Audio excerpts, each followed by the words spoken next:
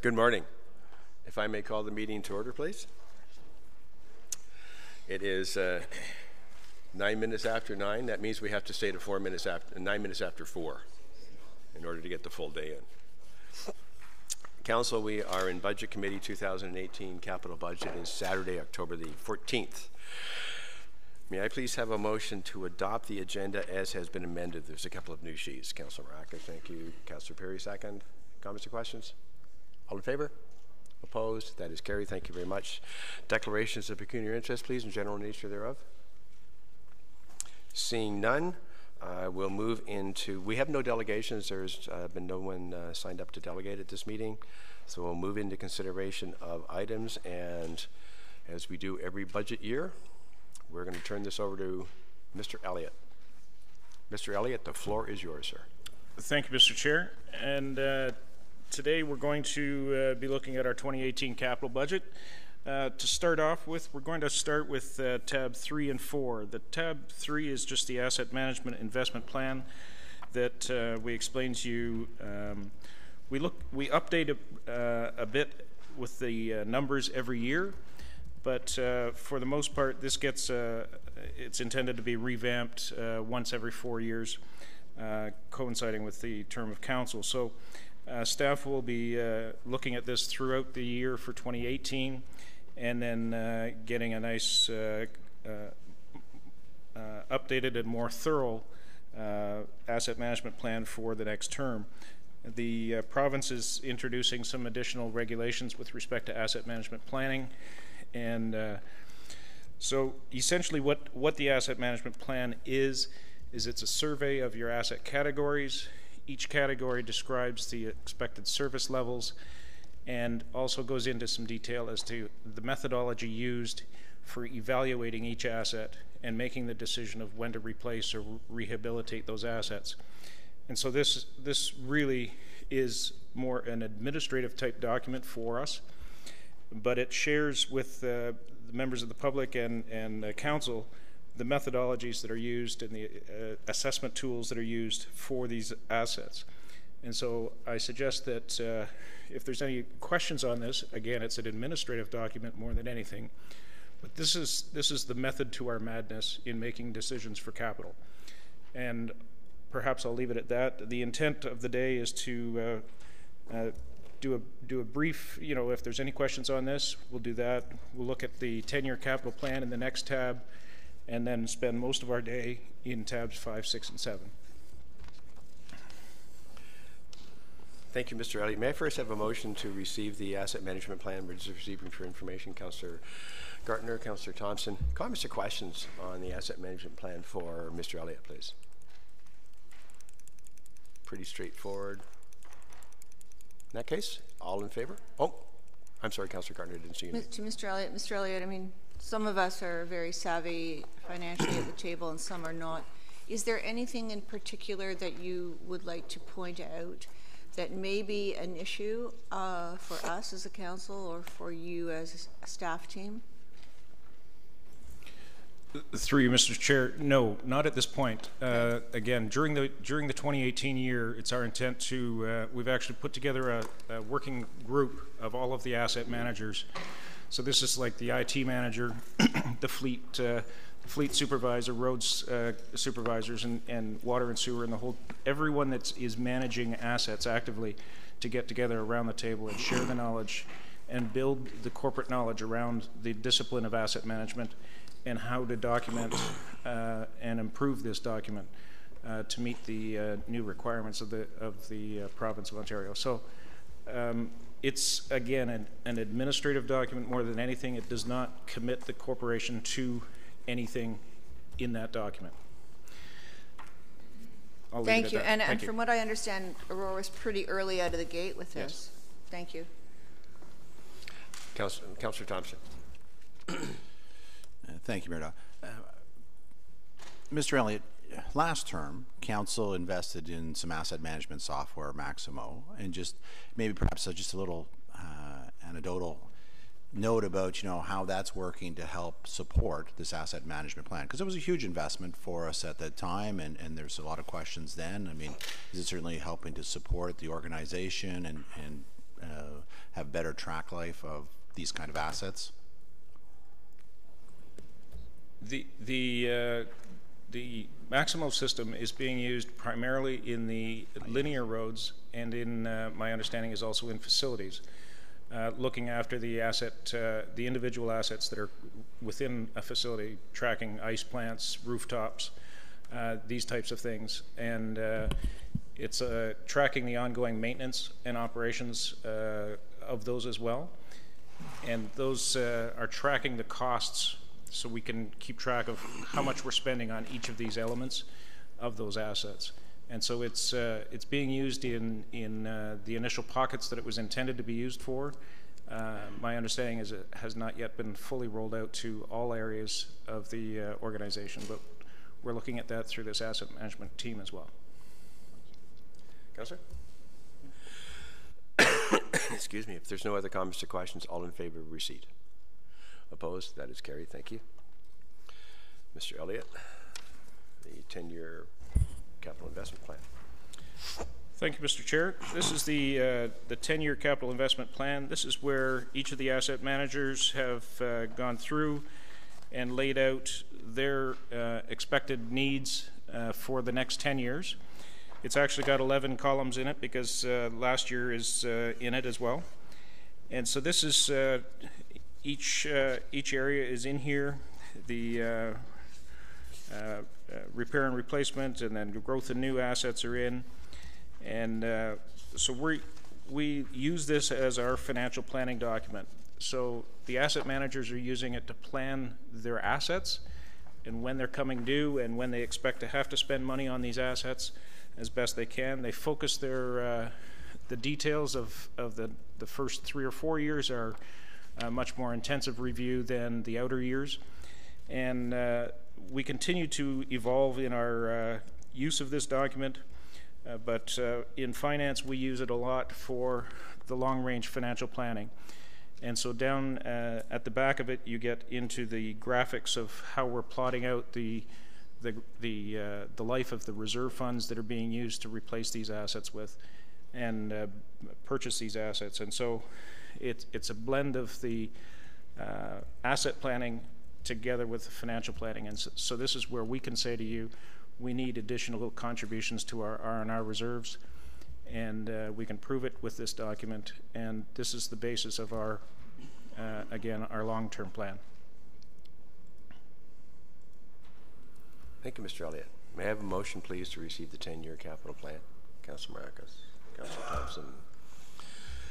Comments or questions on the 10-year capital plan from Mr. Elliott?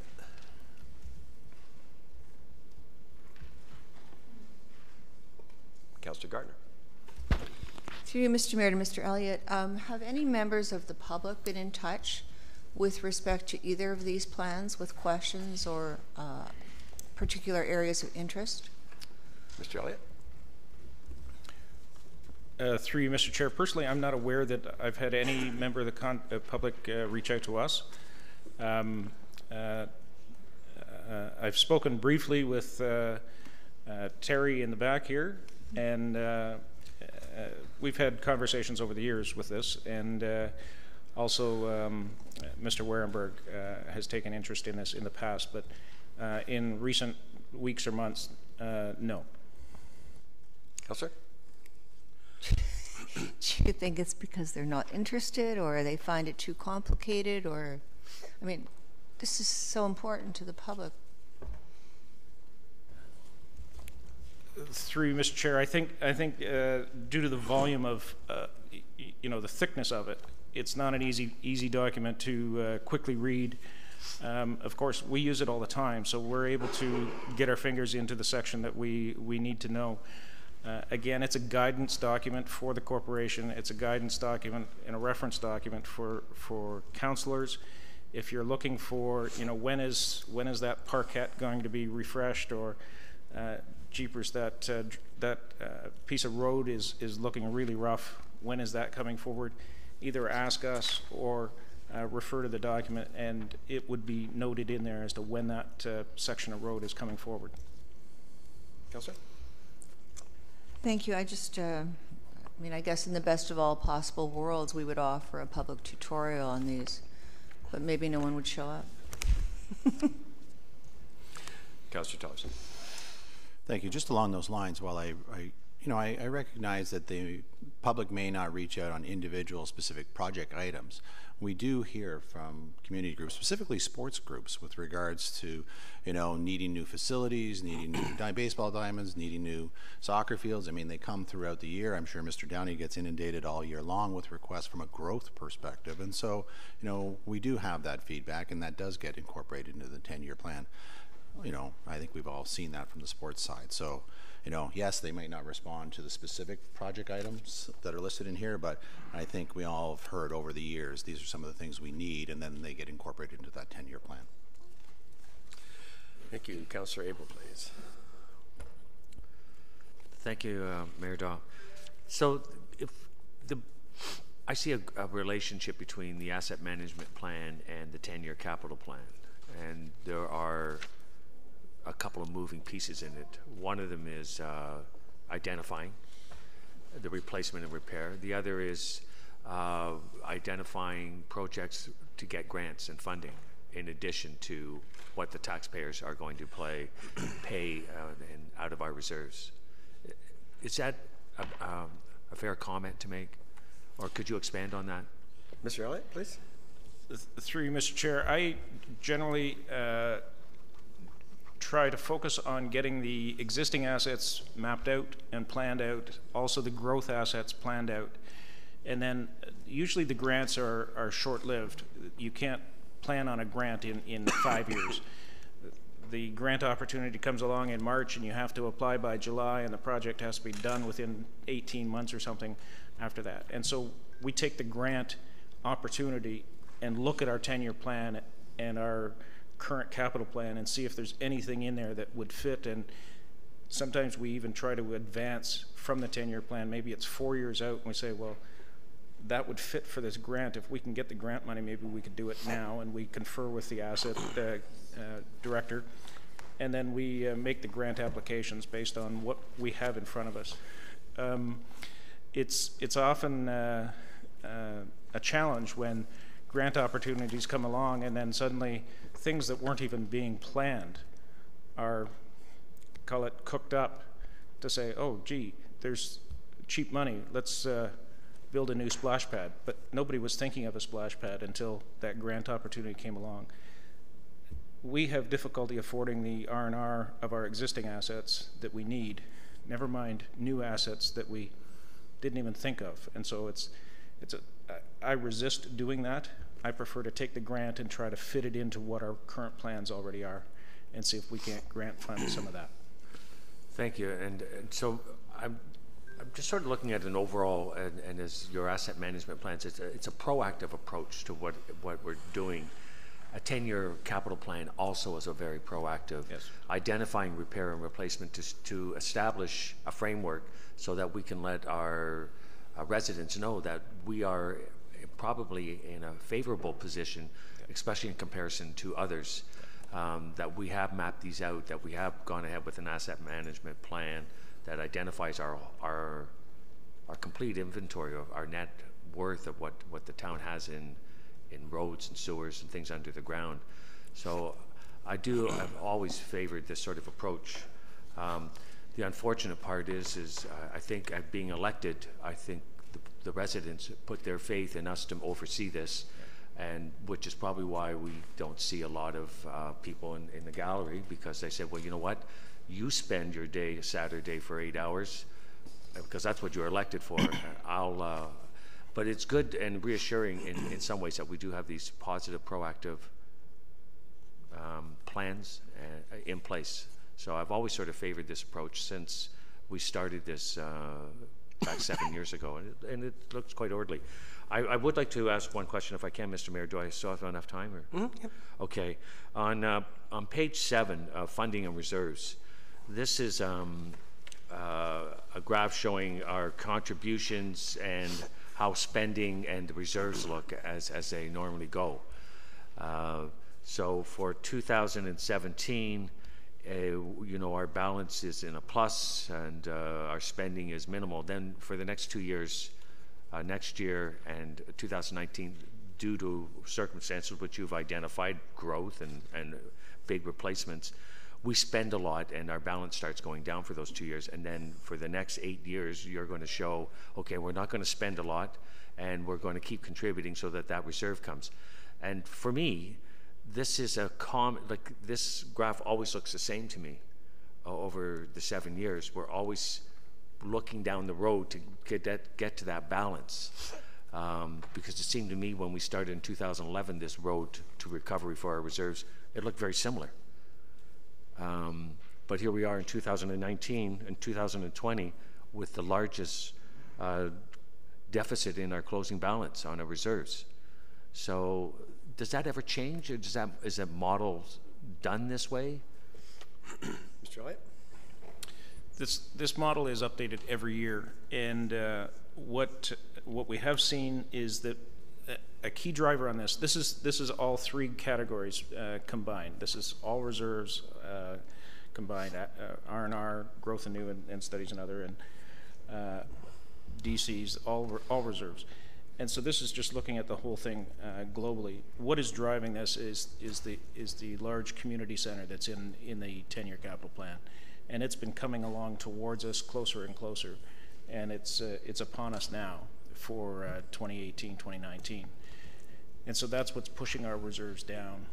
But I agree, it's a little bit of a frustration for us, despite the 10-year planning. It seems that it's almost only a 7-year plan for a number of asset categories. It seems to fade off. The spending seems to fade off in the last 3 or 4 years. And we're working again with our asset group this coming year to make sure that we're doing our full 10 years. Because if there's surprises hiding in those last 3 years that we don't know about, then it throws off our plan. And this is what happens is that graph starts looking the same year after year. It doesn't show the improvement that we're mapping out. But we update it every year based on the new facts that are provided to us by our asset managers. So yes, it gets a little frustrating to us, but we're trying to improve the discipline with our asset category managers. So we were in a positive reserve balance as of 2017. Have we identified a site for this community center? Not publicly, to my knowledge. Thank you. Councillor Kim, Humphreys, and Tom. Thank you, Mr. Mayor. I guess just to wrap up Councillor Abel's point, through you, Mr. Mayor, to Mr. Elliott. So I guess essentially this 10-year chart will essentially look identical next year if nothing's spent on the rec center or any of the other capital-intensive projects that we have that's pending that would keep on rolling over. Is that correct? It would keep on rolling over. Theoretically, that bump should slide out to the left. Okay, great. My question is more of a theoretical or process-driven one. In the investment management world, you have two types of managers, top-down, and the other is a bottom-up. So when we draw up the capital plan, do we look at, do we go into each project in each of the departments and uncover what the needs are, and it rolls up to our budget, or do we look at a fundamental model of an aggregate of municipalities that say that best practices state that 40% has to be allocated to IES, 20% to Parks, Rec, and Culture, and 10% to Fleet, and we or is there a mixture? First of all, I apologize, Councillor Kim. I was just looking at Mr. Downey, who was now figured he was rolling in money. Mr. Elliott. Through you, Mr. Chair. We look at it from a bottom-up perspective. The asset managers are looking at what their needs are this year and out the 10 years. And you'll see in our tab in the next section in the R&R, we flagged the items that were in the 10-year capital plan last year as expected to be in this year. And yeah, the price may change, so they may have said it was $1.6 million last year. This year they've come in and they're saying it's $1.75 or $2 million.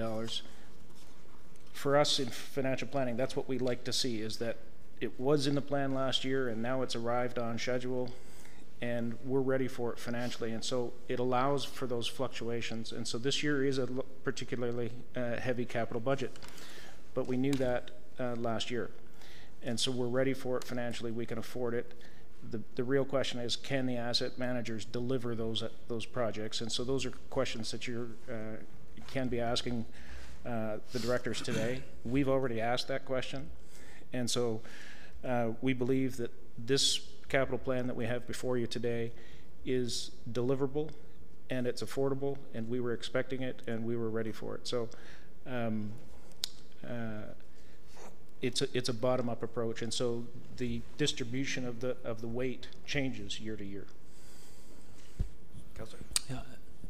Would there be any benefit to, in order to have a more capital budget discipline within each of the departments, would there be a benefit to have capital budgets top down to a certain degree so that everyone knows what the funding model looks like over 10 years, as opposed to a bottom up where you do have that volatility? Through you, Mr. Chair, what we do have is a separate reserve fund for each category.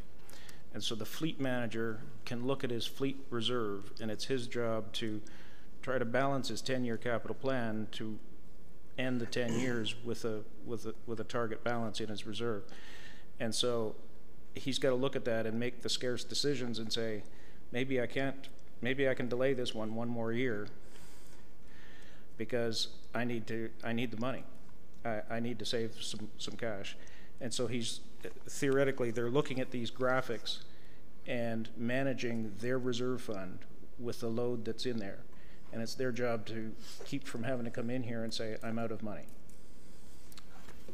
Thank you. Councillor Humphreys. Thank you, Mr. Mayor. Just a quick question on that page with the reserves, page 7. Just if you can just elaborate a little bit more on finance staff believe that R&R required expenditures in the latter years of this planning horizon may be incomplete, thus producing a healthier than expected reserve balances. Can you just elaborate a little bit on what you mean by? Through you, Mr. Chair. Again, this is where we're looking at the overall capital asset spend for the plan, and you can see that the early years are heavy spends. Yes, we've got a couple of large items in there, but it seems to fall off in the latter years, the spending, and so we're a little concerned that perhaps the discipline in those last few years is not there, and so it's not complete. We recognize that. It's resulting in some strong balances showing at the end, but in reality, we're concerned that May not be realistic. there is spending that needs to be done in those years, and so it's throwing our model off. Again, this is why we're trying to pull this team together, increase the level of the consistency of the discipline that's used, and hopefully result in some better long-range planning and filling out that full 10 years. Because the next model is going to be wanting to go to 15 or 20 years. That's right. And we're having troubles getting to 10. So. Exactly. No, that's great. Thanks. I appreciate that. That makes sense. And just a quick comment. I think on page 1, in the legend area, I think the GNN and S&O may be reversed. I was just taking a look at that. I could be wrong, but it's indicating a dark red for GN. So just want to make sure I'm reading it right. That's all. What page, please? Page 1. Yeah, thank you. It's a legend. Just like it's little legends, maybe. I wouldn't know. I've been looking at it really closely. That's fine. It's just a color change. It's confusing, so. Yeah.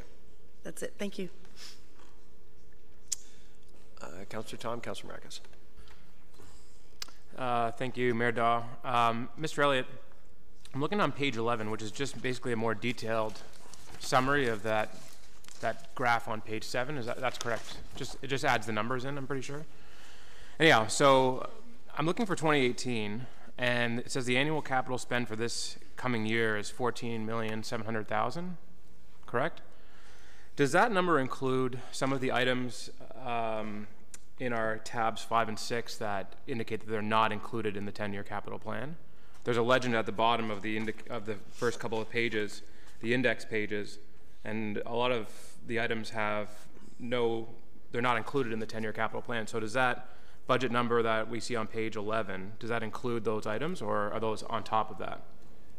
Through you, Mr. Chair, they do include those numbers. Those little buttons that are on those pages indicate whether they were in last year's 10-year capital plan as appearing in the 18 column. And again, if their last year's 10-year capital plan was very accurate in the first few years, everything should be had been identified. Right.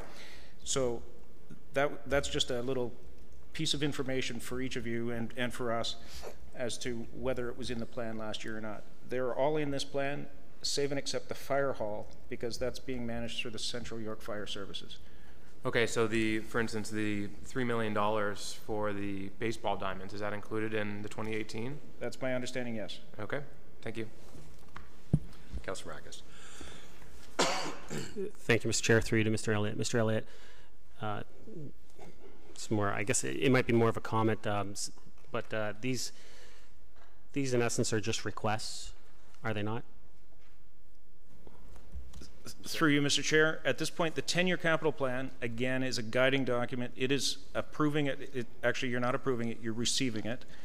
It's not, it's a planning and guiding document. There's no commitments being made by adoption of it. The commitments are being made in tabs 5, 6, and 7. No, definitely, and I guess that's just to my point is that I mean, it's great to have this document in front of us, and it just kind of gives us an overview of what's to come in future years and how our staff have planned moving forward. But ultimately, it's our decision to, as a council, to decide how we are going to move forward, and when we go through tabs 5 and 6, and the future years are placeholders in essence. So, thank you for all the work. Any other, Councillor Perry? Thank you, Mr. Mayor. And just as a question to you, Dan, when we're going into the deficits over the coming few years, what are we paying for interest rates right now? What's the cost to service that debt for that? You know? Overall, the corporation is not debt financing these actively. We're funding it from within our surplus cash and reserve balances that are in the positives. And when we do the interest allocation at the end, the reserve balances that have the money earn interest, and the reserve balances that don't get charged interest at a slight premium over what we were earning to reflect what would happen if we were debt financing it. And that's all permitted within the DC legislation and the reserve legislation in the Municipal Act. And so what are we charging ourselves in interest? Is it a half a point? We charge interest at a half a point premium over our long-term investment gains. Thank you. Any other comments or questions? Thank you very much, Mr. Elliott. We've been doing this for a number of years now, the 10-year capital plan, and especially with the long-term financial strategy that was introduced, and closely mirrors what the region does as well. And although we don't go out to the bond market, the region does, and they still have almost the highest rating out there. So I think we should be very proud of our financial department for the work that they've done in putting this together over, the last 5-6 years or so, Mr. Elliott. It's been a little painful at times getting there, but there's a number of municipalities in this province that would very much like to be in our position. So thank you very much for the work that you and your team have done and continue to do. Council, we have do we have a motion to receive? All in favor? Oh, straight up there. Thank you. Opposed? That is carried. Okay, we'll move into the heart of the matter, and that starting at tab 5. And Mr. Elliott, if you would, you've made a recommended change as to how we move forward in these. So if you would introduce that concept to council, we'll start to have our discussions. I will. Just inside tab 5, there's a 2-page schedule of the reserve funds with their estimated balances as at the end of June. So that's just for your information and reference. Then you've got a 2-page summary of the repair and replacement reserve 2018 budget. There's a little legend on the bottom. If it's flagged with the light green, it was in last year's 10-year capital plan. If it's blue, it's being it's already been asked for as a pre-approved capital item, so we've already done that. And if it's light green, and I don't see any on these, it's arose from the public consultation. And so we just flagged these just for your information as to what they look like. I have suggested, as we've done in the past, that we continue to work with a consent agenda approach, and that if there's anything on this list that members of council members of committee wish to speak to, we pull it. Otherwise, we consent approve the balance. Thank you, Mr. Elliott. Council, so very similar to what we've done in the past, although just the suggestion from Mr. Elliott was that kind of a traffic signal approach. We either approve it, so Linda, can just we move it forward to council. We decisions up on we put it in that. Oh yeah, Linda's got an overhead, I think. We just one category for conditional, whether it might be deferred or just required more information, or red, not approved. So if that meets with the agreement of council. We've had some confusion in the past on A, B's, and C's, and so we thought the red light, yellow light, green light would work a little easier. It makes it a little easier to clerk the meeting as well. Yeah, you're not supposed to call them stoplights, you're supposed to call them the traffic signals. So council, we are in tab 5, and so items that you may wish to discuss separately. And I'll just start with Councillor Perry. 6, 39, and 42. Tab 6, 5. 39, and 42. We're in tab 5. Correct. So 5.6, 5.39, and 5.42. I'm going by page numbers, not project numbers. Yep. I'm sorry, so 6 is the Accessibility Committee? Yep. Correct? 39 is the SARC rubber flooring?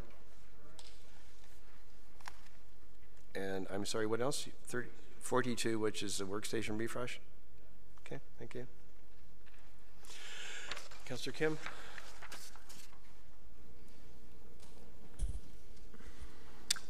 Eight, 9,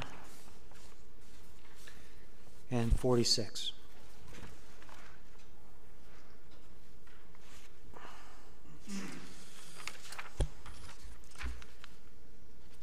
So the computer and related infrastructure renewal, the boardroom audio video equipment, and then I'm sorry, 46, which is the skate park? Yes. Okay, thank you.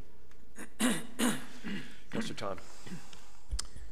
5, 9, 38, and the rest of mine have been pulled.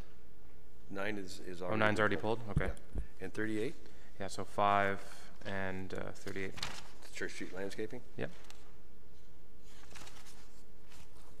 Thank you. Councillor Humphreys.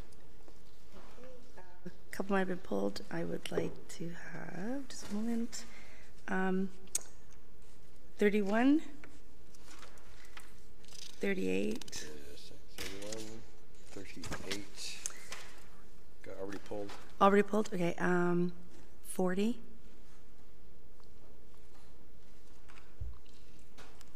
Just one sec, sorry. I think that's it for now. Thank you. Thanks. Councillor Abel.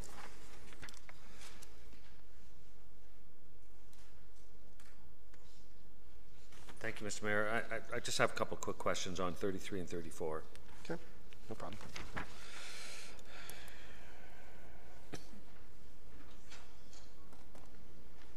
Councillor Thompson.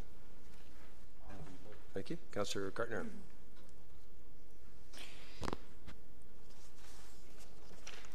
Thank you. I'm not sure if 42, page 42 was pulled. Yes. 42 has been pulled, yes.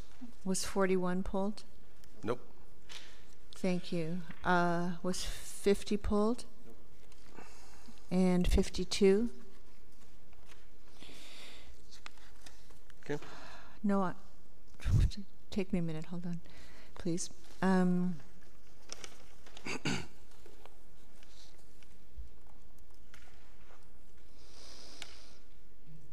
I have page 9, that was pulled, okay. 5 and 9 have both been pulled. Under fleet was, I would like 14, 20, and 28. Has anyone pulled, someone's pulled 31? Okay, thank you. I'm sorry, you have 14, 20? 14, 20, 28. 28. 41. Done. Thank you.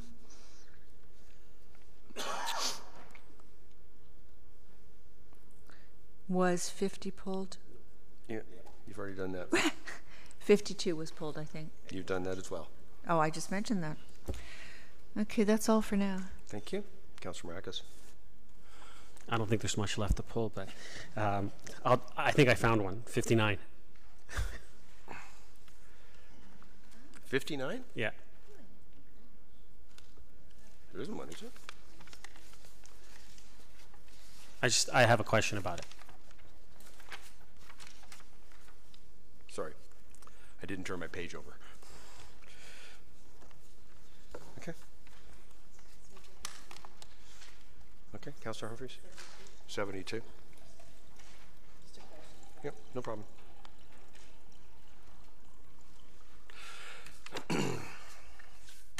All right, I will. Councillor Gartner. Thank you, sorry, Mr. Mayor. I did mine, mine according to projects. So, page 53, page 55,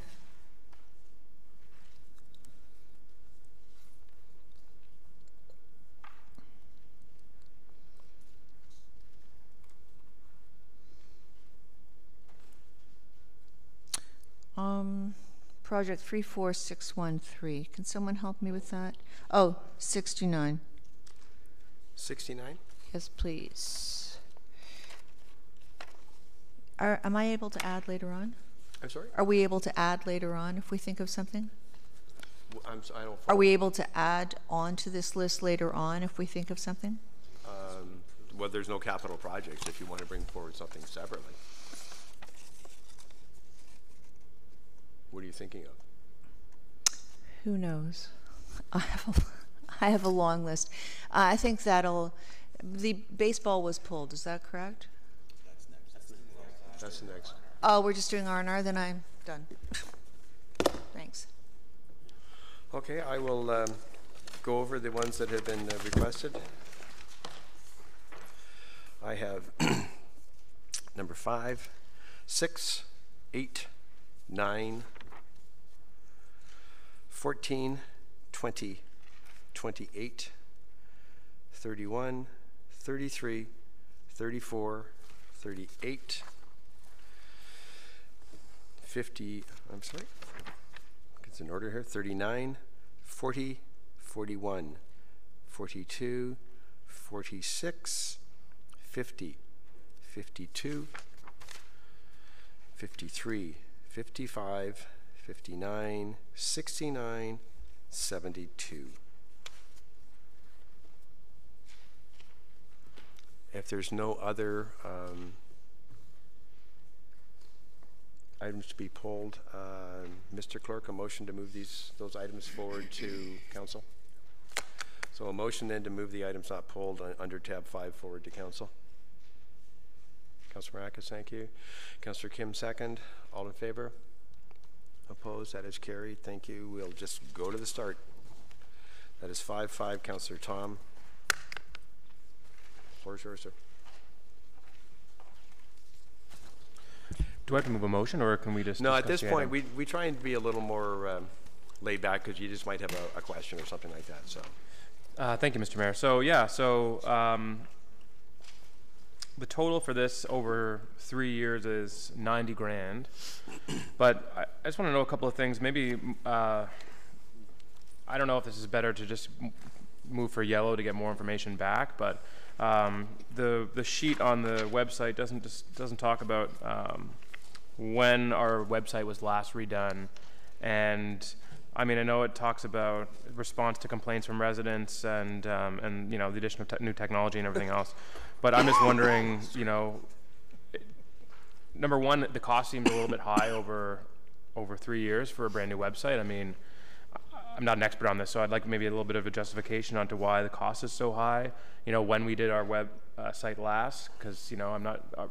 To me, the website looks okay, and we have a pretty high spending year, capital-wise, this year. And so, to me, if projects can be put off for a couple of years, if we can make do with what we have, then, you know, to me, our website looks okay. But again, I'm not a website expert, so I don't know if Stephanie can maybe answer some of those questions. Yeah. Stephanie, please. Just to start us off.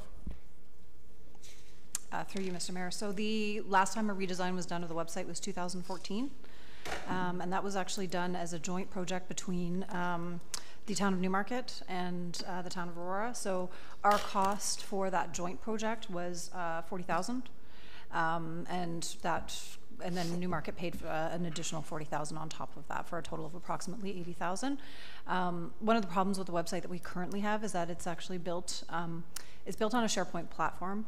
And the other challenge that we've experienced is that it's part of our agreement right now is that it's actually hosted in Newmarket.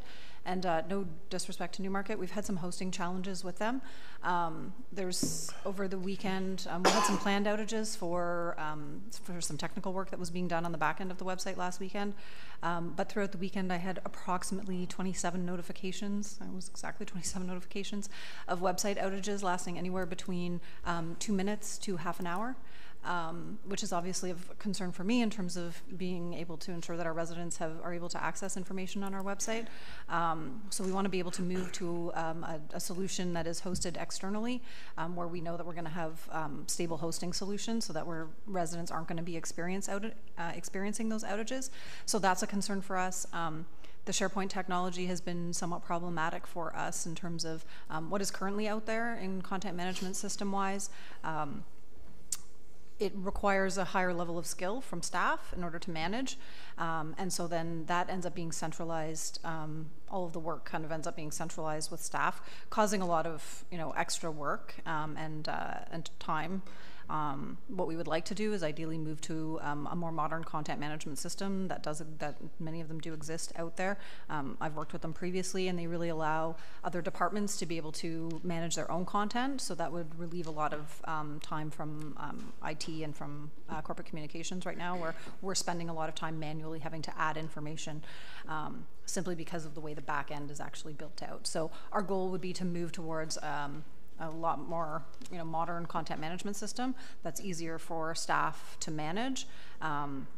We have made changes to the homepage of the website, so I do think that those improvements have certainly gone a long way in making it easier for residents to find things, but we would like to definitely do some work around identifying improvements to navigation to ensure that residents have a little bit easier access to the information that they're looking for. It is very challenging building a municipal website simply because there's so much information that you're trying to express and to share with residents that it is inherently challenging. Municipal websites, by their very nature, from a usability standpoint, are difficult for users simply because of the nature of the information. It's very different than kind of a private sector website. So there is a kind of a large amount of work that I would like done in addition to just the design of a website, that the cost I've built in is to be able to do a lot of consultation on the front end to ensure that we're meeting residents' needs, we're finding out what they're looking for, and really being able to design the architecture in a way that meets those needs. So that is kind of the additional cost that is built in. The $10,000 is a built-in that I've put in over coming years, just to build in improvements as technology changes or as needs change, or as we implement some new programs that maybe we need to plug into our website, that there's additional funding moving forward for that. Councillor? Thanks, Stephanie. So the bulk of this cost then is related to the hosting. So we're going to move right now we're being hosted by Newmarket, and we're going to move that to some other external source.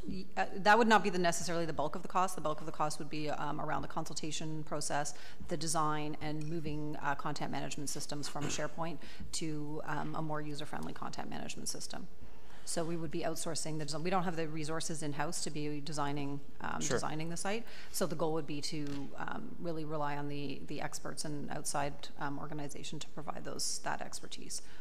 I mean, obviously, if we're having issues with website blackouts and our hosting has been a little spotty of late, that's obviously something that we should address immediately, because the website is pretty key for communicating to the residents. I totally appreciate that. I think now it's probably the primary source of information between council and the town and the residents. But as I mentioned, moving the hosting to find a different solution on that side, I'm okay with. Whether or not we need, in my opinion, to completely redesign the front end of the website, I mean, if that's half the cost, to me, I think we can maybe move that down a couple of years. It was only done 3 or 4 years ago. I mean, I know websites move quite quickly. I mean, we've updated our website at my company a few times, so I know that. And now the move is towards more dynamic websites, which obviously the town doesn't really require. So maybe the hosting and the content management. For me, I'd like to see a bit more information on what those cost, and then maybe we can move the front end design and consultation work to a couple years down the road. Because I mean, I took a survey and took a look at other websites from different municipalities, and they all follow a very similar looking model. It's very information heavy. It's not dynamic, and so I'm just wondering if there's a way to maybe punt that down the road a little bit to save on some of our costs this year. So I'll leave that as a comment, but that's why I wanted to pull this. Thank you, Mr. Mayor. Councillors Thompson, Abel, Gartner, Perry. Councillor Thompson. Thank you. My questions were similar to those posed by Councillor Tom, in the sense that, I was surprised to see the comment about us moving away from Newmarket. I think it was just a few years ago, and part of the, I guess the pitch was about us sharing services. It has been part of our overall IT strategy, I think, to look at looking at our other N6 partners and trying to mitigate some of the costs, because I think the realization is we can't all do IT well by ourselves, and so I share some of those concerns that now we seem to be taking a different strategy, and I wonder how that works overall. My other question really was about, we've invested a fair bit of money into document management, and there was supposed to be some integration with the website, and so how does this impact those plans? Through you to Stephanie. Excuse me, Stephanie. I would ask Taisha, but she's not here, so I'm asking you. Through you, Mr. Mayor. The hosting, what I can certainly do is get back to you guys with some costing and what the implications are for that. Obviously, we always want to work with our partners wherever we can. My primary concern is obviously ensuring the best user experience for our residents. In terms of document management, we're still very much in the early stages in terms of how we're going to be managing those documents internally. One thing that we have kind of very briefly in preliminary discussions had around the development of the new website would be the building of a kind of a external library of sorts. So what we would like to see is a central location where, for example, any resident who wanted to look up bylaws would be able to go in and be able to access a library where they could find any of our bylaws that currently exist. Right now, only frequently requested bylaws are currently on our website, so that is obviously a concern that we want to be able to address. There's also obviously other, other reports. They all live in very separate places, and that's part of the reason that I would like to have an outside website consultant really come in and provide advice around how can we do a better job of designing the architecture and the actual navigation of this website to really ensure that we have that central library location that would be connected to our document management system, so that when bylaws are updated or reports are updated, that information is updated on our server, and then it automatically is updated on our website, so we're not dealing with broken links or manually having to go in and do that. So we have had preliminary discussions around that as well in terms of what that looks like. That may not necessarily be something that we get done in 2018 because we're still in the early stages of document management internally, but it's definitely something that we would like to build in so that in the future we can really create that kind of openness and transparency by having that online document library for residents. Thank you, Councillor. Stephanie, if I could remind you to turn your microphone. Thank you. You just did that. Thank you. That way our clocks work properly. Councillor Thompson, you good? Thank you, Councillor Abel. Thank you, Mr. Mayor. So I think since I've been elected, we've been moving to improve our website. And to date, through you, Mr. Mayor, what have we spent on this latest version when we partnered with Newmarket as a host? I don't know if Stephanie, do you have that? Mr. Elliott? Through you, Mr. Mayor, the initial cost for us in 2014 for the contract was just over $39,000, so approximately $40,000. And over the last couple of years, I would estimate that we've probably spent about $10,000 in improvements. And prior to 2014? I don't think anything was done. Minimum. So you know, I guess it's more of a comment. I've been waiting for something that looks like everyone else's website municipally, and waiting, and now we're being told the latest version could be improved upon because there are some challenges. I'm just exasperated myself. It's not a comment to you, Stephanie. It's just to the whole system. That we're waiting our 7th year and we still have not got a website that really is up to the standards that we want. So my comment is I hope we get it right. And you know, I'm looking forward to something that is not challenging, that is user friendly and designed at the way we want to, like everywhere else. So you know, $70,000 is a lot of money. I don't know enough about designing a website or what goes into it, so I'm with council and at what they want to do. Councillor Gardner, please. Thank you, Mr. Mayor. From my memory, we've been worried about, frustrated with this website for, I don't know, since 2011, 2012. We keep trying to improve it, and we just don't seem to be able to get it. So, and we had a communications workshop earlier this year because it has been such an issue in the past. I have confidence in Stephanie. We definitely have to do something. Our public is not happy. And in the scheme of things, it's not a lot of money because this is one of the main ways, well, really today, one of the main ways we communicate with our public. And it has to be easy to access, it has to be transparent, it has to be fulsome. I think this is a small amount of money to spend to try and get to that place. Thank you, Councillor Gardner. Councillor Perry. Thank you, Mr. Mayor. If you look at the website we had before and the website we have now, I think there's been massive improvements, and everyone around the table will recognize that we have huge improvements.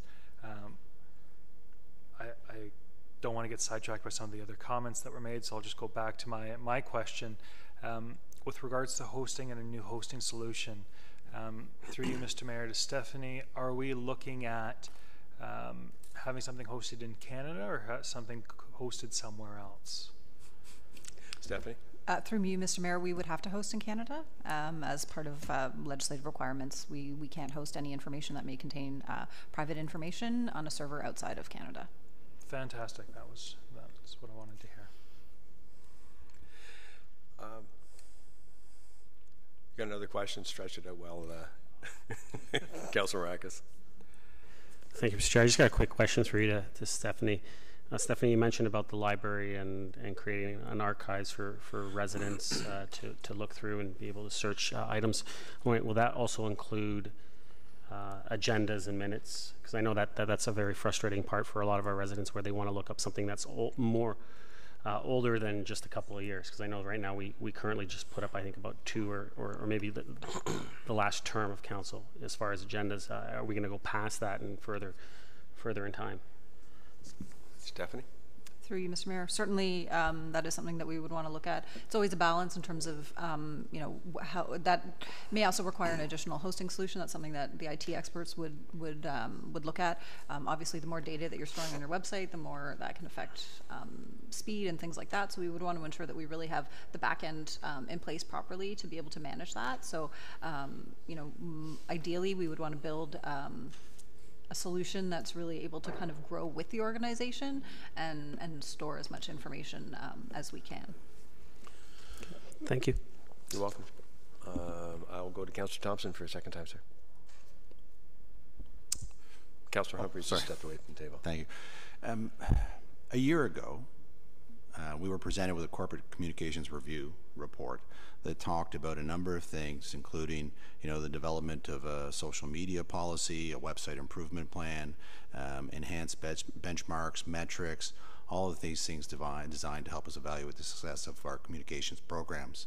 So where are we with that? Through you to Stephanie. Stephanie, please. Through you, Mr. Mayor. So we have, in fact, launched our social media policy. We have changed our internal policy on that matter as well. So we are currently, the strategy as a whole, I'm relatively optimistic that it'll be done by the end of the year. We've had some, as you know, some changes internally in staff, and so we've realigned our staff to really be able to focus on achieving those goals and ensuring that we have the skill sets to be able to kind of develop those plans appropriately, but also that we're able to execute on those plans. And so we're actually in a really good place. We're actually finally fully staffed for the first time this year as of last week. So we are moving forward with all of those things, the social media policy and the website improvement plan. So we did make those improvements to the website earlier this year based on feedback that we had received. And like we've discussed, I think the homepage is much improved from where it was.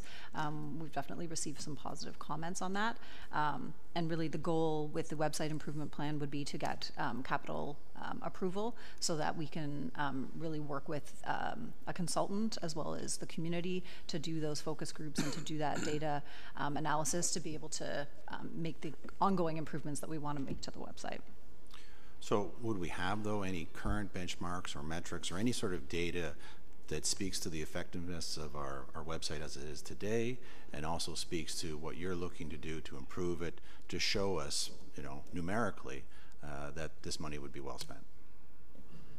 Sure, we do ongoing analysis of our website metrics, so I can certainly provide some of that information as well if you'd like me to send an email. I can just speak for myself, but it's always helpful to have some numbers. Thank you, Councillor Thompson. I don't see anybody else wanting to speak for, and I'm sorry, I don't know where Councillor Humphreys went. I would, at the very least, I would like to see this get a conditional approval. I'm hesitant to remove it from the budget. One of the most common issues we hear is how do we communicate with our residents? How do we engage more fully? And this is certainly, the website's been a huge improvement, there's no question, over the last number of years. And you get into a position where if you haven't spent for years, you've got to do some catch up. I quite appreciate Councillor Thompson's points. So maybe if we went with a conditional approval on this, Stephanie, I think you've made enough notes to get a sense of what council is looking for. And if you could work on that and bring it back. Did I talk long enough? Yes. I stretched it out for you, Councillor. Thanks, I appreciate it. Just a quick question. I hope it wasn't asked, but I thought we had a launch of our website. I know we changed the web page and we made it look, it looks nice. And I have looked at other municipality websites, and I think ours is pretty comparable. I mean, I know what you're thinking, but did IT have kind of input into removing our hosting situation with Newmarket? Did you already ask this question? Somebody? Just wondering for IT is saying, you know, we kind of like the hosting over there because it takes a little bit of a burden off them, or are they recommending this as well? Through you, Mr. Mayor, we have discussed this with Karen Bates-Denny, our manager of IT, and she is supportive of moving this hosting solution. The idea would not be to necessarily move the hosting in-house. It would be to find an external host that specializes in monitoring for website outages and things like that. IT would be very involved in ensuring that the network security requirements were met that is set out by the town. So it would be that portion would be a joint IT communications project to ensure that it met both IT's needs as well as the needs of communications from a hosting perspective. And again, we did make those changes to the homepage. And, you know, like I said earlier, there's inherent challenges in municipal websites. It's never going to be, you know, if you go to a website for, you know, looking for a widget, you're going to find a website that's very clean and easily accessible, and the information that you're looking for and the products that you're looking for are easy to find, simply by the nature of the fact that it's a very narrow focus of what you're looking for. Municipal websites in general are extremely challenging. They're always inherently going to have navigation issues simply because of the amount of information that you're trying to communicate to people and the broad nature of that information. So it is always going to be challenging. Technology does change all the time. There is always improvements out there, and, you know, what we're really looking for is to be able to have some wiggle room in terms of budget to be able to take advantage of some of those technologies to provide an improved user experience for our residents. Thank you. Okay, Councillor Tom, if I can go back to you, if you care to move that as a conditional. I'll move yellow. Okay. Councillor Perry, seconding. And if no further comments or questions, all in favor of that? Opposed? That's carried. Thank you. Councillor Perry, the Accessibility Committee. That is item 5.6. Thanks, Mr. Mayor. I'm just looking for a cost breakdown between the two projects being anticipated in 2018. Roughly, there's $175,000 being budgeted next year. Roughly speaking, how much is being budgeted towards the intersection, how much towards the lighting? I'll go to Mr. Elliott. Through you, Mr. Chair, based on an email from Mr. Catania yesterday, the $75,000 is for the intersection audible signal, and $100,000 for the lighting around Lambert Wilson Park along the Arboretum to ensure proper connectivity and safety for those with visual disability. Thank you. You're welcome.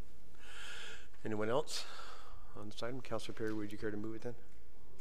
Thank you. Is there a second for that, please? Councillor Maracus? All in favor then? Opposed? That is carried.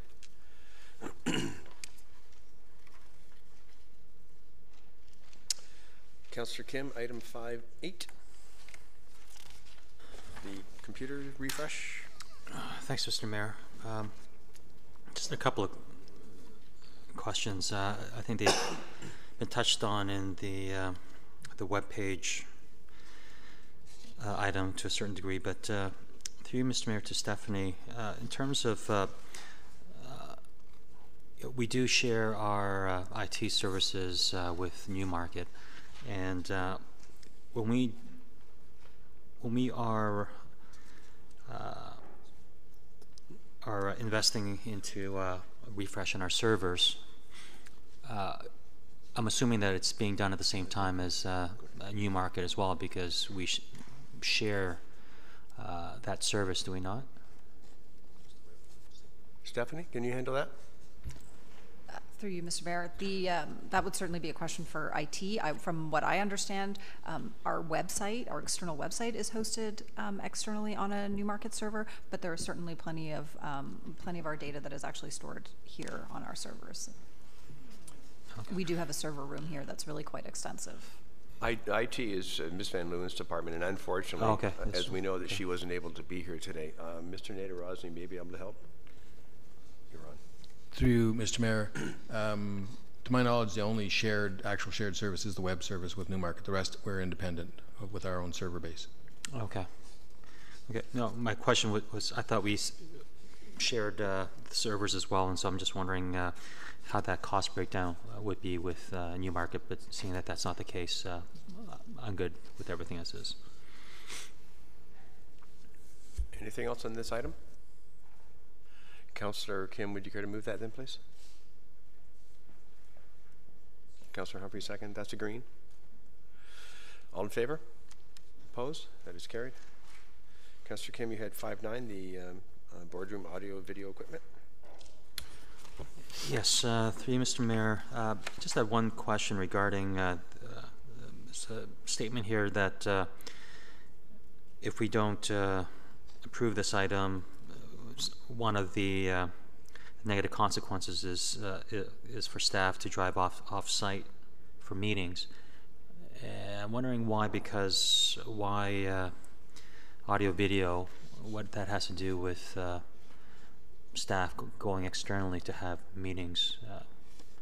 Just if Mr. Nadrasny can shed some light on that, please. I'll go to the CAO. Thank you, Mr. Mayor. I'm looking. Where's the? If you could help me with where's the reference to external?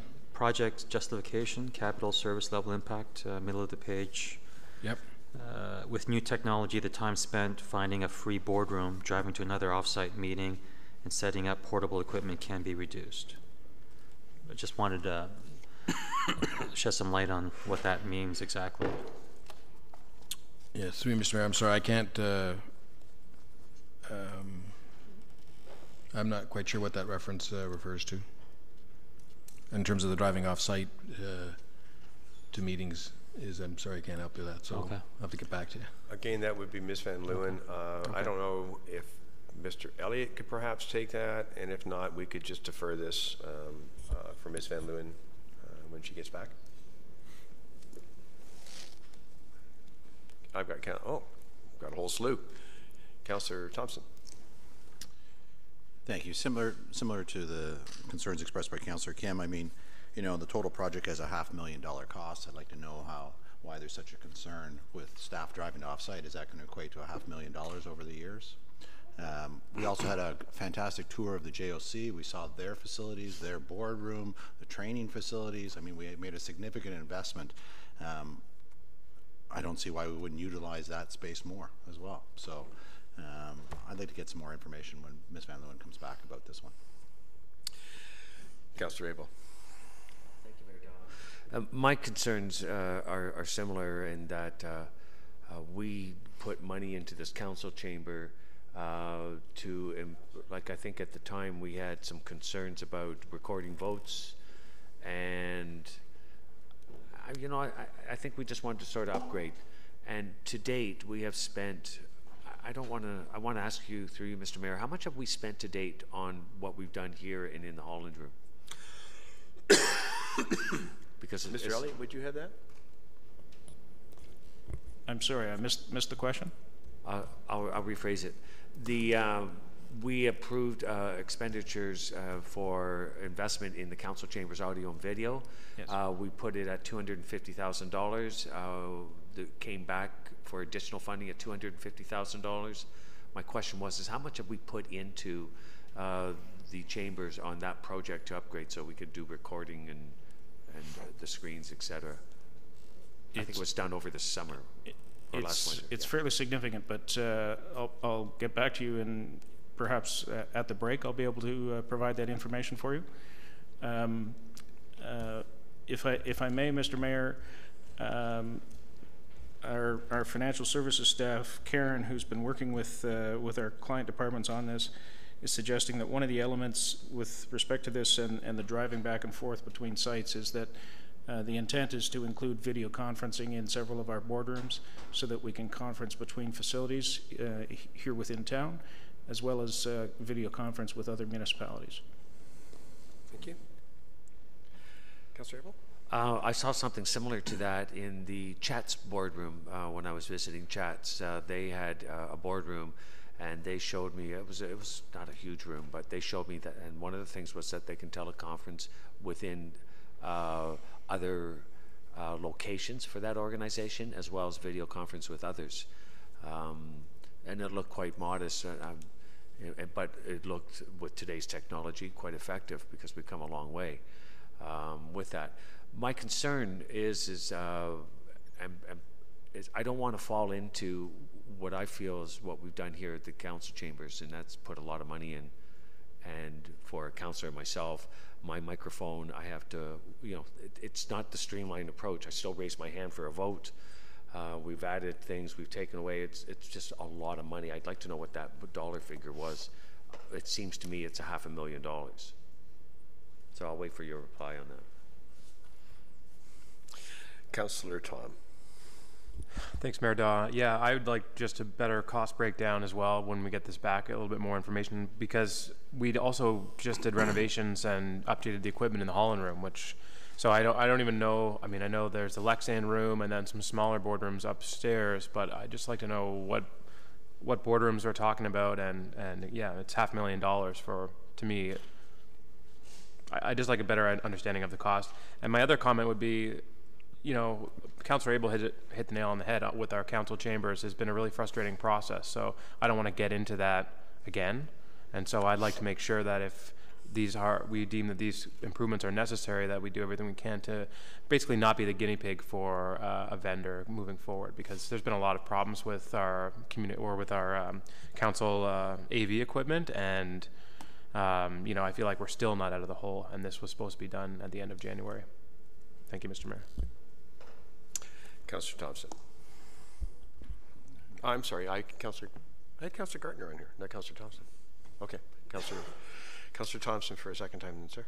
Just quickly picking up with regards to Mr. Elliott's comment about video conferencing.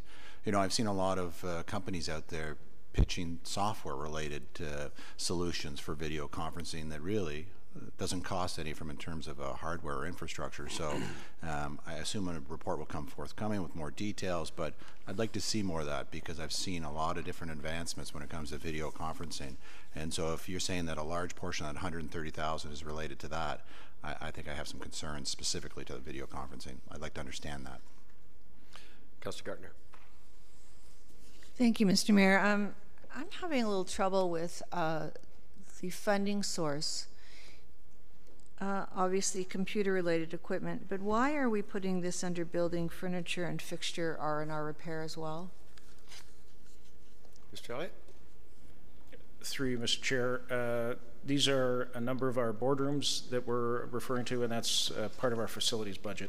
And so the equipment in those is part of that. So it has to do with work in the equipment within the boardrooms themselves, but also in the server room. And so it's a split between the two. That's my understanding. I don't understand. How does furniture come into this? Or you're saying building, it's because, okay, I think I just got it. Then if I may, with other things, it says infrastructure sustainability reserves, and those are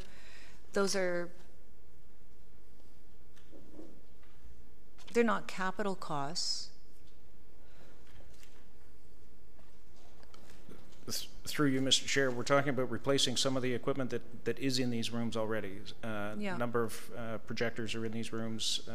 Some of them have sound equipment in them, and so my understanding is this project is very much like this council chamber, was take out what is there and replace with the current technologies and the newer capabilities of the equipment. So it's sounding, Mr. Mayor, like this is leading to a yellow, and additional information coming back based on the notes that we're taking here, what the questions are, and we'll be sure that a separate report comes back with additional cost breakdowns, discussion around the video conferencing needs, and so on. Thank you. I'd just like to be clearer on what is repair and replacement, what is from the infrastructure sustainability reserves, because I see some overlap here. If I may, Mr. Chair, the infrastructure sustainability reserves is a category of reserves, so it's not a specific reserve. And inside that is both the facilities, building furniture fixtures R&R reserve, and also the IT infrastructure reserves. And so they're both infrastructure sustainability reserves, so that's the category, and they're two separate reserves within that category. Thank you. Councillor. Councillor Kim. Thank you. Just one comment on the conferencing is, with the, I'm not sure when we did our licensing agreement with the software vendor, but I suspect we may be using Office 365, or next time if we do have a chance to upgrade. You know, Office 365 licensing offers, you know, Skype and be able to conference in a more interactive way at really very little cost. So, you know, I hope that that could be looked into as well, for as opposed to something more capital intensive as this. Thank you. Councillor Perry. Thank you, Mr. Mayor. I just want to make sure I thought I understood this item before we started speaking about it. It's really to bring new technologies into some of our boardrooms. Is that correct? So add some new smart boards where we need them to make all of our boardrooms as operational as the Holland Room is. Is that correct? Mr. Nadeau-Brosny. To you, Mr. Mayor, that's my understanding. Enhanced video and other technology for our meeting spaces throughout the organization. That makes sense to me. That's what I read. I just wanted to make sure. Thank you. Councillor Gardner for a second time. Thank you. This is a comment that possibly isn't appropriate, but when we redid the Holland Room, we also painted it and spruced it up. And I've had a lot of comments that the paint in the Holland Room is bothers people, hurts people's eyes. I don't know whether it's the lighting, there's a very stark contrast in the paint. So it's a comment that I've heard a lot, and I don't know if there is any appropriate place to say it, but if we're going to be thinking of doing another room, definitely have to keep that in mind. Councillor Humphreys. Thank you, Mr. Mayor. So just a couple of questions. I understand the intent. We want to be consistent and maybe have the same service levels for every boardroom that we have. But, you know, initially, reviewing in other, you know, corporate environments, there's always this special room that you need AV or enhanced AV equipment, and other rooms where you don't. So I'm not sure that this is money well spent. For me, we do have a really incredible room right now, and no, I really don't see the necessary to have all rooms as great and as equipped as that room. So the question I have is, how busy is the room today? How often do we book it? Is it solid you can't get in, and this is why? Does anyone have that answer? I don't think so. This would fall under Ms. Van Leeuwen, unfortunately. Okay, so I think we need, yeah, sorry, Mr. Mayor. I was just going to suggest we do this as a conditional and ask. Because it's a lot of money. It's $500,000, right? And you gotta, and the benefits they state here are all internal, which always effectively benefits everyone at the end of the day if we're more effective as a staff and getting our work done. But I do know that when I'm booking rooms, even at customer sites or at my place of work, there are different standard levels or service levels in every room. And if you have that in every room, that's pretty luxurious. So I don't see this as necessary at all, but I'd like to understand how busy this room is and how much we use it. And there's such a heavy usage there that we can't function. We need the other rooms to be just as great. Thank you. Thanks. Councillor Kim, would you care to move for conditional on this, then, please? Oh, I'm sorry, Councillor Abel, Councillor Maracas. Thank you, Mr. Mayor. You know, I did make some comments before, but my question is the Holland Room fully functional? Is it operational now? Sorry, yeah. Yeah. To you, Mr. Mayor, as far as I know, it is, yes. Okay. There's a fair amount of equipment there. I see that audio, video, and stuff, and you know, most of us are in that room once or twice a week. I just never see it being drawn out in use. So it follows along the comment that Councillor Humphrey was making, and we often say, make more use of what you have, as a way as to streamline our expenses. So, you know, if that's being maxed out and that can be established factually, that might give me more comfort than expanding the boardroom facilities as we go down, along with other software and things. I'm just a little cautious, as I said, with what went on in this council chamber. So that's why my comments is there. So I'm glad we're holding it, and I'll vote to go along, but I think there's enough comments for when Ms. Van Leeuwen comes back, she might want to give us some facts and background so that we truly understand and get a good idea of what it is that's being asked for. Thank you. Councillor Marcus. Thank you, Mr. Chair.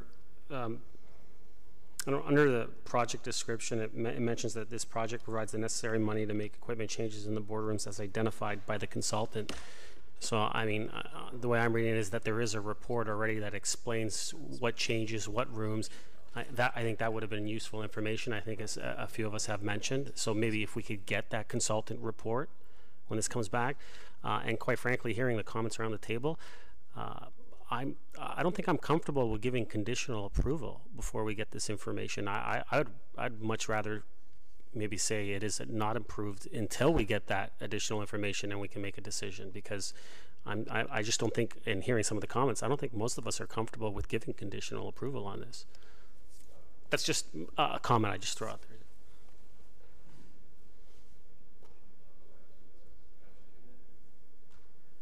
I'll put my mic on. Thank you, Mr. Clerk.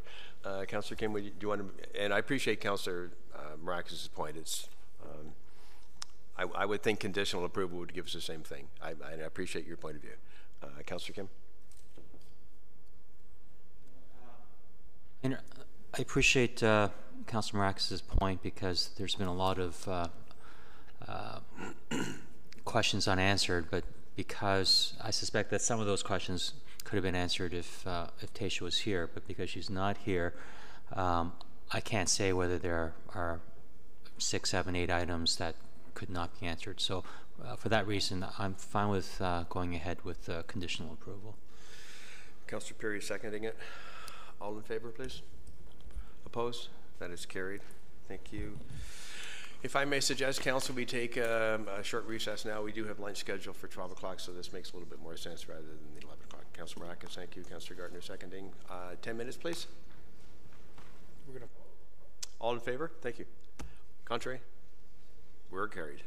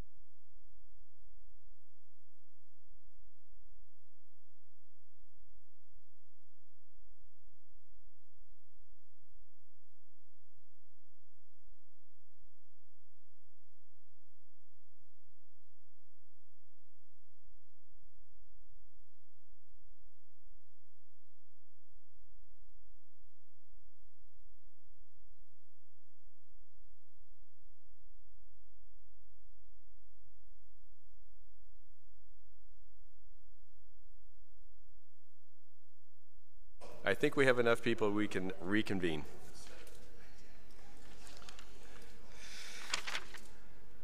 All right, the next item for discussion is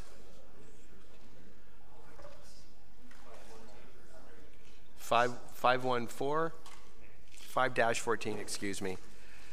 And that is for a GM Savannah truck. And Councillor Gartner, you pulled that?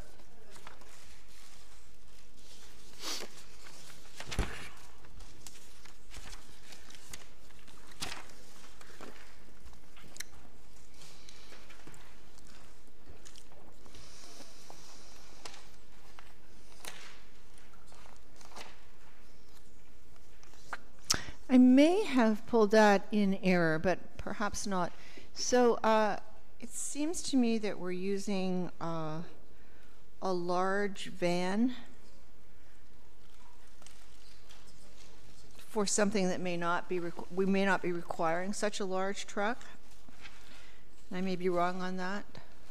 Mr. Downey? Through you, Mr. Mayor, we need this van. The carpenter primarily uses this vehicle, and we also use it occasionally for to support special events. What special events? To support special events. So we had to deliver some materials or whatever. Quite often, if Dustin isn't needing it, then Shelley will use it. Thank you. It is pretty old. Yeah, 05? Still got leisure services on it. That's when the carpenter used to report to leisure services. Okay, well, yes, it is overdue. Thank you. Any other comments on this one, please? Councillor Gartner, would you move a motion then, please? Green? Approved? Thank you. Is there a second, please? Councillor Tom, thank you. All in favor? Opposed? That is carried. Next one, Councillor Gartner, is also yours. 520, the skid steer loader. Yeah, thank you, Mr. Mayor. The reason I pulled this is because this steer loader and the cold planer attachment, which is on page 58, they kind of go hand in hand. So in other words, we'd have to approve both of them or neither. See, Mr. Mayor, no, not exactly. Not exactly. This skid steer is a replacement of a skid steer. The next is the planer, which is then in combination with a new skid steer, which you see in tab 6. Okay, thank you. That's all I got. Excuse me, Councillor Tom. Thank you, Mr. Mayor. And I just made this comment to Doug, but I just like to make it now. So the resale value, if I'm reading this correctly, that's the 2018 value of vehicle per the 10-year report is $2,600. So that's what we're hoping to recover if we sell it. Mr. Downey?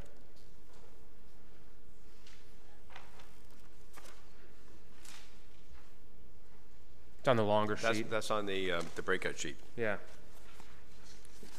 So anyways, it just says that the value for sale is $2,600.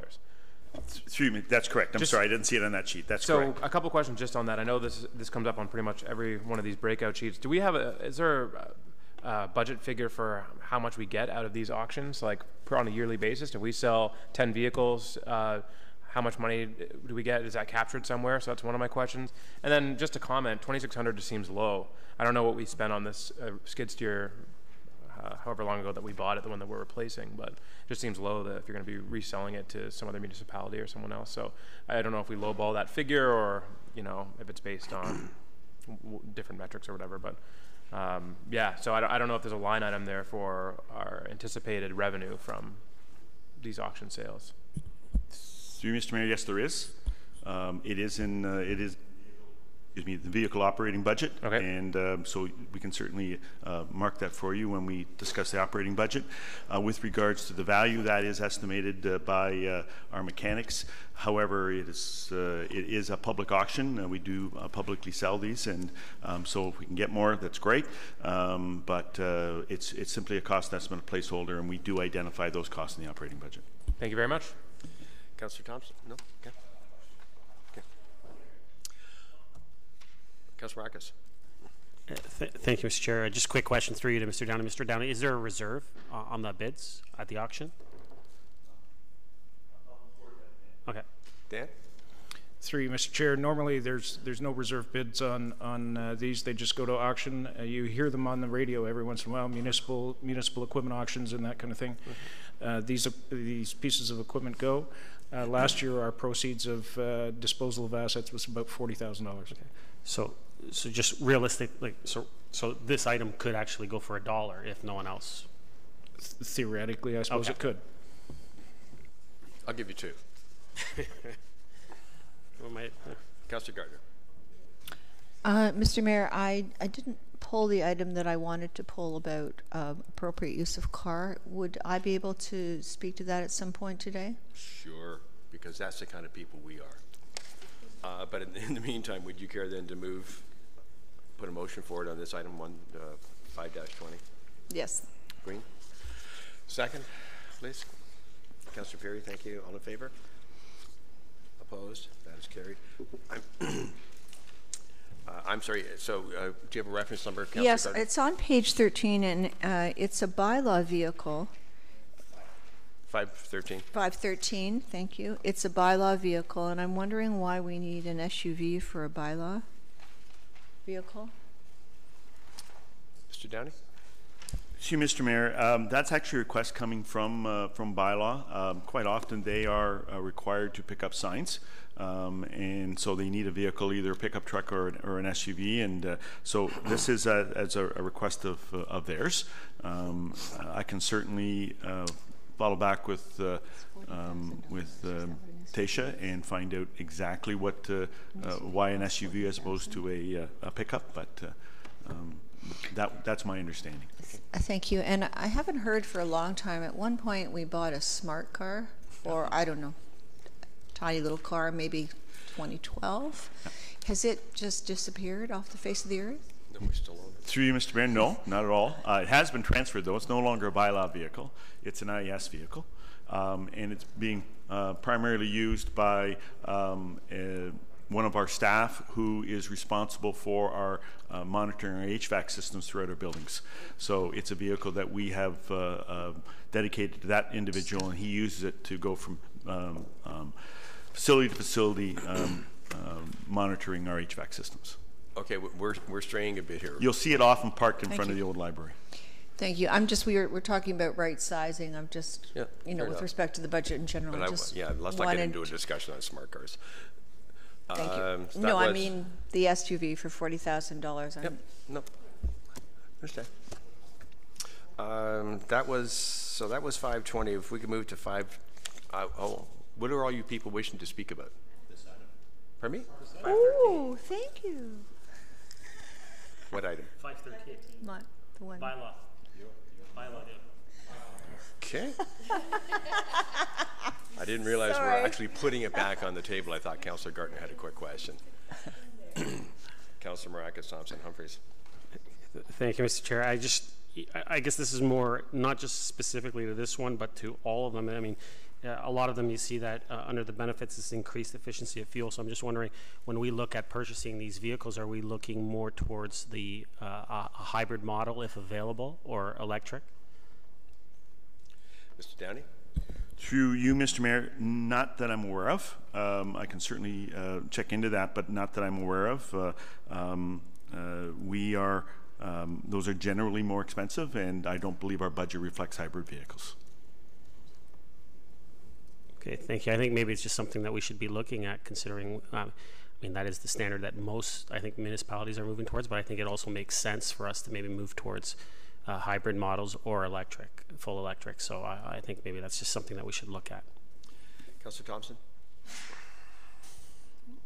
Just following up on an earlier question with regards to the resale value of it.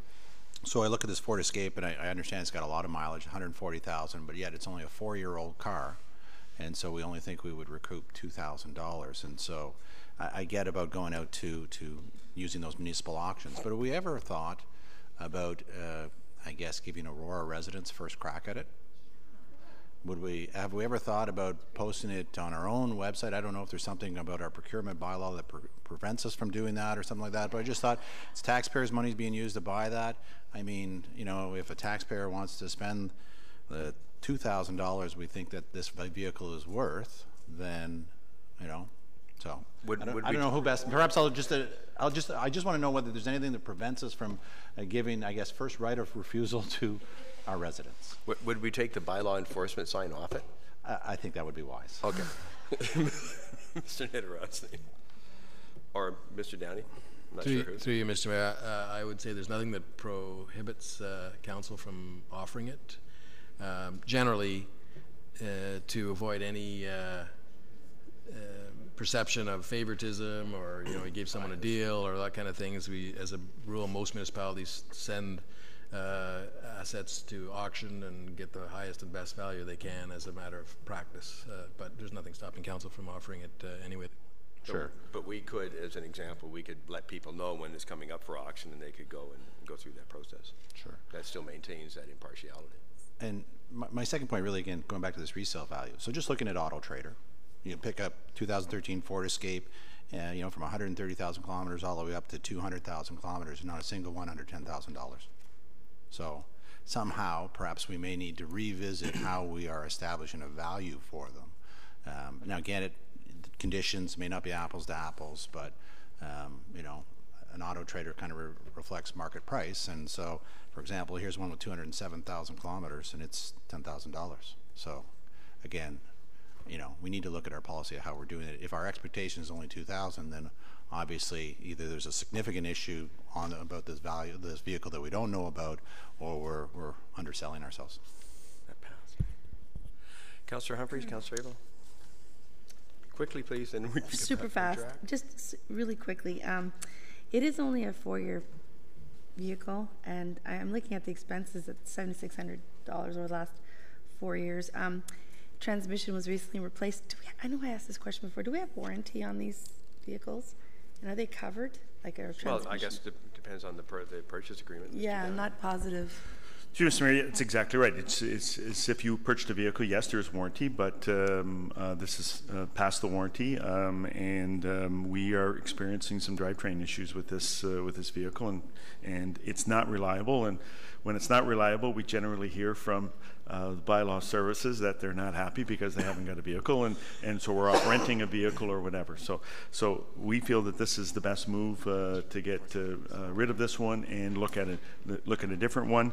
The outstanding question I have is why an SUV. So I will find out the answer to that. So thank you, because you know I'm just comparing it to what I know in terms of cars and things. You know, I've got a 2012 Cruze, 290,000 kilometers, and runs well. No change of tires. So I'm just saying, obviously there's something up with this vehicle. Maybe it's a little bit of a, I don't know what, but maybe look at smaller cars and hybrid models and last longer. I also think, in fairness, is the individual vehicle. Some last. Absolutely, some do, some don't. Sure, some of them. Absolutely. I've had a lemon or two in my life. Yeah, I think we've all experienced that. Councillor Abel.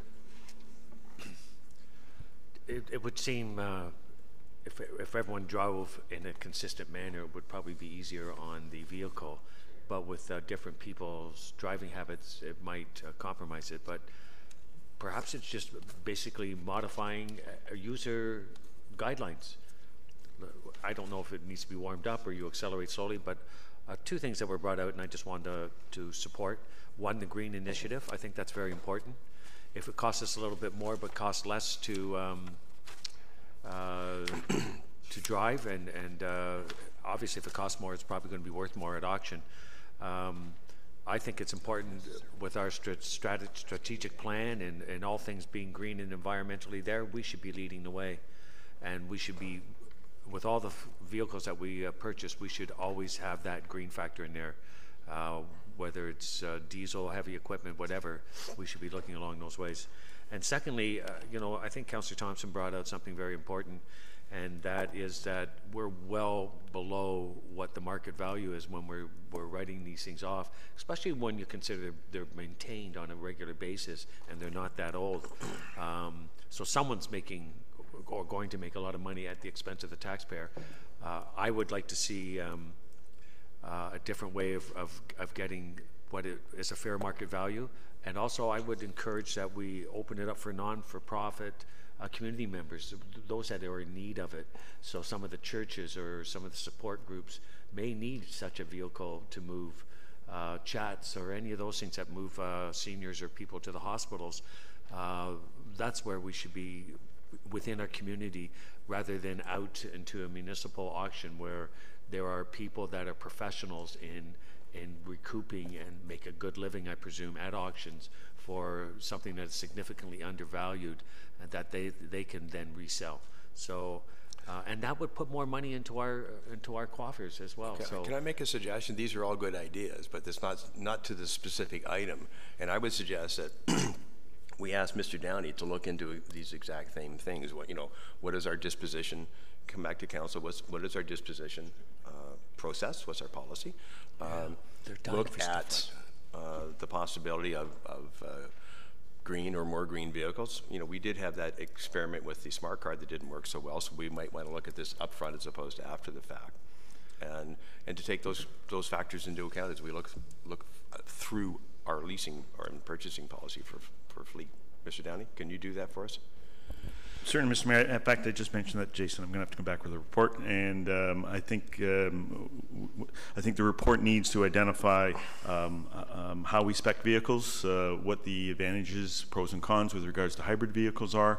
They are more expensive. They're more expensive to fix. They're certainly cheaper to operate. There may be high resale value, but we can do those researches.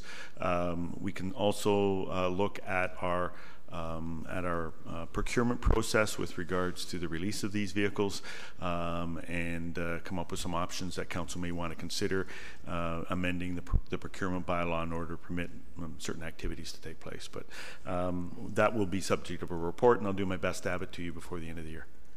If council, I apologize, Councillor Abel, but if council remembers it, going to the breakout sheets was a big step forward in terms of analyzing and for council to make it easier for us to come to a decision. So certainly more information is always preferable. Councillor Abel. Thank you. And as far as the procurement going, Mr. Downey, if there was a way that we could identify non-for-profit and put them out there and say, you know what, if it's South Lake or this or that or this or community, we would offer it them to make it transparent, so that, and the idea would be that you're not going to resell it to make a profit. If you need it and you can specify it, we'll put you in the process so that you can purchase it. And what would look better than one of our vehicles repurposed for the community organizations going forward, and rather than at that price, if that's how we're writing it off. So I think that's important, and I hope that comes back in the report. Thank you, Councillor. Yes. So we'll move on to 5-28, which is the cold planer attachment. Councillor Gartner, you pulled that? Sorry, Mr. Mayor, I was looking at something else. Where are we at? 5-28. Thank you. Oh, I think that was the question that I asked, if the cold planer was dependent upon the skid steer loader improvement. And through Mr. Mayor, I believe Mr. Downey said that the cold planer attachment was for a different vehicle. Mr. Downey? Yes, Mr. Mayor. The cold planer attachment that the skid steer that's referring to is actually 612. So we will be discussing that in tab 12. Thank you. Councillor Gartner, if you'd move I'll that move. down. Thank you. Thank you. Second? Somebody? Councillor Maracas, thank you. All in favor? Any opposed? That's carried. Yes, sir. The clarification. Yep. I understand that even when I look at it, the values when we're selling seems a little bit low, but that's not a price that we're looking to actively achieve. That's just the price that we have on paper, correct? So presumably when we go out to auction, we get a price that's much higher than that, but that's just the book value that we're placing on it. And I would presume as well that that book value may fall more in line with what insurance companies use when they're assessing vehicles. vehicles as opposed to what Auto Trader. So it's a wholesale versus a retail price, and I understand. I would expect to be selling a car for a lot more than what the book value is, but again, I don't want, if anybody is watching online or watching right now, believing that we are selling cars and our vehicles for that cheap of a price. They go to an auction to reach as large as a market as possible. So again, I wouldn't necessarily want to be selling it to not-for-profits, because we're not looking to receive that price. We're looking to maximize the return for our taxpayers. So it's a book value versus a retail value versus what the auction you actually get day of. So I think it's just important that everybody recognizes you know, what that price reflects. So if I can get clarification that it is as I believe and not as the conversation around the table has indicated. I'm going to go to Mr. Nader-Rosny. Mr. Mayor, so those values are the depreciated book values. Those values are the depreciation, depreciated value of the equipment on our books. And you're right, we put it to auction, and they're sold on an as-is, where-is basis. And so it's up to the individual buyers to take a look and assess the worthiness of the equipment and what it's worth, and making a bid on it that way. So sometimes you may not even get the book value. If it's sitting there with a blown transmission at an auction yard, it's probably worth less than we're showing it on these lists. That's not happening very often. And more often there's probably worth a little more because it is maintained at a municipal standard and so on.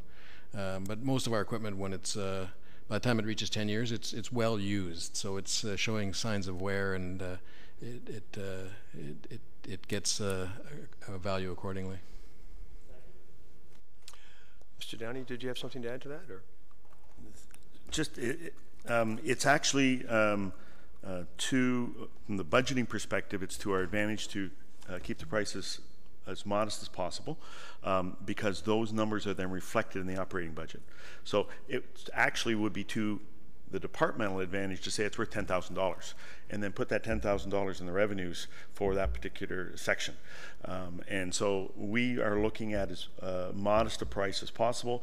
Absolutely, we're looking at maximizing any value we can get for a vehicle, but we use these numbers to then reflect into our operating budget in response to Councillor Thomas' question.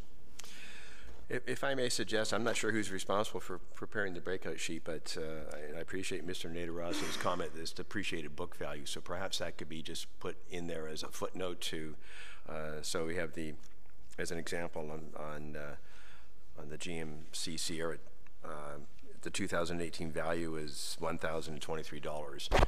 If that was just footnoted as the depreciated book value as opposed to what we might think is a resale value, I think that might help us. Councillor Thompson? I agree. I think, you know, because optics are, I mean, we all recognize it's not our money, it's the taxpayers' money. And so, you know, they're doing the same thing we're doing around the table. They're looking at Auto Trader, seeing it for 10 and seeing it on the sheet for 2. So better clarification would help. But this conversation started not because it was identified early on that it was the depreciated book value. It was what we can expect to receive at market, at the auction, and that's the value they put on it. So by all means, let's improve the descriptors so that it's clear that this is the depreciated book value, but going to auction, we hope to maximize it. I'm fine with that. But again, you know, the perception is for the public when they see it, well, you guys are only going to get $2,000 for a vehicle that I see listed for $10,000 every day. It doesn't make, you know, good impression. So by all means, improve the sheets so that it's clear. Councillor Abel. Along the same lines, it was brought up earlier, it would be great if we could see some quantitative numbers saying, listen, we took a fleet last year and we had them at this depreciated value. It went to auction and it was this amount because an auction brought it up, so that we can feel, so if Councillor Perry says, well, you know, you're obviously going to get more, it's going to be just not that price. It helps us all to understand and give an examples, quantitative numbers that would support our concerns and statements made. Thank you. I think staff have heard. Mr. Elliott is nodding vigorously. So if we could move then to item 5-31, the Emerald Ash Borer Program. Councillor Humphreys, you pulled that? Thank you, Mr. Mayor. No, I'm very supportive of this program and looking forward to see it continue. Just a quick question. It does say how the initiative is going, but just is it effective? Are we seeing those trees being, lasting longer or being saved? Or are we ultimately planning for taking them out? I just wondered how that status is going. Mr. Downey? Through you, Mr. Mayor, we have, since the program initiated, provided Council with a yearly report on the effectiveness of this program. We are continuing to support the program. We find that it is effective, not 100% as you can appreciate, but certainly there will be another update on the effectiveness of this program for Council review in 2018. Yes, it is a program that we support and we think is having a positive effect. Okay, perfect. And we are using IMAJET, just in case anybody's wondering. Yeah, wasn't going to ask, we know. Just a quick one. In terms of time for staff, is this a large part of their, we have a huge workforce, but they're super busy. Is this a large part? And can this type of work be done in the winter? I should have asked these questions at the update, but I'm curious if that's okay. With regards to, through you, Mr. Mayor, I apologize. With regards to staff, no, it doesn't generate a tremendous amount of staff time because it's all done by contractor. Secondly, no, it can't be done in the winter. It needs to be done during active growing because it's actually injected into the base of the tree, and we need to make sure that the phloem is, the sap is flowing through the tree, and so it can't be done in the winter. And one last question. There's no federal grants that have come through for this at all, no. is there? We would love to see the federal government step up to the plate, but no. Okay, thank you so much. I have one in my backyard that's dead. Can you come in? Just joking. I'm keeping it as a statue tree now. It's so straight, perfectly straight. Anyway, sorry. Thank you, Councillor. Thanks. No, I'm 100% for this, Mr. Mayor. Just wanted to ask a couple of questions. Councillor Thompson. Mr. Downey, you touched on it briefly. This year, Council took a change in direction and said no more use of IMAJET and neonicotinoids, and there was a cost associated with it. So I just want to make sure that the funding strategy that we put together over the 10 years is still sufficient to cover the change that Council initiated this year. Through Mr. Mayor, yes, actually, this was the initial funding strategy, and so we have not altered that. So we are back to the cost that was associated with IMAJET. Great, thanks. And that's the triazine. Councillor Abel. Thank you, Mr. Mayor. And I want to say that the impact on my street, which is Gilbank, but McLeod is lined with ash trees on both sides. And they're identified with a green dot, which everyone understands now is that this is a treated tree and it looks gorgeous. I do see, I've seen one so far this year with a green dot that looks like it's succumbing to it. But you'll have a better idea. It might have been some landscaping that went on. But also on the same street, we have a parkette off the boulevard, and they're just this year all being marked with X's because I believe you're marking them for coming down. So it's a little swale as soon as you come in off of McLeod from Wellington, a little parkette, and it's part of the floodplain that goes along there. And so I just want to say that it is making a significant impact to our canopy, and putting in $100 per tree per year, or is it every other year? Sure saves a lot of money taking it down. I think we went through this $1,500 to take it down and dispose and then grow it. So it's a great program, and it really does make a significant difference. So we're well into the program. We can see some of the, we can start making some conclusions and statements about its effectiveness. Although we never know for sure. But I just want to say it's been a very good program, and the devastation caused by emerald ash borer has been mitigated significantly with this program. Thank you, Councillor Gardner. Thank you, Mr. Mayor. I remember when we started this, we were talking about a 3 or 4 year treatment program, and I see we're going, unless my memory is incorrect, and I see that we're going into 2022. I'm a little surprised that we need to continue until that year. Just a comment from Mr. Downey, please, Mr. Mayor.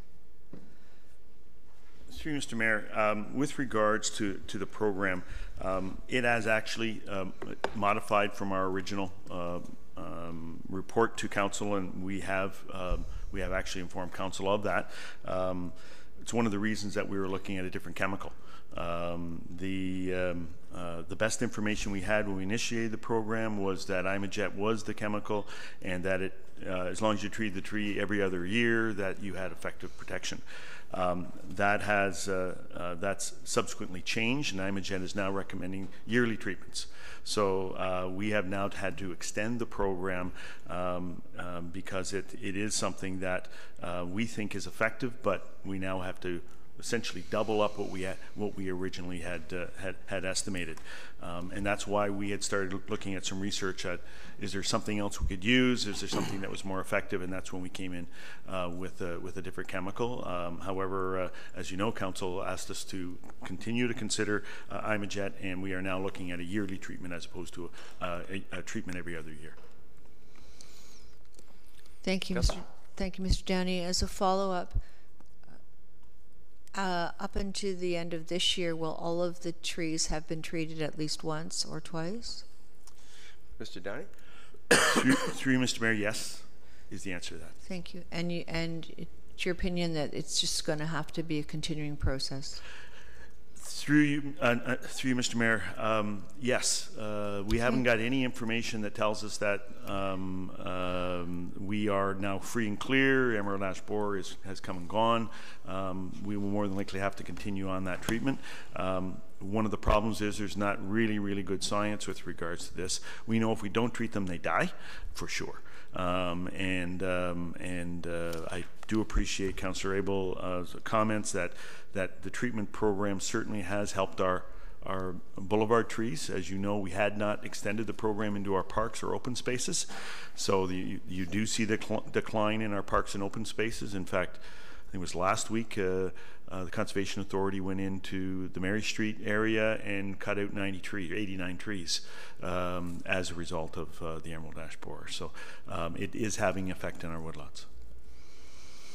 Thank you. And as a comment, I think maybe we need to start, maybe you are already planting new trees beside the ash trees that are not responding well, and maybe even beside the ones that are responding well. Through you, Mr. Mayor, as part of our program, when we originally reported to council, we did two things. First of all, we had asked for council's support on beginning the program for the treatment of the trees with Imajet. Excuse me. And the second one was to allow us to purchase saplings. Excuse me. That we planted at that time. So we actually have trees growing in our nursery right now that will be replacement trees for those that die.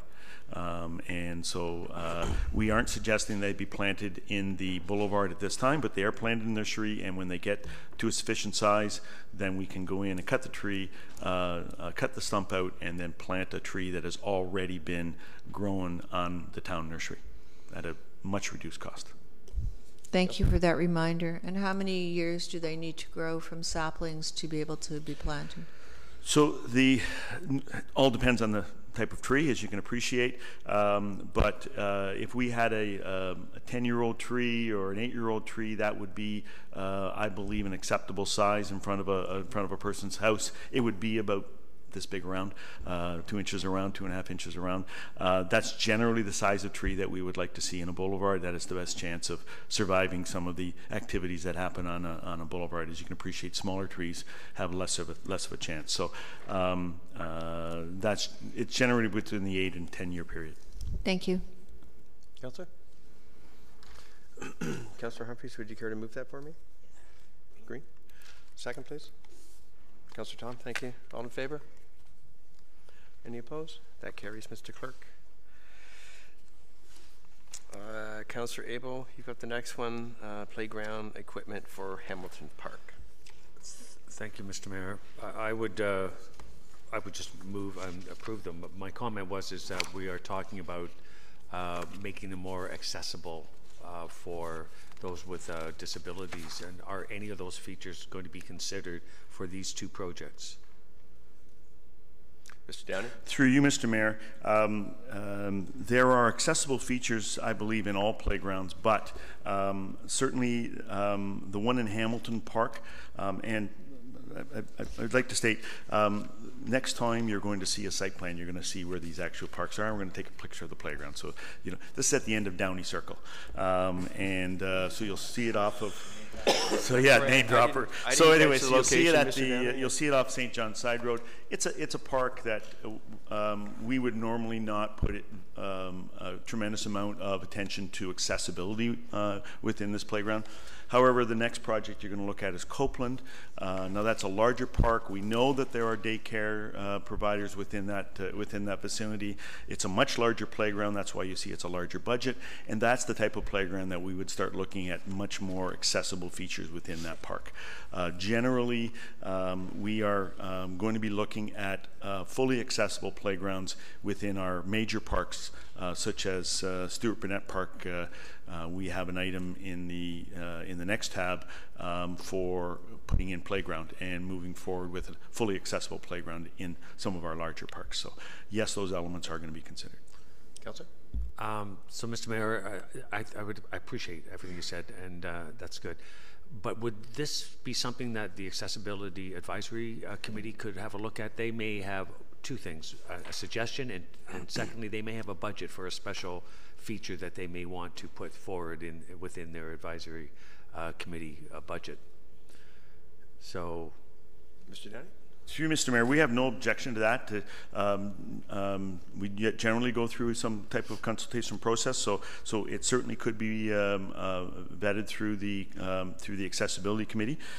We do have a budget, and we are going to be looking at trying to stay within that budget. And if we can incorporate their comments within the budget, that's great. If it's something that is going to have to go beyond the budget, then that may have to be a consideration coming forward with an additional request for funds through council report. And the reason I make this, because earlier one of our tabs with the regards to accessibility feature, I think it was the second one, Accessibility Committee, about lamps, lighting in Lampard Park. I'm not sure that our committee has heard or recommended that for that to be put in the budget. $175,000 is a significant amount of money, and if the committee is made aware of that, they might suggest adding and moving a bit of that around. There would have to be budget considerations, of course, but they might say, you know what, why not put $10,000 of that into these two playgrounds this year, and if it has to come back to council, that's fine. But I think it would be fair for the committee and appropriate that they see these sort of items before them. Thank you, Councillor April. Councillor Thompson. Thank you, Mr. Mayor. Just quickly to Mr. Downey, in terms of the typical process when it comes to the replacement of playground equipment, is Mr. Catania, who serves as the accessibility advisor in the town, part of that process? Mr. Downey? Through you, Mr. Mayor, if we are looking at accessibility equipment, typically yes, because we would like their comments on that. I think it's an appropriate process to vet all the playground replacements. We have, I think, 6 identified for next year. So I think that would be a process that we should certainly look at considering. As I said, my concern is that we can't make all playgrounds accessible. It certainly just isn't within our budget. But I think it's an appropriate process to at least have him in the loop, or have the accessibility committee in the loop. The other part of that process is we generally do a newsletter or a door knocker or that type of thing to the area residents to get some of their comments with regards to the playground replacement, so that they first of all know that it's going on, and secondly may have some comments with regards to what they'd like to see. Great, thank you. Councillor Gartner. Thank you, Mr. Mayor. And I sent pictures to council and Mr. Downey. I was in Toronto and I saw a park there. And it was an interesting park because there were a lot of instructions as to how it could be used. And they had a section on how to use it for accessibly for adults who were in wheelchairs. So the parks are good, but they're all looking the same. And I'm thinking if Toronto has tried this type of park, it's just absolutely new at York Mills and Bayview. You said in your email it's something you could look into. I'd appreciate that, and also a costing, but you're always on the cutting edge, but so is Toronto, so maybe we can learn something from them. Thank you. Can Mr. Downey respond to that? Sure. And I did appreciate the email he has sent, and I have, as you know, forwarded off to Sarah, and it is something that I think we should consider. We're always looking for new and innovative ideas. We want to get people engaged within our parks, so it is something we can look at. I'm not familiar with that particular park in Toronto, but that doesn't mean that we shouldn't be taking a look and seeing if we can incorporate some of that. I think our best chance of doing something along those lines, though, would be at a playground at something like a Stuart Burnett or a Lambert Wilson or something along those lines. Thank you, and they just opened it a couple weeks ago. Thank you. Councillor Abel, you pulled both 633 and 634. Was that the same? That's the same. Okay. Okay. So would you care to move both those, please? As a green? Thank you. Thank you, Councillor Thompson, seconding. All in favor? You want to comment? On the fact that the drainage within the playground was not sufficient when it was constructed. It's under a... I'm sorry, which one's that, Councillor? I apologize. Copeland, thank you. Yep. It's on an active water retention area. That seems strange to me, but maybe it's not. And of course it is bigger. We're spending twice as much money on this, but it is bigger. Also, I'm thinking part of that is the drainage issue. Mr. Downey? Copeland Park is one of our older parks. It's actually on Aurora Heights and Delaney area. And many of our older parks were actually also storm ponds. Fleury Park, Lambert Wilson Park, Machel Park, all of those parks are all actually floodplain lands, but we use them for other things. So one of the things that we certainly have to look at whenever we go forward and look at construction of these is drainage, and making sure that we put sufficient drainage in, which is another reason why you'll see an increased cost in this particular project. It doesn't mean that it's not usable, it just means that we have to go through a little bit more infrastructure in order to make sure it continues to be usable as many days as possible. Thank you. Okay, the motion's on the floor. Council, all in favor? Opposed? That is carried. Thank you. Councillor Tom, you had the next item, which is 5-38, landscaping at 22 Church. Thank you, Mr. Mayor. My comment at this point in time is that we're looking at significant changes to that entire area. And you know, we don't even have any designs with respect to Library Square at this point, and so for me, I'm not in favor of moving forward with re-landscaping in front of Church Street School. In the next tab, we're looking at signage for the building, which I know that the Cultural Center and the museum are both interested in. But with respect to the landscaping, I think for me, I'd rather just hold off and see what the plans are for Library Square, and then go from there. So I mean, I'm not sure what the other councilors around the table are thinking on this one, but for me, I'd rather move this as not approved. And if it's not addressed at the Library Square stage of things, then maybe we can look at it later. But for me, I'm not in favor of moving forward on this one. Other speakers, please. Councillor Maracus, Humphreys, Thompson, Abel. Thank you, Mr. Chair. I would agree. I would look at not approving this, and it should just be rolled into whatever we decide within the detailed designs of Library Square. Ultimately, there's going to be landscaping done within those detailed designs, so I think at that point it would be the appropriate time for us to look at doing something for this. And I mean, my understanding is we're going to be dealing with that probably in November anyway, so it's not like we're going to be waiting too long. And if the landscaping is not part of it, well then, as Councillor Tom suggested, is we could revisit it and look at it at that time. So, Councillor Humphreys. Through you, Mr. Mayor, and I totally understand the perspectives of Councillor Tom and Councillor Maracus, but I worry about the building because it's such a magnificent building, and it needs a little something, particularly in the entranceway. And I know all the work for Library Square, Town Square will be behind their parking area. So for me, if this is the area we were thinking of, that front entrance, and I believe there's going to be a new sign, budget for a new sign there.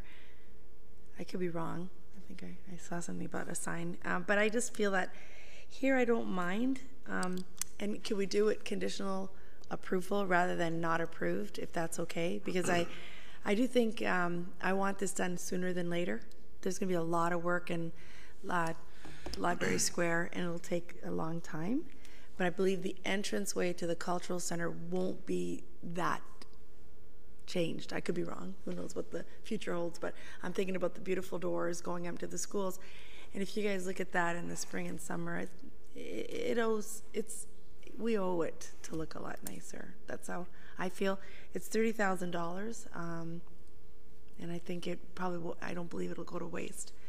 But I'd like to hear anyone else around the table, and if at the minimum, let's make it a yellow and see after November's discussion if we can. If it's not too late, we can add it to the capital budget then. That's it. Thanks. Thank you. Councillor Thompson.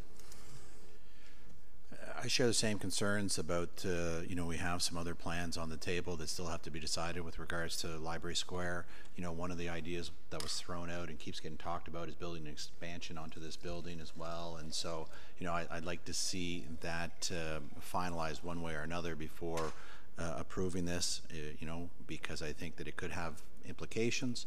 I look at some of the work the library did to the parking lot below this year, and I think to myself, well, if we go forward in Library Square, that work that got done, may be impacted as well. And so before we spend the $30,000, I'd like to see us finalize what we're doing with Library Square as well. I'm fine with the conditional approval, and that additional information really is the decision this council will have on the future of Library Square. Councillor Abel. Thank you, Mr. Mayor. I'm in complete agreement with Councillor Humphreys. She's talking about a whole different front. This does not impact Library Square. It's the front of the Heritage Building. We have a heritage tree there. There's a significant tree there.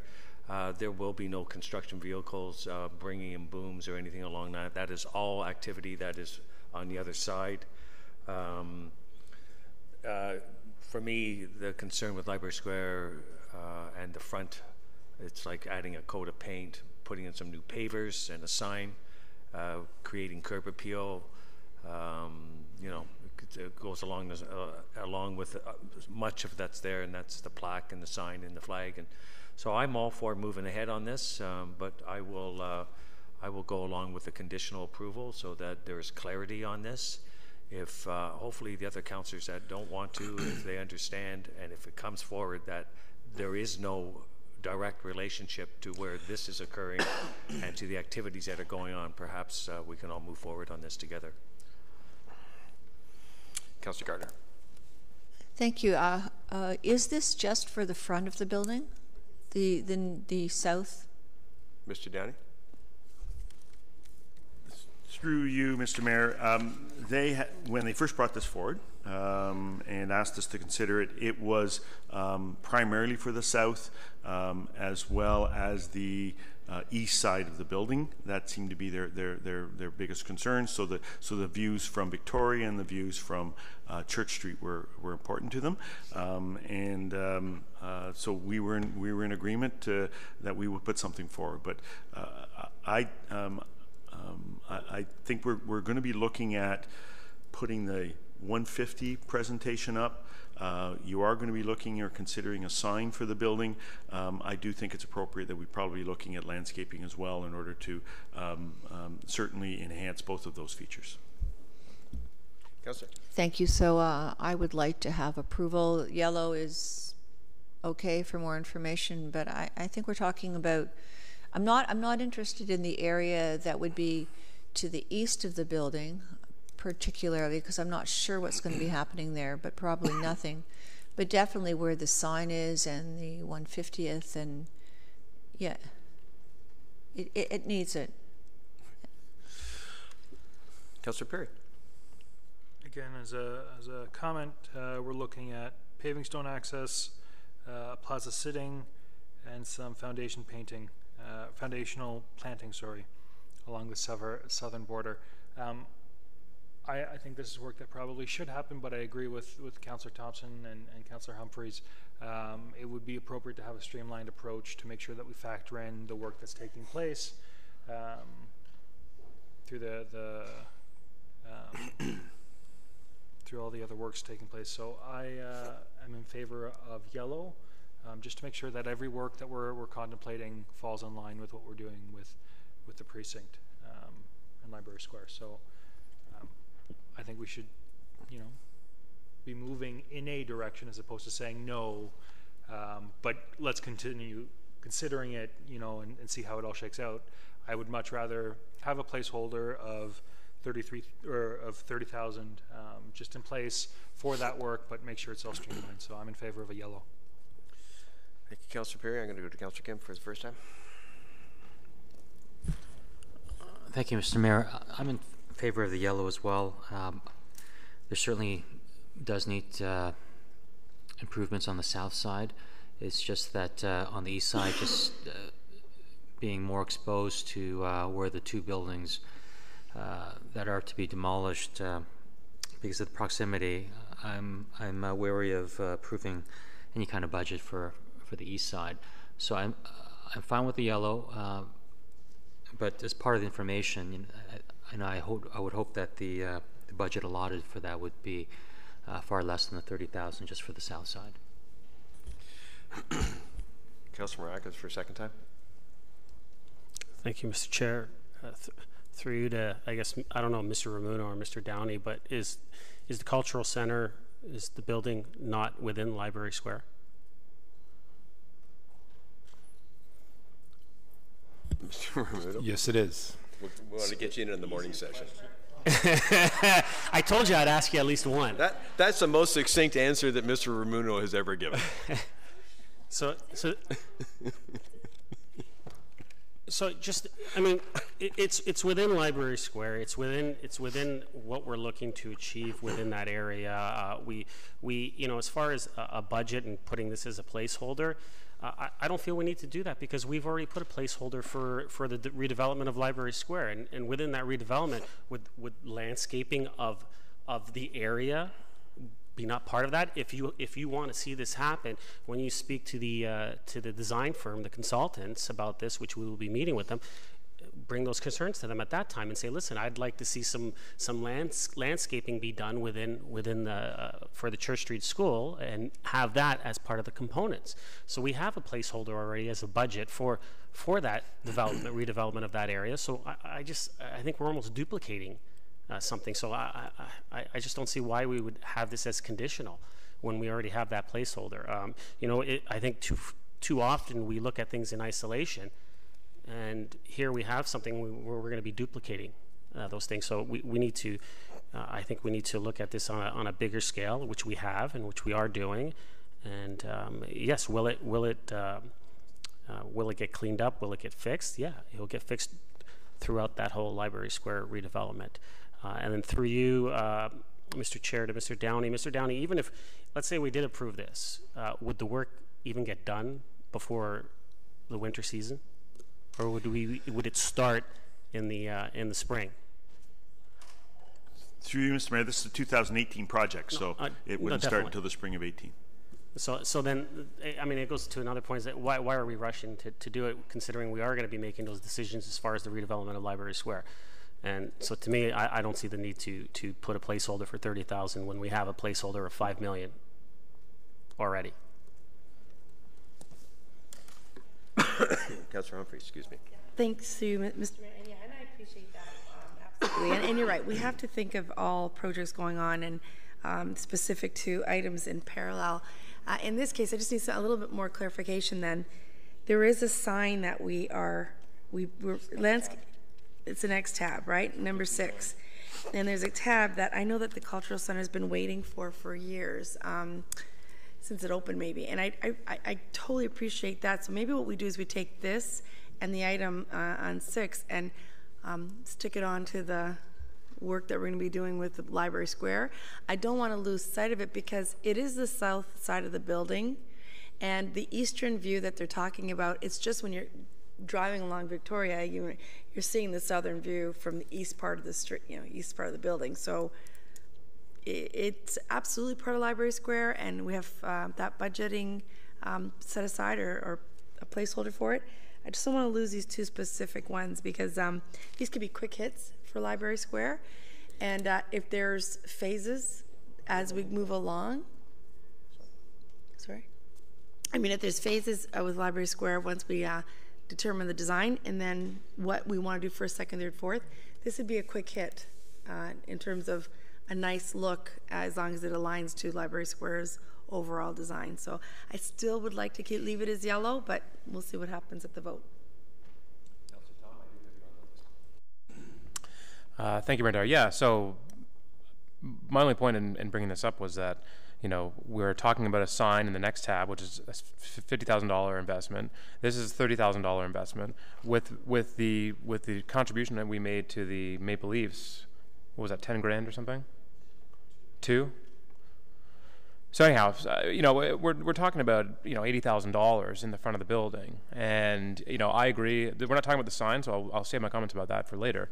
But the building looks nice now. I mean, it's a fabulous looking building. I get that comment all the time from people, and I agree that it's nice to have better landscaping and some places, a better walk path and some other stuff. But we're also talking about significant stress and pressures on our capital budget moving forward. And this is a small item. I appreciate that. But, with respect to what's coming forward in Library Square and the fact that we are going to put a sign out front to help with, people's, understanding what's in the building and visibility for the cultural center and the museum, I think that, in my opinion, this is something that we can wait on. And so for me, for this year, I'm not in favor of moving forward with it. I think some of these enhancements will be realized through the Library Square project, so I'll be voting against it.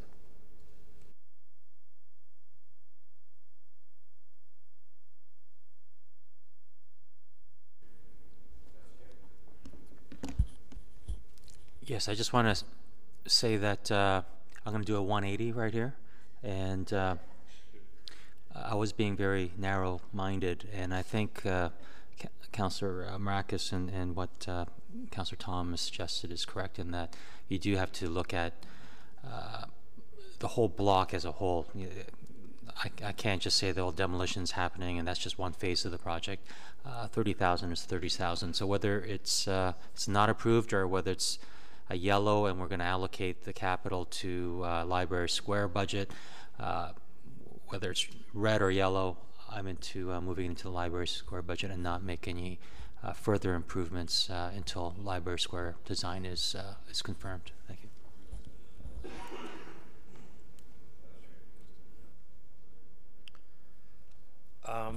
Well, I'll just ask through you, Mr. Mayor, Mr. Downey, would this be interfering with what is proposed for the Library Square, the front of the building?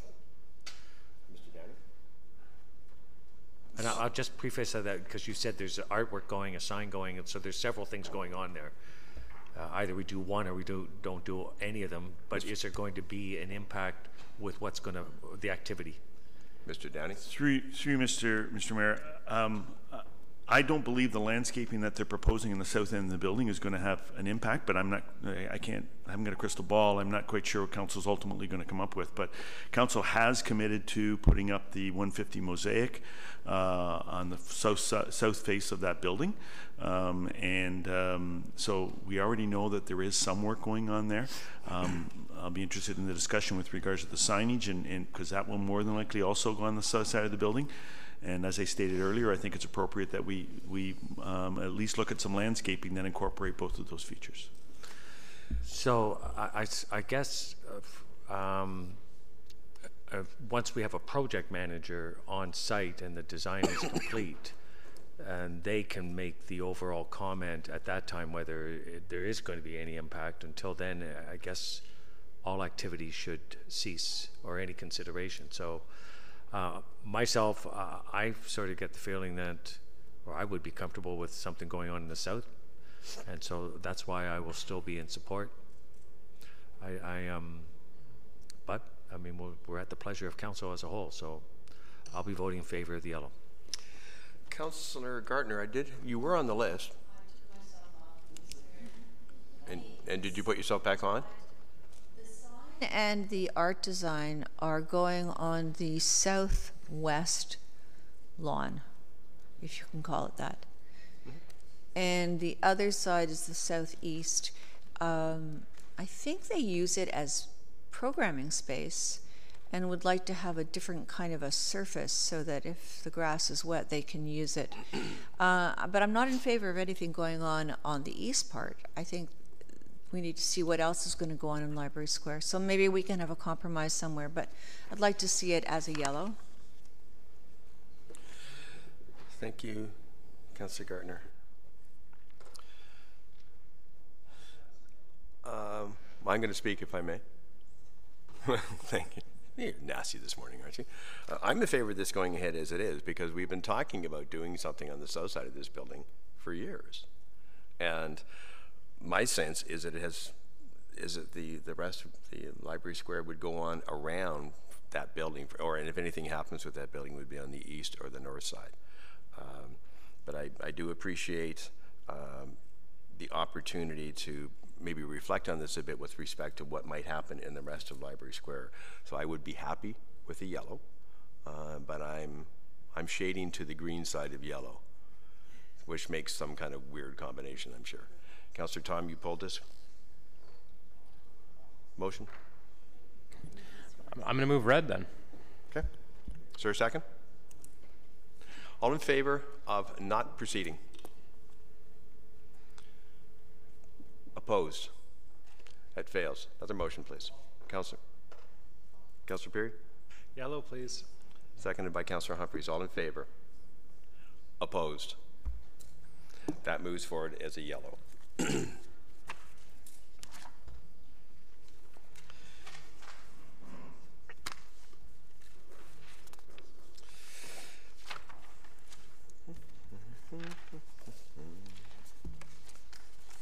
We'll move on to item 5-39, which is rubber flooring at the SARC. Councillor Perry. Thank you, Mr. Mayor. Just a couple questions to Mr. Downey. Mr. Downey, to me, this time frame seems, or the life cycle of the rubber seems a little fast. But with that said, as we move forward to the next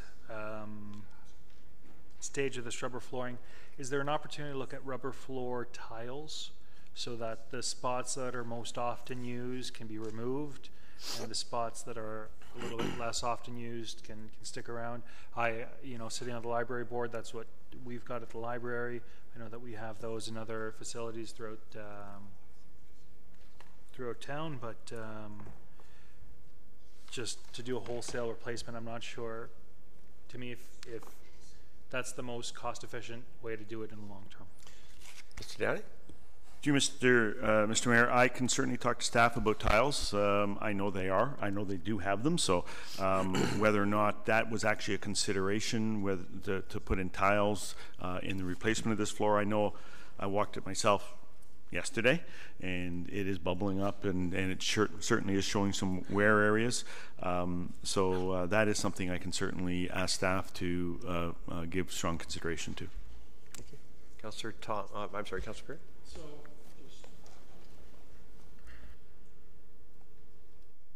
just to finish off then, I think I'd be prepared to move a yellow on this when the time is come, just so that we can consider other options as opposed to a static floor. Okay. Thank you. Councillor Tom, your name was on there. Okay. Thank you, Mayor. Through you to Mr. Downey. Mr. Downey, when was the last time we replaced any of the rubber at the community center, specifically ACC 1 or 2? Have we done that in the... I mean, ACC 1 was built in '67. I'm sure they had a floor replacement since then, but... It's been replaced. I'm trying to think of when. So, which was your question? I'm sorry, I can't give you a date. That's okay. I just wanted to mention it. I'm fine with yellow to get more information, just because it does seem fast.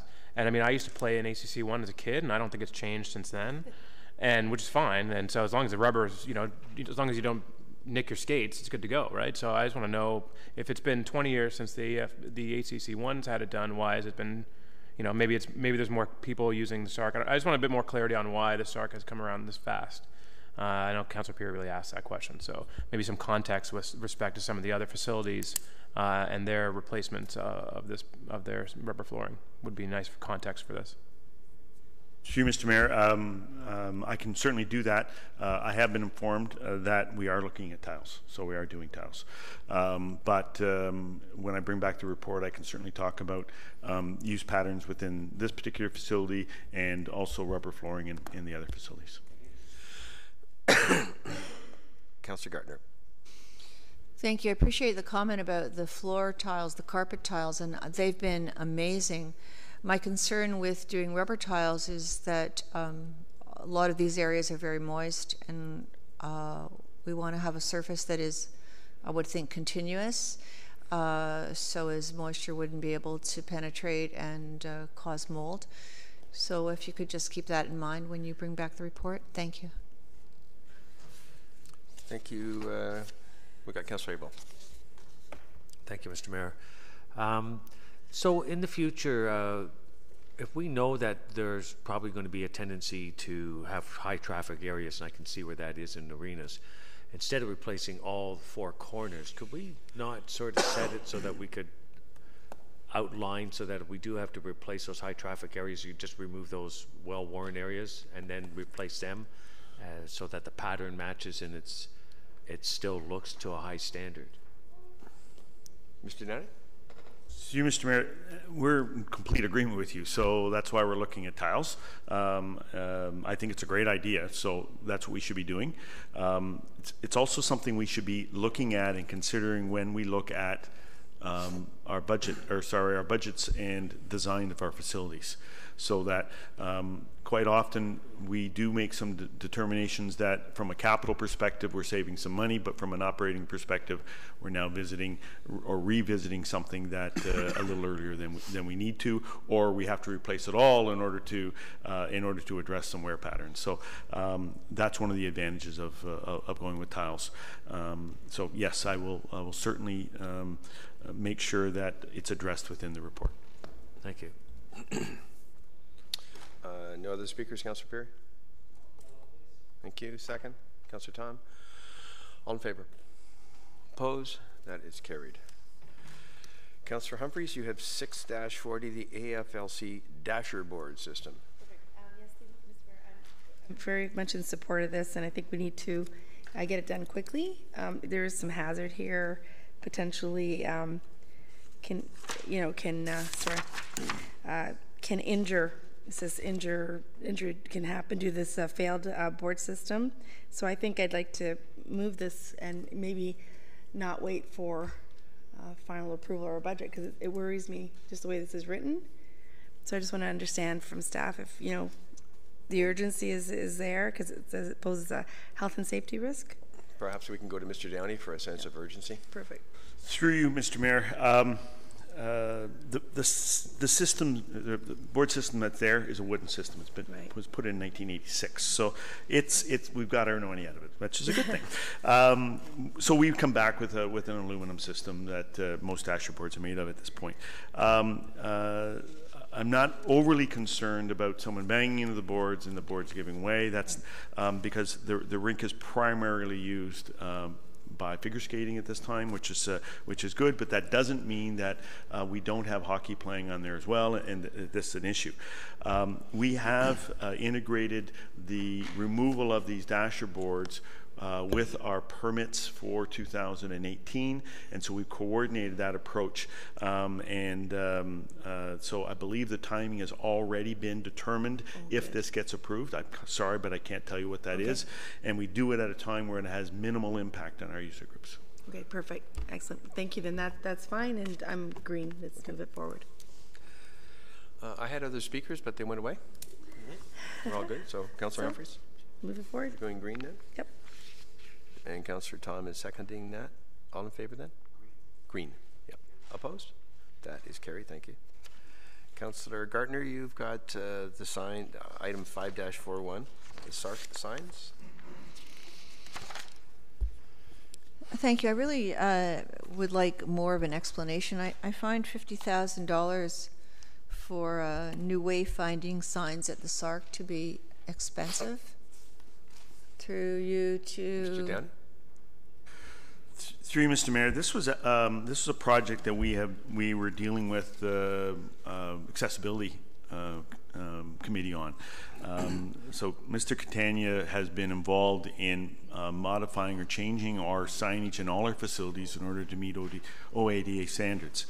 So this is part of that, so we are trying to standardize our signage throughout all our facilities, and this is the cost estimate that has been identified by staff. So it's a coordinated approach with our accessibility partner to ensure that that we are meeting the requirements of OADA. Thank you. AODA. So, and so I assume it will be for anybody who has issues with deafness, hearing, mobility. I'm assuming if it's the AODA and Mr. Catania has been involved in this, that it's going to cover everything. Well, through you, Mr. Mayor, I can't confirm that it addresses all senses. So I know one of the major concerns is ensuring that the font is large enough and that there's enough contrast within that font in order to address some sight issues. But I'm not aware of whether or not they've actually incorporated Braille into the signage or not. I don't believe so. But it's certainly something I can ask Mr. Catania about. thank you. And I imagine if this is going to be our policy going forward, that we're going to be talking about this some more. So it'd be nice to know what the baseline is for the AODA. Thank you. Thank you, Councillor Gardner. I don't see any others. Would you care to move this then, please? In a second. Councillor Abel, thank you. All in favor? Opposed? That's a green, by the way. Thank you. Councillor Perry, you had the workstations, item 5-42. Thank you, Mr. Mayor, and through you to Mr. Downey. Just wondering if there was any consideration given to at least using a portion of this $750,000 to maybe move some more individuals over to that vacant floor of the Joint Operations Center, because that would clear up a lot of space that we have here if we do that move, or if this is the best way to move forward. Mr. Downey? Through you, Mr. Mayor, in tab 6, when we're discussing the JOC, you'll actually see a cost associated with the fitting out of the 3rd floor, and so council will have an opportunity to consider that. My understanding is there has not been a committed use for the 3rd floor at this time, so that would have to be something that we would bring forward to council. With regards to having staff move from here over to there, this is actually a twofold project. First of all, we're doing our very best to try to refresh some of the infrastructure within this facility. It's built in 1991, and some things haven't changed since then, so we certainly want to address that. Secondly, we are looking at trying to standardize some of our space for our staff so that that we have some consistent standard throughout the corporation from a size of office and the needs of those individuals. We are doing our best to try to deal with standardizing our furniture, and that is going to help us in the long run from an operating perspective. At this point, I am not aware of any need, or at least it hasn't been identified to me, of relocating staff from this building over to the 3rd floor, and so that consideration has not been made as part of this project. So then, even if we did move everyone over, we'd still have to spend the majority of this fund to. Even if we did move people over, we would still have to spend the majority of this fund to retrofit our spaces here. Correct? Through you, Mr. Mayor, if you may recall, we actually had a lower number identified in this project at one point. I think we had 90,000 identified a year. We bumped it up. I believe that there are some high priority areas that we need to address regardless of what we do over at the JOC. I think if it had any impact, it might have an impact on the out years, but it wouldn't have an impact in 2018 at all. Thank you. Councillor Tom? Thank you. I just wanted to make a comment on, refreshing workstations and all that kind of stuff. Where does the second floor lobby fall into this in terms of a work plan? Because that space that we've centralized all the desk to the front desk here, and that top desk is not being used. And I don't even think there's cubicles in there. I'm not even sure if anyone's working in there now. Anyways, is that being addressed sooner rather than later? Because it just seems like a lot of dead space on the second floor. So I'd like you to comment on that, Mr. Downey, if you would. Certainly. Through you, Mr. Mayor. With regards to what is next, that's generally a discussion, not generally, it is a discussion at the ELT table. We have not determined what works would be identified for this $150,000.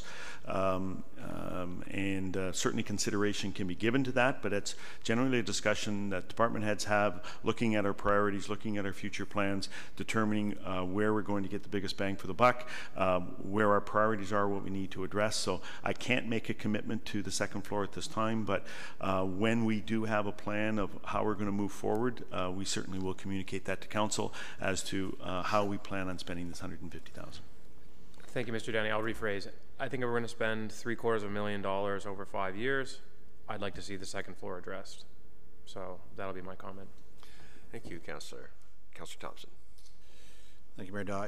That was going to be my same comment. I think we've seen these requests year after year, and we always do throughout that comment about what's happening with the second floor. We go by it every day. We see that it's vacant, and so when I read under project benefits, there's no room to grow. There's very little swing space. We do have an obvious spot, and similar to Councillor Perry's comment, I mean, there is space within the town hall facility that's used for storage and so forth that could be moved to the JOC to free up some more room. So while I support the concept of it, I would like to see that second floor addressed. And my question through you to Mr. Downey is, if possible, Mr. Downey, it's been a few years now since we have these conversations every year, but only at budget time. But there was talk about redoing the entranceway to the town hall and bumping it out, making the foyer a little bit wider. Where does that stand? Mr. Downey? Through you, Mr. Mayor, I'm aware of those drawings as well. And as I say, I don't believe it's been taken out of the equation, but it would be part of the discussion we would have at the ELT table as to what would be the benefits of doing that, and then of course what the budget considerations would be. So I'm sorry to sound vague, but we simply haven't had a conversation with regards to how we're going to deal with this and where the priorities are. So I would not want to put an emphasis on one particular area without the consideration by the other department heads. So then my comment will be then, and I think those that sat on council last term will remember that I think in 2011 there was a capital request for $5 million to upgrade town hall, and we've been going back and forth with this for 7 years now. And so there's been different things we've approved, but we haven't seen, been different comments, and so perhaps it would be helpful for all of council to come back with a report and give us a little refresher on where we stand with what's happening and get a better understanding of what the overall plan is, because to hear that we've kind of approved the foyer in previous capital requests, but it still seems to be in limbo, and that we're still talking about the second floor, I think it'd be helpful to get an overall view of the project for all members of council. Thank you, Councillor Thompson. Councillor Gardner.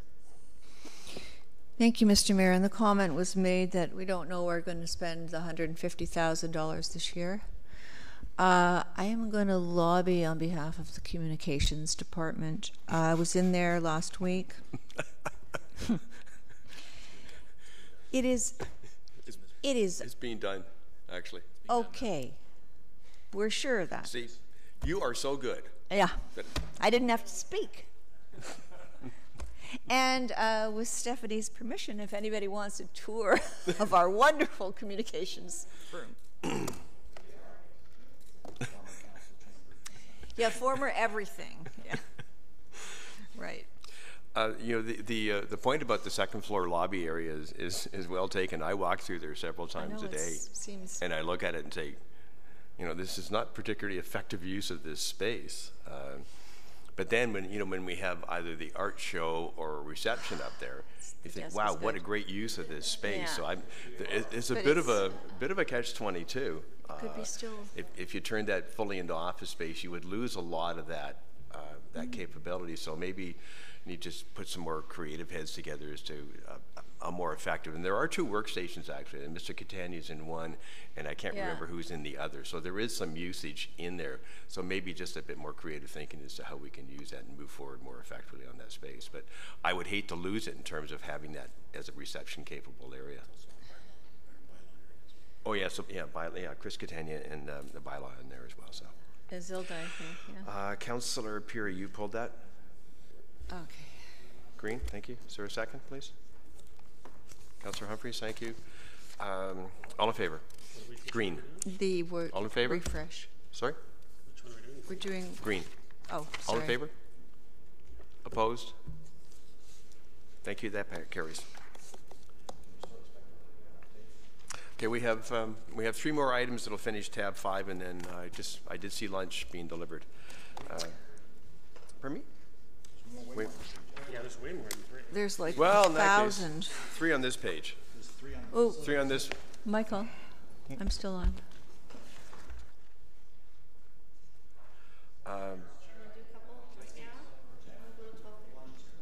Yeah, okay, so I'm sorry, I forgot to turn the page over.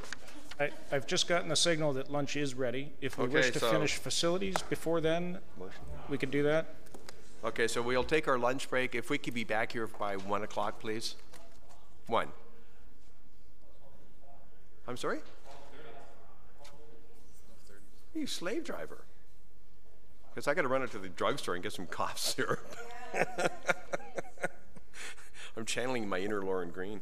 How about 12:35 then? I'm fine with that. Okay? Thank you.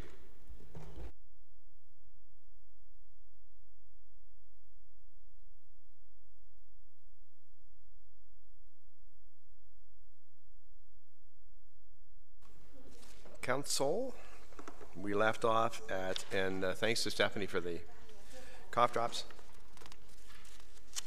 We left off at 5:46. Unfortunately, Councillor Kim is not with us at this particular point. Okay, so I'll turn it over to Councillor Thompson then. We're 546 skate park. It's the skate park. I wanted to pull it as well through you to Mr. Downey. Mr. Downey, I think my simple question really was around, I guess, having any guarantees, because those cracks seem to appear pretty much right after the skate park was built, or after the first sort of winter it went through, and it's always seemed to have been a bit of an issue. And so I guess, is there no warranty or anything that came with it? If you can just help me understand that, why we now at this short period of time need to put those funds into the repair of it. Mr. Downey, please. Through you, Mr. Mayor. I agree. The cracks were there fairly early, and we had identified that as a concern. However, it wasn't identified as a deficiency, just a concern. It was also constructed in accordance with the design drawings. So there wasn't any recourse at the time with regards to having the contractor come back and do repair work on something that wasn't seen as a deficiency, or additional drainage on something that they had installed in accordance with the design drawings. So the concern has continued to be there. We have identified it as a concern now that we think it's going to have a negative impact on the longevity or the ability to continue to operate the skate park. we need to get in there and make sure that we get some better drainage. The skateboarders themselves have made some modifications in order to stop some of the water from coming out onto the skate park. So we need to get some additional drainage primarily around the perimeter, stop the water from coming in there. We're thinking that that will at least stop any of the freeze thaw that's happening within the area, and if that occurs, then we think the surface will be okay. But if we continue on the way it is, we're going to have a situation where we may have to do some major repairs to the skate park in order to keep it operational. Thank you. Councillor? Thank you. Any other speakers on this item, please? Councillor Kim, this was, you'd also pulled this? This is the skate park? Not yet. On 1245. Yeah, the reason I brought this up was in terms of repairing the concrete because of the frost, and we've always known about that in this area. And the repair cost is also to add better drainage in the area. This is a relatively new facility, and I'm wondering why the drainage was not better considered in the planning stages. Mr. Downey? Through you, Mr. Mayor, if you recall, this area we did quite a bit of study on, geological study, because we knew that we had some soils issues in this particular area, and there was some actually increased cost to the contractor in order to address soils issues. The design at the time, the designer at the time felt that they had put sufficient drainage, into that area to prevent any water from infiltrating. I think they were wrong. I don't think there was enough put in. However, they did put in what was directed to be put in as far as the contractor goes. So they had completed the work as designed. We now see that there isn't sufficient. There's exterior water coming in. We need to then go back and make sure that we stop that water from going in. Because as I said previously to a question, our concern is if we don't do something about this water, it's going to have a very dramatic impact on the ability to continue to operate the skate park. Okay. Councillor Abel.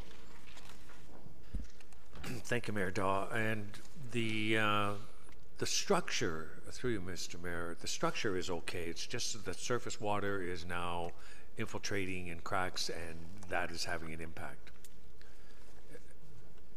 Through you, Mr. Mayor, structure's fine. We believe the concrete was fine. I mean, concrete will crack, but it's not separating or it's not lifting inappropriately, because there is quite a bit of reinforcing in there. The problem being, though, that as you know, if we allow the water to continue, those cracks are going to get worse, and then we're going to start getting some chipping, and we're going to get some spalling, and now we're getting into a situation where we're going to have to come up with some fairly major repairs in order to continue this. So we want to get ahead of this. Certainly, let's address our water problem, and hopefully that will the majority of all the other issues associated with the water will go away. Okay, so basically the water has that's flowing in has contributed to what's going on, and you're going to mitigate that so that when you do repair it, we're not looking at the same situation. Correct, because there's no point trying to go in there and do some repairs to the concrete right now. And we could do some minor repairs knowing that we still have a water issue. Our water issue is number one. We have to get that solved. Well, my thought is that this is a great investment that the town has made. Obviously, it's well used. Last year I drove by the Leisure Complex and saw a lot of activity with a lot of blue shirts and a couple of buses. So I went in, and it was the Burlington Scooters Association, and I asked them what was the occasion. They said, well, every quarter they go on a tour of the identified best skate parks. And they had identified Aurora as one, and they said furthermore it was their favorite place to go. So it is a well-designed skate park and worth investing repairs that with any sort of facility and water drainages might occur after a few years. So I'm pleased to say it's well used and that you have identified and are going to mitigate that problem. So I'll be in favor of moving forward with this. Any other speakers, please? Councillor Thompson? Thank you. Second? Councillor Kim? All in favor? Opposed? That is carried. Councillor Gartner, you have item 5-50, the 48-inch ride-on auto scrubber.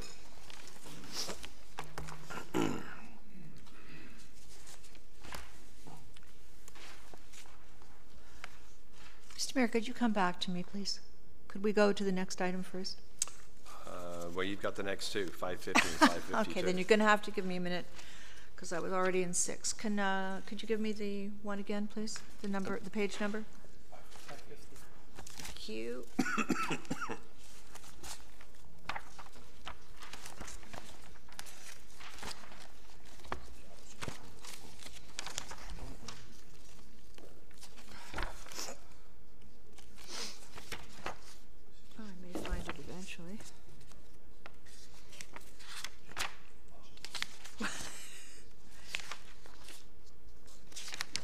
Councillor Thompson? While Councillor Gardner was looking and stuff, I just wanted to make a quick comment with regards to the impact of the organization and saying having the right equipment for the right job improves operational effectiveness. I hope that's the case every time. To me, that sounds like common sense. Yeah, thank you, Mr. Mayor. It goes back to the question that I asked Mr. Elliott earlier. The funding source, building furniture, fixtures, R&R reserve. So where does this fit in? It's not furniture, fixture. This is this is small equipment within facilities. And then small equipment are considered capital expenditures? Thank you. Well. Thank you.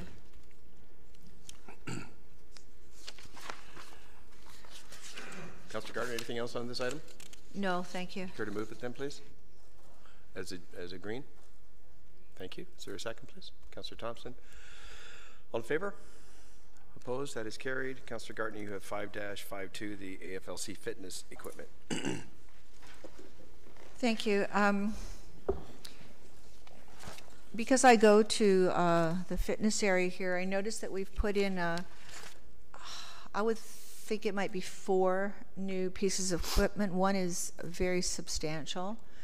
So I'm just asking how much we spent on that and what would we be thinking of replacing this year, because it's looking pretty good to me.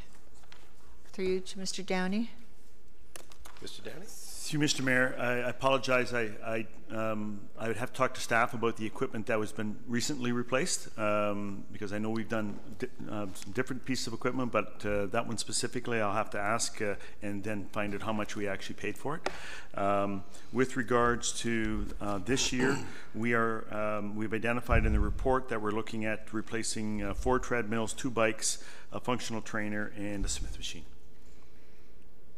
And so that's what's identified for 2018. Thank you. I haven't heard any complaints. I noticed the seat and back on one of the bikes is tearing a little bit, but that could be fixed. I haven't heard any complaints. So is this because of the age of the equipment? Are the staff receiving complaints? Mr. Downey? So through you, Mr. Mayor, we had quite a conversation around this table earlier about capital replacement and continuing to do capital replacement. So this is something that's part of our capital replacement program. So we are doing this before we get complaints or before we get any breakdown of equipment. We're trying to stay current with some of the equipment. Membership retention is extremely important to us, so we want to make sure that we replace equipment in a timely fashion. So that's why you see this, and that's why you'll see in 2019 another replacement, and then going out to 2022 and 23 some more replacements. So this is part of our capital asset management. Thank you, Mr. Downey. Okay, I'll ride with that one for now. I don't really know. Maybe you could give us some figures. I don't see a substantial increase in membership or in use. Of course, when the ducks are there, it's very busy. But I mean, have we really upped our membership since we moved back to the location? And can we do anything more to advertise it? Because it's actually quite a nice facility, except for that one change room that Councillor Abel so graphically described last year. I think the bench accommodates 2 people, and 3 it's a bit too cozy. But you know, maybe we could have some figures on that, unless you have them at the top of your head. Through Mr. Mayor, if I might, that's probably a conversation that we can have when we're discussing the operating budget. And you'll notice in the operating budget that we are having some issues with regards to membership. The rates do continue to rise. We do continue to increase them in accordance with the direction from Council. We do have a retention target and strategy, and we are retaining those members. But attracting new members and marketing is a bit of a challenge. What we're finding is our programs are very, very well attended. In fact, many of our programs have waiting lists, and our biggest complaints are they can't get in to a program, whether it's a CycleFit program or an aerobics program or whatever. So we're finding that that feature of the fitness center is extremely popular. Memberships to a lesser extent. So it perhaps is a modification in the business model that we have to look at with regards to the operations of the fitness center. But regardless of that, I think it's important that we continue to replace and upgrade our equipment. Councillor? Thank you. As a follow-up, well, I'd like to have this discussion next year once I think the equipment that's in place is probably 50,000. So then this 50,000, I'd like to have the conversation next year to see if it's helped. I do note that there seems to be more space in the room because the equipment is less bulky or less, and that's good. The comment, as you've raised it, about the programs, what I'm finding is lacking is programs specifically targeted to seniors and specifically targeted to rehabilitation of seniors. Apart from the Aquafit, there's a course, I guess, that comes down from the hospital for people who are post heart attack, stroke, and there are many other programs that are unfortunately are being offered in other communities and in other facilities, and I think we need to start looking at that for our aging population. Councillor Thompson.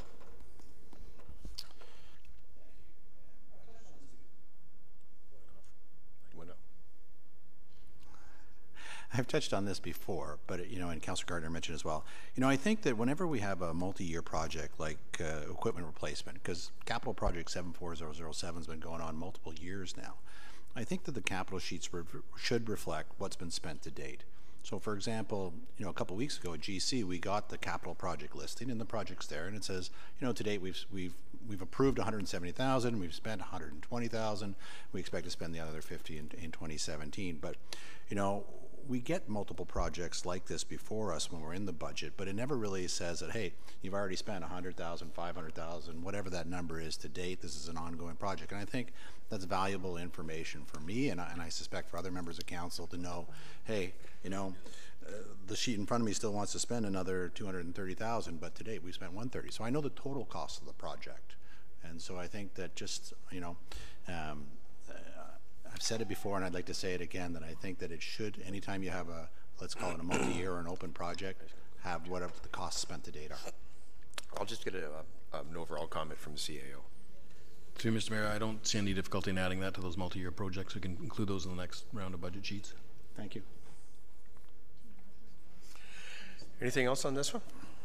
Councillor Gardner, care to move it? No, I'll move it. Thank you. Is there a second, please? Councillor Tom? All in favor? Opposed? That's carried. We're going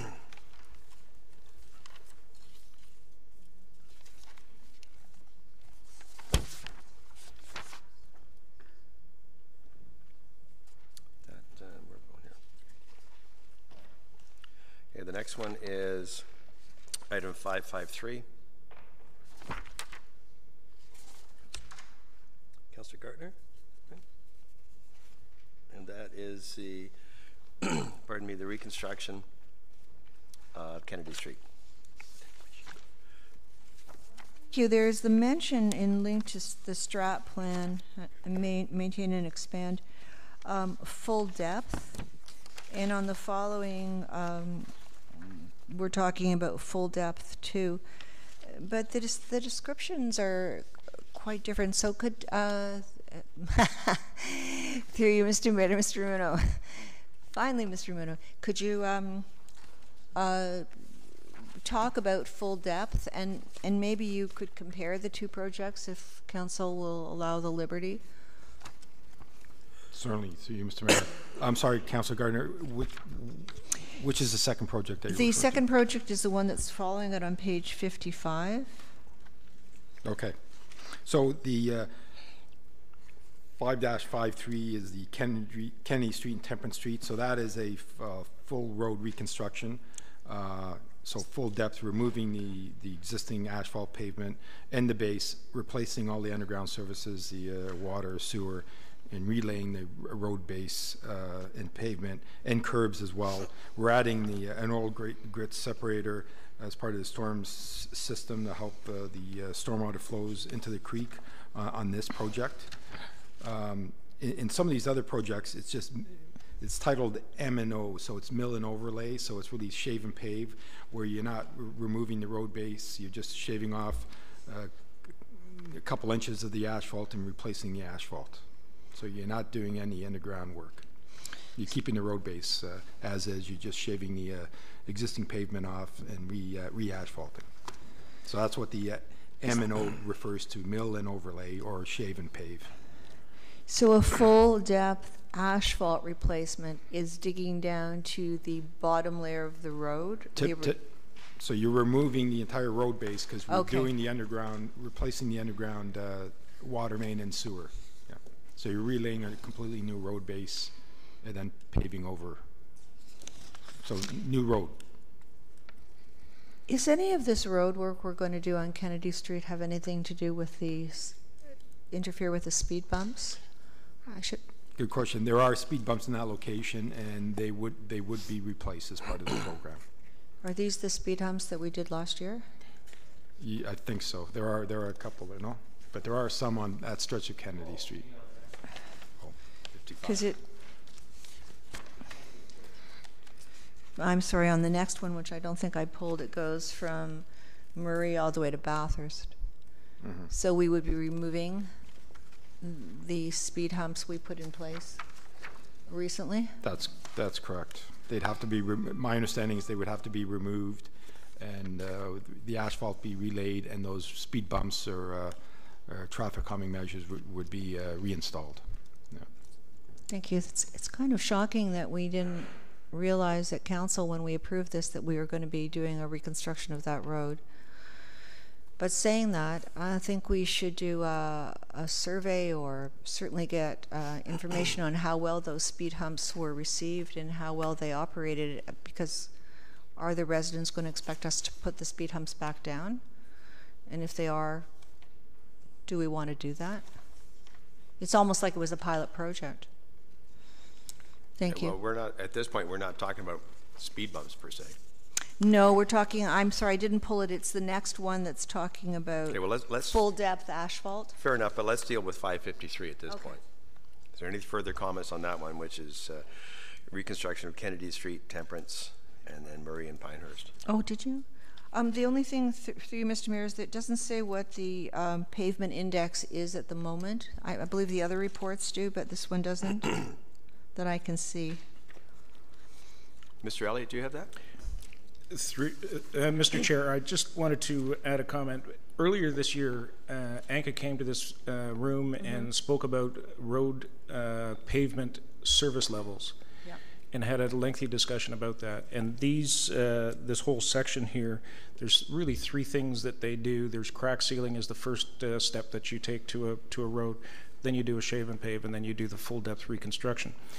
And so these projects, this whole section of roads, is determined by ANCA under that new program and that established service level. Thank you. Thank you. I'll go to Councillor Tom now. Thank you, Mayor Daw. So I know it's not laid out, but are the sidewalks going to be included in this? For this, we're talking about 53. We don't have sidewalks aren't included.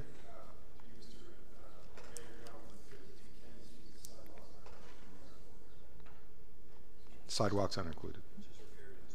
Just road repairs. Just repairs. Right, because so it's just, but you're taking it. It's a full reconstruction you just mentioned.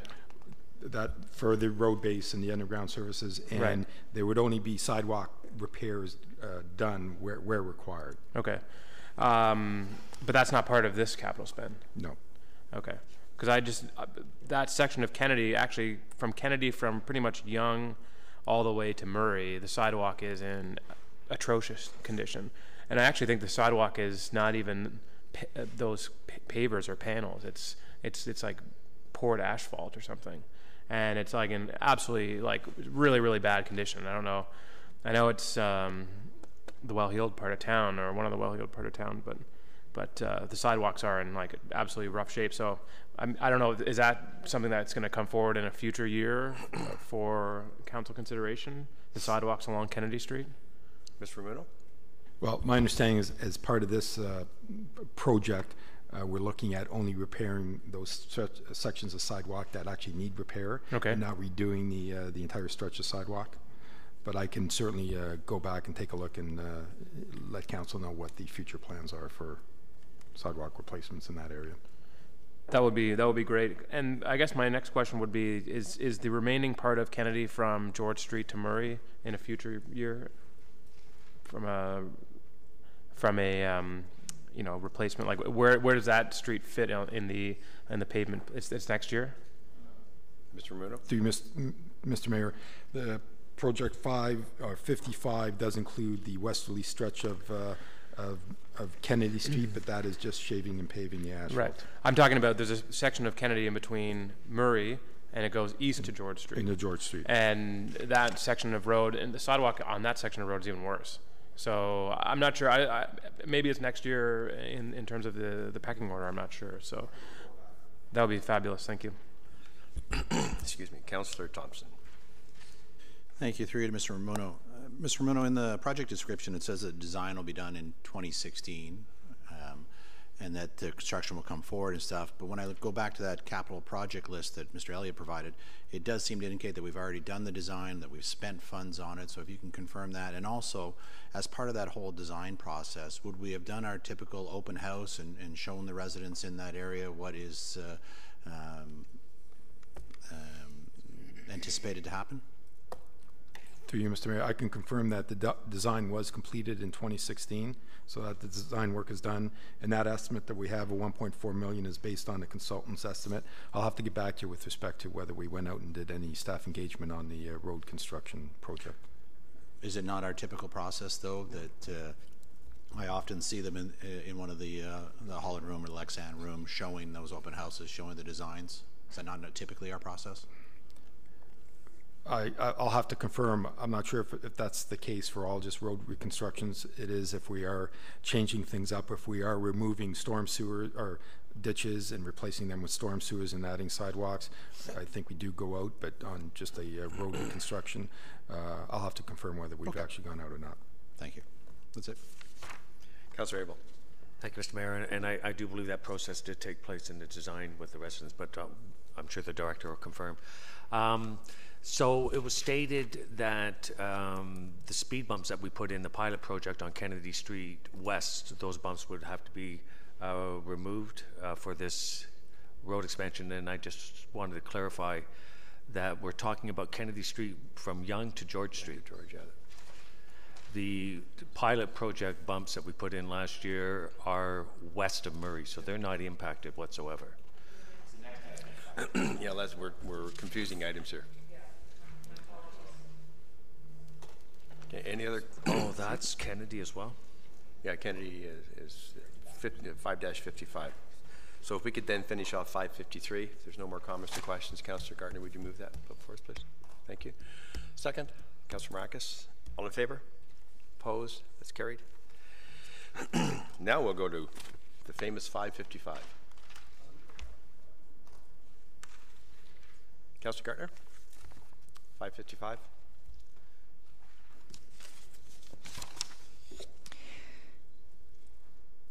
Sorry for the confusion from before, Mr. Mayor.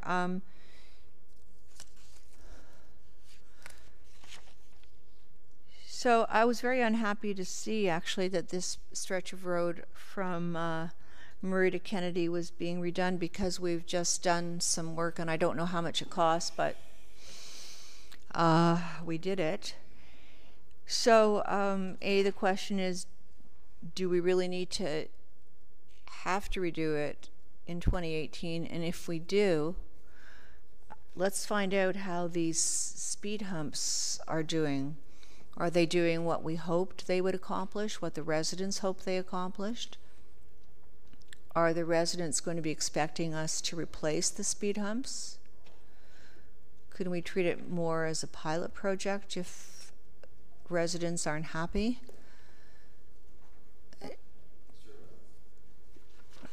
Through you, Mr. Mayor, what I can confirm is that if there are speed bumps, they would be replaced, but we can certainly go back to staff and have a discussion with respect to whether we do want to go back out and canvass or do some surveys and canvass the community as to whether they're still in favor of the speed bumps or not, if that's council's wishes. Well, as a follow-up, since we've put them in, some people are happy, a lot of people don't seem to be happy. So we're trying to please the majority of our residents. It was really a tough one when they came to the podium to begin with, and it's going to continue to be tough. But any extra information you could provide would be welcome. Thank you. Mr. Ramuno, if you could come back and just confirm whether or not Kennedy Street West was always part of this project. When I look at some older listings for this project number, it just references Murray Drive and Pinehurst Crescent. And so I'm just wondering, in previous, when council's seen that, maybe it was just that, and now the project's been expanded to include Kennedy Street West for financial reasons or not. But if you could look into that and let me know whether it was always part of the scope of the project or just recently got included. Thank you.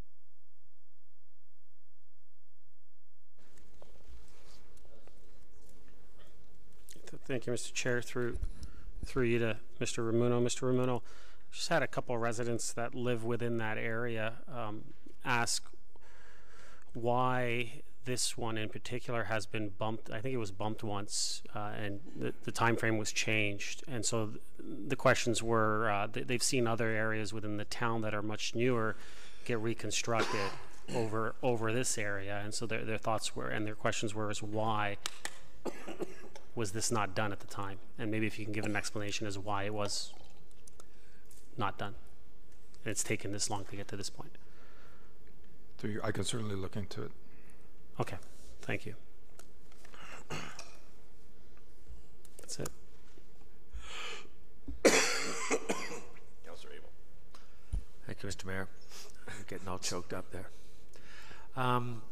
Is this the last part of Regency that we're taking the culverts out? It seems to me we've just about completed everywhere else. Through you, Mr. Mayor. Mr. Ramuno? If you could find that out, if you don't know. Through you, Mr. Mayor, I know this project does include bringing in, installing storm sewers. I can certainly take a look and see what streets, if any, in this area still have ditches. I think there still are some streets that haven't been converted to municipal storm sewers, but I can provide a report back to council. Yeah, I'm sure there probably are within the whole municipality, but I think Regency Acres, we've done it in a gradual step. And for the reference of Councillor Marakis, we did in 2011, I think, move ahead child to accommodate the school area, because we prioritize that, and that may have had that bump effect, because that's what we agreed on at the time. So that may be part of your explanation. I just thought I'd mention it. Thank you, Councillor. Councillor Gartner. Oh, I was just going to say this is long overdue, and I'm thinking the residents are going to be very happy. I do want to ask, I don't know really who, Mr. Muno, when we replace these, well, they're ditches, they become drainage ditches actually. When we replace them and they filter a lot of water, what is put in place to, you know, accommodate for that loss of the ditch?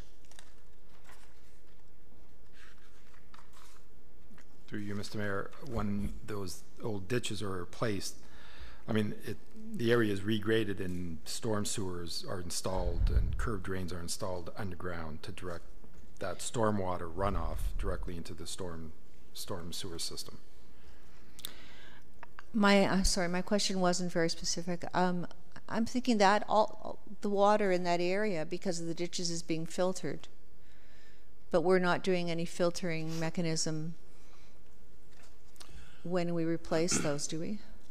No, we do. I mean, that's, and when you see those all grit separators, I mean, that improves the, that filters out and improves the water quality before it actually outlets into the nearby creeks. Thank you. And that's standard procedure? Thank you. We also just did one this summer on Algonquin and Haida. Yeah, Haida, yeah. And on one side of the road was a sidewalk, on the other side of the road was a bioswale, not a ditch, but a bioswale, in terms of which comes under some of the new ministry guidelines. Thank you. Yeah, looks good. Okay, thank you. Councillor Marcus, you care to move this, sir? Green, thank you. Councillor Thompson, second. All in favor? Opposed? That's carried. Thank you. Councillor Gartner, you had 5-69, which is sidewalk from St. John's Side Road, gateway to Industrial Parkway.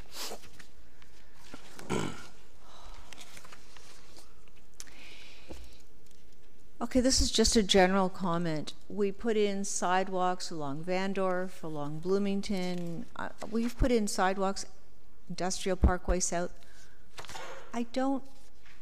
Rarely do I ever see a person using those sidewalks or the bicycle lanes. So is this something that we are required to do?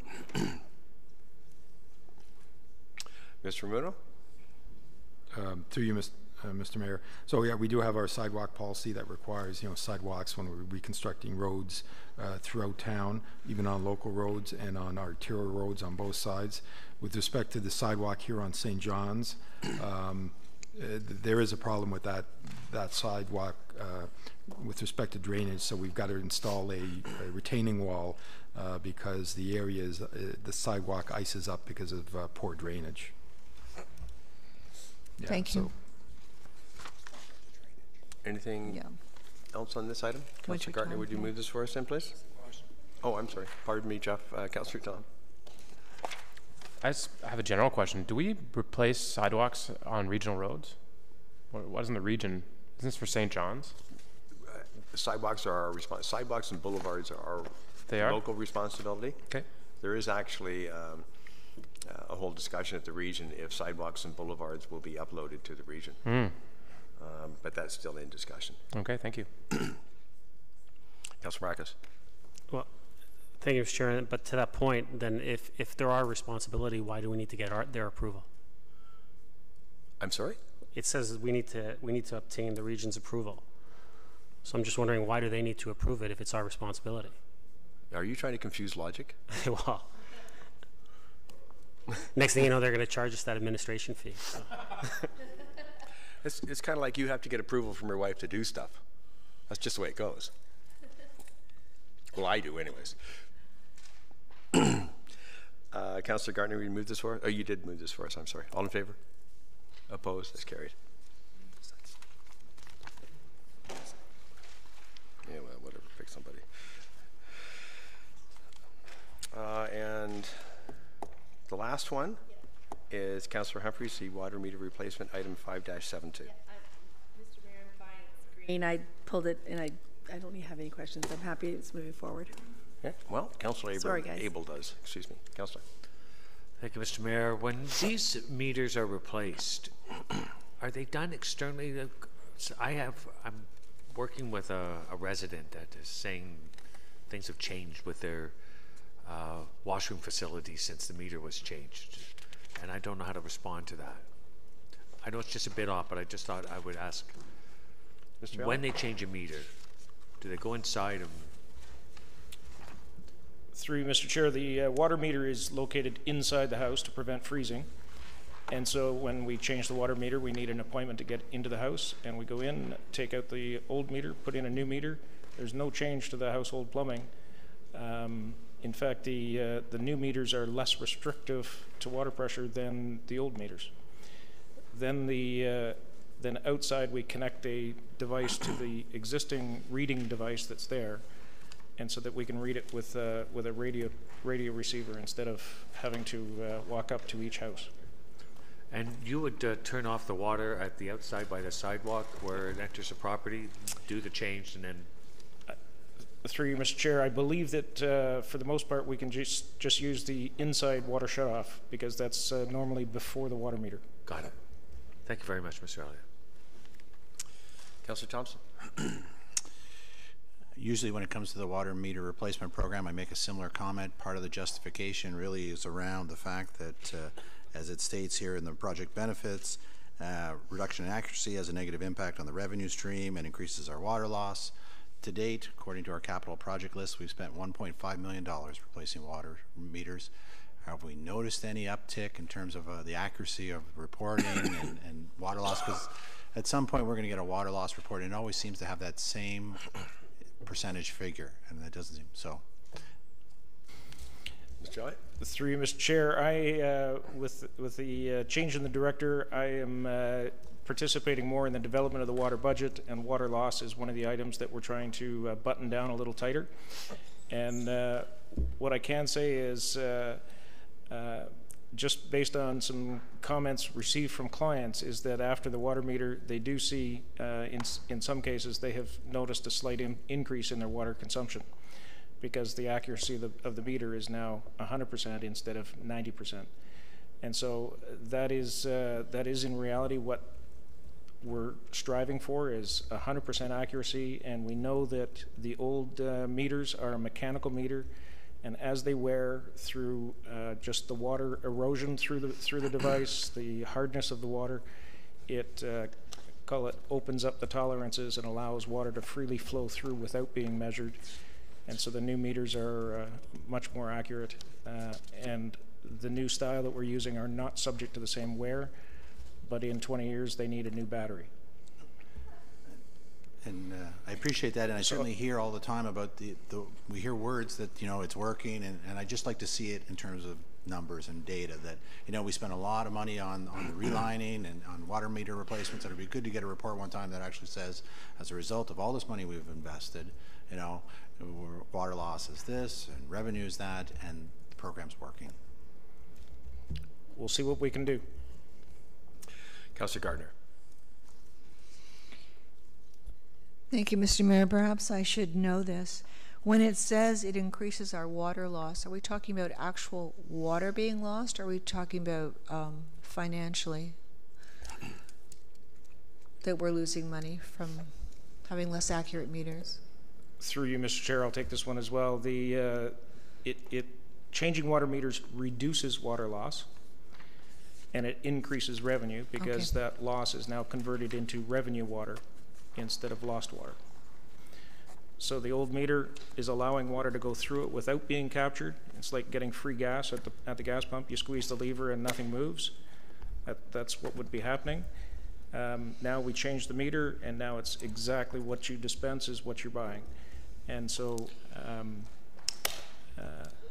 it results in less water lost, because water slippage, your meter slipped through water slipping through the meter like that is one of several contributing factors to water loss.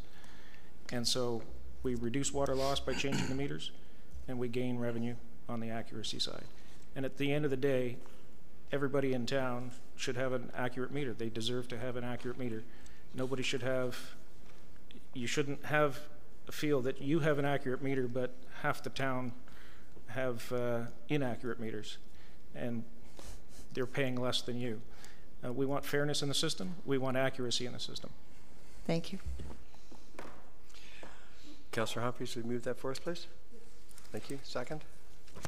Councillor Kim, thank you. All in favor? Opposed? That is carried. All right, that finishes tab 5, Council.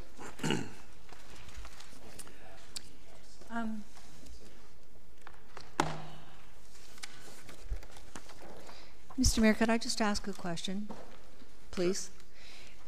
In one of our capital projects, we're rehabilitating Murray and Kennedy. Are either of those streets going to be used for the golf links, for the golf course build? We're not going to be having heavy trucks on those streets? Through you, Mr. Mayor, to Mr. Muno. Mr. Muno? Through you, Mr. Mayor, in my discussions with Geranium, they don't have the transportation or construction management plan done yet for their next phase of development. But again, they're aware that they've got to minimize the traffic on our existing local roads. So they already have those 2 points of construction accesses off of Bathurst Street.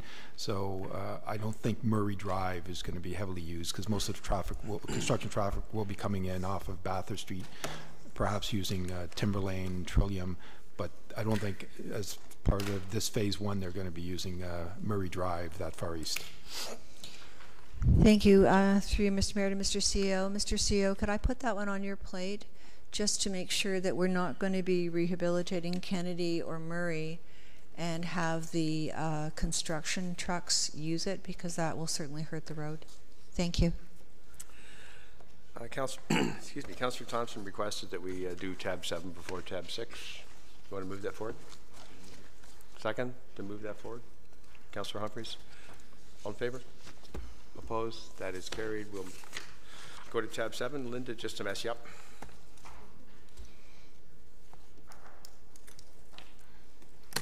Is there anything in tab 7 that people would like? I'll start with Councillor Maracas. It's going to come back to me. I might ask for 7. Councillor Gartner, anything identified? I must admit, I didn't think we would get to this tab, so I did not do it. So if you give me a moment, please. Councillor Abel?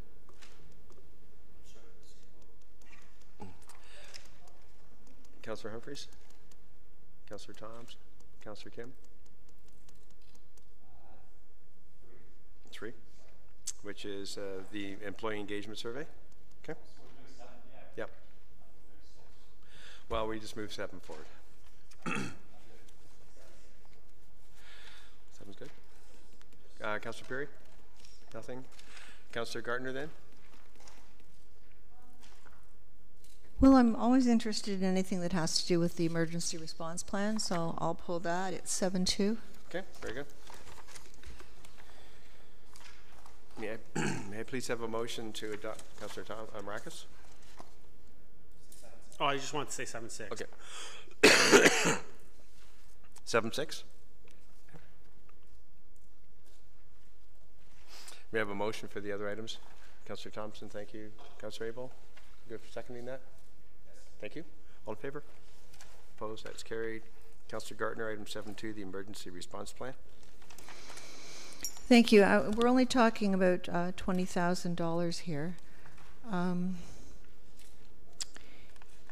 Do we have a fulsome emergency response plan at this date? And is this like a final top-up? Or are we still missing pieces of the puzzle? The CAO is going to take that. Thank you. Through you, Mr. Mayor, we do have a plan, but the rules require that the plan be updated every 5 years to make sure that you're assessing new risks in the community, that sort of thing. So that's intended that we would update our emergency plan from cover to cover, basically. Thank you. And do we ever intend to have a workshop for council on the emergency plan? I know we're not really directly involved.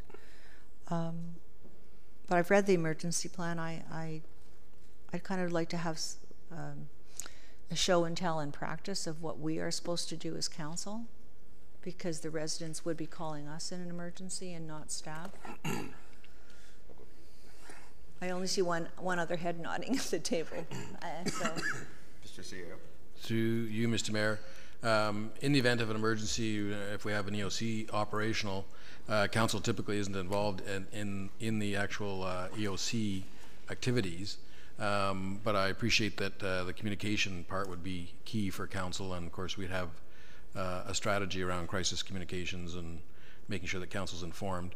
If council wanted to have a workshop or a presentation at a council meeting on the emergency plan itself, we could certainly do that. Thank you. I would like to move that. I don't know if that's just take it appropriate. Okay. Thank you, Mr. CEO. Mr. Mayor, you and I have participated in these exercises, and perhaps inviting all council for the overview at the beginning might give them some, or at a break, so they don't have to go through the fundamentals. It's sort of a, you'll see how it's plotted out, but you might get a better understanding just seeing the room, how it's operating. I think the main role for council is the communication aspect, but understanding what's going on is key in communicating. So maybe come in for an hour when there's a certain point, and the chief can go over it, and the deputy mayor, and provide that recap sort of thing, and while everyone's there and you can see it. It was probably the best. That's organized through fire services, so we can certainly take that suggestion back to them. We can do that JLC too. Anything else on this item? Councillor Gartner? Mayor, as we will be the first contact for the residents, I think we need to be very clear what we can or can't. No? It's very clear that the mayor is the main contact point. That and is then you'll spread it out to us, okay? Yes, that is very well defined. And certainly it would make sense to do a presentation, because you can't be told this too often. We practice once or twice a year. Thank you. And also, what happens if we lose our cell services? If or when. If or when. Thank you. Thank you. Would you move this first, Councillor? Thank you. Second, counted by Councillor Thompson. All in favor? Opposed? That is carried. Thank you very much. Councillor Marakis, the Master Transportation Plan.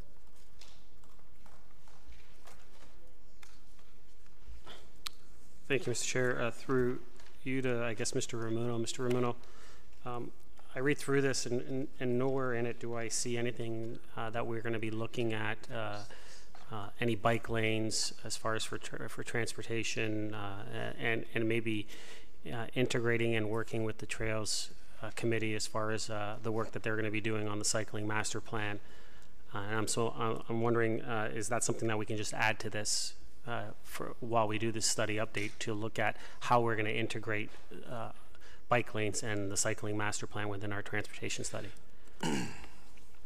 Mr. Miller? To you, Mr. Mayor, I think it's an appropriate addition. We could add that to the future RFP document. Thank you very much. Councillor Johnson.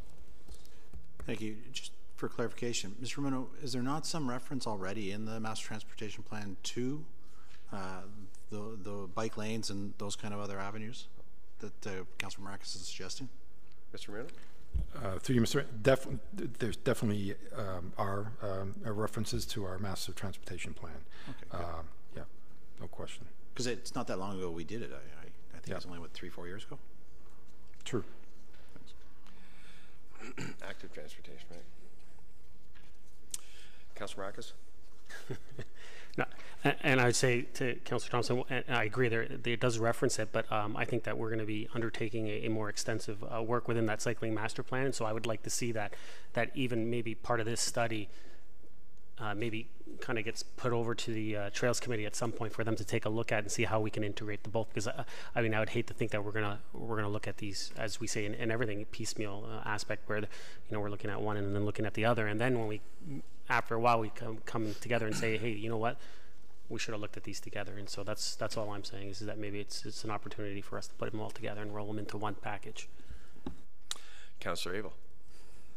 Thank you very much, Mr. Mayor. And I think when we're looking at the transportation, and it may be in the documentation, but Councillor Marakis refers to the trails, which is sort of a recreational exercise activity. But I think key is developing transportation plan to the GO station to mitigate the impact on the congestion there, along with public transport.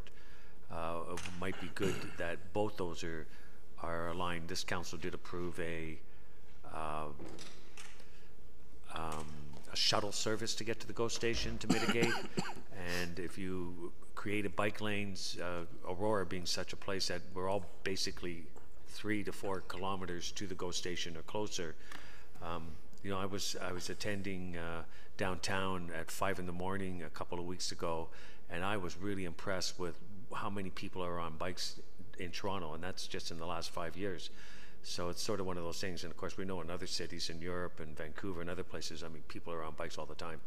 So I'm hoping that congestion to the GO station might be part of this transportation study, and possibly 2 ways of integrating alternate transport of cars. It would be public service and walking and or taking a bike.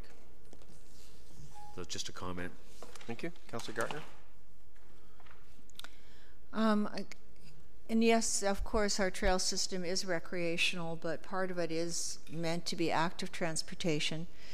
And just in light of that, and I'm not sure where I would be going, but I was walking on the trail that follows Whispering Pine and then goes north of Heathwood. And I got to the end, and I didn't know where to go. There was no markings. And so I was with a friend, we walked whatever that particular street was back and forth. There's a beautiful park on it. It's north of Heathwood. And honestly, it was very frustrating. So I don't know if that in particular would be considered a transportation route, because I'm not sure it would go up to St. John's Side Road, or maybe to Sac. Maybe to Sac, now that Sac goes all the way up to St. John's Side Road. But I don't know if that's something I should speak to Councillor Maracas about, or if that should be included in this.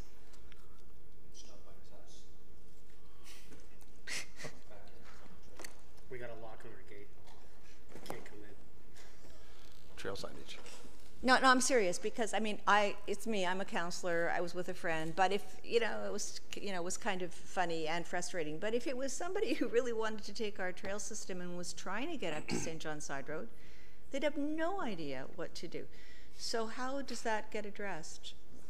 Oh, that's Mr. Downey's baby. Mr. Downey. Through you, Mr. Mayor. Trail signage.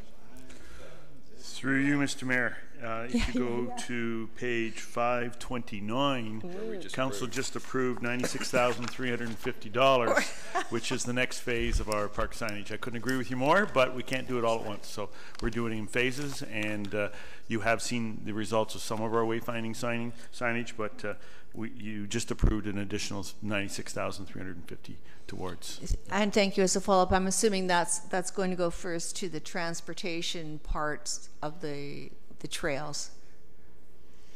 I can't tell you that, whether that's the priority or not, but we know that we haven't marked all the trails in town, and I know it's frustrating, so we are working towards that, and that's why I brought your attention to the fact that some money has just recently been approved by council, or at least this committee, not yet council, but for the next phase. Thank you. And whatever that trail is, whatever that street is that the trail going north of Heathwood Heights ends at, there is a fantastic park there with some really interesting equipment.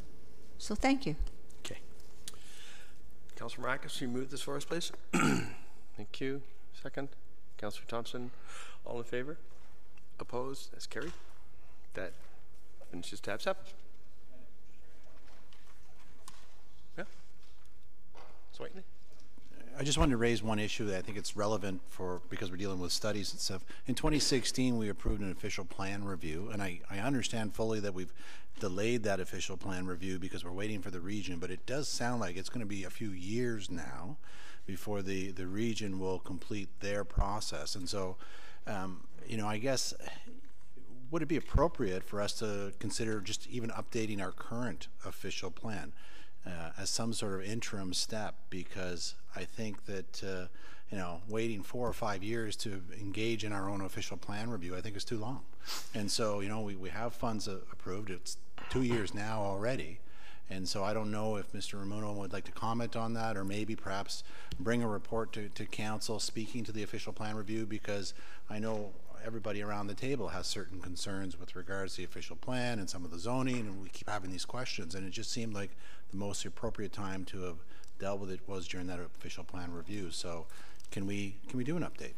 Mr. Ramuno and I will be meeting with the region, with the Planning and Economic Development Director, the region next week, Mr. Ramuno, or the week next week? And that's the exact question we have, because under the region's MCR, the Municipal Comprehensive Review, they won't be doing their official plan until 2019 or 20. And so we're going to speak with Val Shuttleworth as to what steps we might take in order to get ahead of the curve. Perfect. So something will come to council. Yeah, and then when Mr. Ramuno, please feel free to chime in, please. To you, Mr. Mayor. I mean, that's correct. The region's plans are, you know, spend the next, 2018 and 19 preparing their update. They've got to go back and redo all their land budget based on the provincial plan's new targets, and they're targeting 2020 for the adoption of their new official plan or amendment to their official plan. So we can certainly, and I've reported to council in the past, and I will have another update for council on our work plan schedule. You know, we can do some of that work, but again, we can't, we have to dovetail with the region. We can't approve our, new conformity exercise ahead of their plan, because they've got to come forward with all their population employment targets. But we will be doing a report to council just explaining the timelines and what, if anything, we can do ahead of that. And I did get direction from council as part of our next update to look at sort of our stable neighborhood, trying to tighten up some of those policies. So that may be something that we may want to do in advance, and that could really just be an amendment to our official plan. So there are some things that we can do, and I'll spell that out in a future report. You know, I think that, you look at what's happening at the province with Bill 148 and the changes to OMB, there's greater emphasis on conformity with our official plan, and so it only makes sense to take an opportunity to try and update it so that that vision is clearly communicated. There's a very extensive report going to regional council this week. It was at committee last week on essentially the work plan in the planning department, and once that passes council, regional council, I will distribute that to our councillors so you can get a sense of what's on the region's work list. Councillor Carter. Thank you. And there are concerns. Certainly, it's been a long time, but especially the change in the land budget. But I would like to say to all of council, because I think it's just Marco and I that were active in that last 2010 official plan update. Often with official plan updates, you kind of tweak it here and there. We went through it almost line by line, section by section, page by page. It was painful, and the developers were there. So sorry, only the two of us can understand this. It was a massive amount of work, and it was.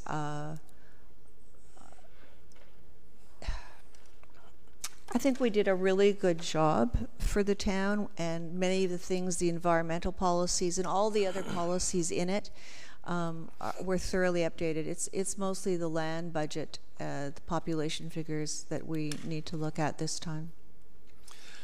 Thank you. Yes, it will be a lot of work when that comes. All right, council, we'll move to tab 6.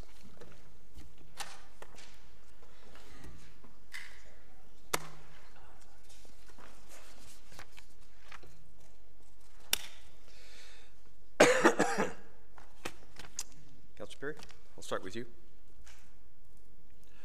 21, 30, 53, and 54. I'm sorry, 21. 21, 30, 53, 54.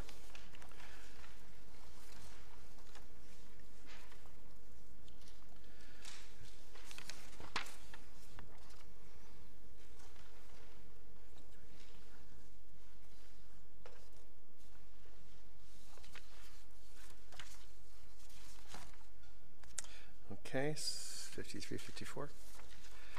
Thank you.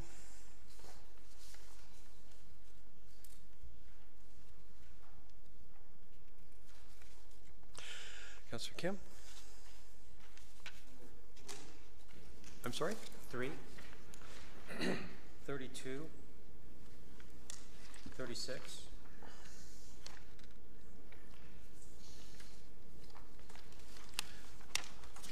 40. Whoa, hold on here. I didn't do a very good job in creating my list, so I'm going to go back to, you had 3, 32, 32, 36, 36. 40, Yep, and that's it. thank you. Councillor Tom. A couple of them have been pulled already, so I'm going to pull 31, 37, and 42.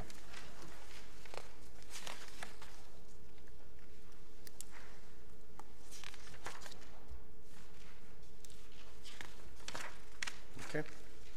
Councillor Humphreys? Pulled already, but is 33 been pulled? I'm sorry? 33's been pulled? 33? Yep. No. And I think I heard 40. You want 33, Councillor Humphreys? Yes, 33 and 42. If anyone's pulled that. Done. And okay, I think that's it. Thanks. The rest of them pulled. Thanks. Councillor Abel? 53 and 54. They've been pulled by Councillor Perry. Thank you. Councillor Thompson? 38 pulled? No. Then 38, otherwise all mine have been pulled. Councillor Gartner? Thank you. We're 28, 29, and 30 pulled. 28, 29, no, 31 was. 28, 29? 30? 30 was pulled. Okay, thank you. Who pulled 30? I'm sorry. Paul. Paul? Councillor Perry, we'll be real official here. Okay, fair enough. Councillor Maracas.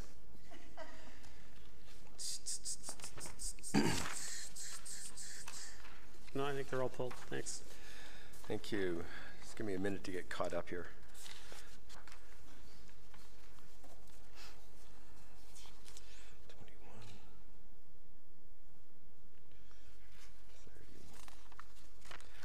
Okay, so here's what I think I have. We have, I'm sorry? 23? 23. Sorry?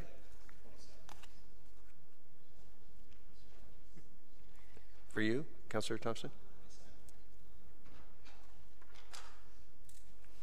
Okay, so at this point I have 3, 21, 23, 27, 28, 29, 30, 31, 32, 33, 36, 37, 38, 40, 42, 53, 54. Is that correct? Did I miss anything for anybody?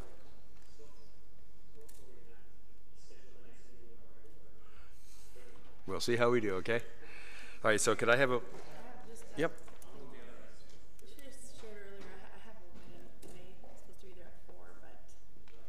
Well, I know the Councillor Tom also has to leave by 3. I wasn't going to go because I didn't know what my life was like, but I think I can make it this way. Weddings are more... Okay, so let's work through to 3 then, anyways. Yeah, that's right. Okay, we're good. Well, there's a couple of councillors that have other functions they need to attend. So, okay, Councillor Tom is moving the items not requiring separate discussion. Sir, second, please. Councillor Humphreys, all in favor? Opposed? That's carried. Thank you. Excuse me. We'll go back. Councillor Kim, you had item 6.3. Item 3. Okay. Thank you, Mr. Mayor. I just wanted just clarification on, it states under the project description, middle of that box, CRM enhancements are also expected with the intent to develop additional corporate knowledge that will improve the customer experience. I just want to just gain additional knowledge on what the additional corporate knowledge would translate into. Through Mr. Mayor, basically what this is Ms. Van Leeuwen's area, but the intent is to drive more and more of our interactions with citizens through our CRM and be able to track more patterns and problem areas and so on, and generate a better knowledge base that we can use in the day-to-day management. So it involves getting a CRM in the hands of more people and forcing any kind of transaction through that CRM so that we can start to rely on it for call escalation and for sort of helping us to actually monitor the work that we do. Councillor Kim?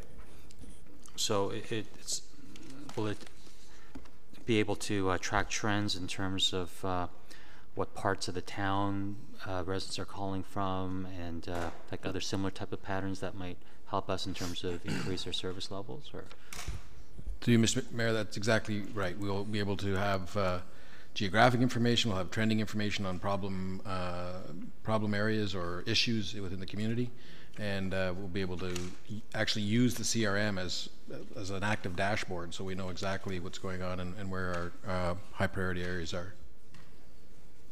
Okay, thank you. Councillor Humphreys, Councillor Thompson. Thank you, Mr. Mayor. And you know, I'm a big supporter of the customer service strategy and ensuring that we're providing our residents with you know, top care. The only question I do have is, do we have any idea where we're at today, or is this the problem? We just don't have any tools for tracking. Like, we have no idea how we're doing KPI-wise from returning calls on time. Are we making people happy on the first call, or I guess we don't know this. Is that right? Mr. Nader-Brosley? Through you, Mr. Mayor, I would say that we have some sense of that, but not as clear as we should. Okay. And it's partially because we have systems to track some of the stuff that aren't part of the CRM, so Right. so they are getting looked after. It's just that there'd be a lot more efficiency and a lot more intelligence gained if we can get it all into the CRM and use that as the only tool to track this work. Yeah, that makes a lot of sense. You know what, like, we've gone so far and we sort of stalled it a couple of years, and I think this has been on the radar for like probably 3 years, if I'm not mistaken. So I'd like to see this move forward and get to where we need to go, and just have a system here once and for all. Take the investment and move it forward. And yeah, that's fine. Thank you. Thank you, Councillor Humphreys. Councillor Thompson, Councillor Abel. Thank you. I recognize Ms. Van Leeuwen isn't here, so I'll just pose these questions and we get some more information afterwards. Again, this is one that, you know, I feel I need more details. I mean, to date we've spent $255,000, but we've approved $500,000 already. There's still all kinds of money still to be spent, and I'm not sure where that money is going. You know, in the explanation it talks about CRM. We have a separate capital project that we already approved $200,000 for CRM. All that money's not been spent for CRM, so is this some duplication? I mean, where's that extra $100,000 for CRM being spent on capital project 12025, and yet we're also talking about CRM here? Furthermore, it talks about additional resources required, including marketing, outreach, language translation of brochures.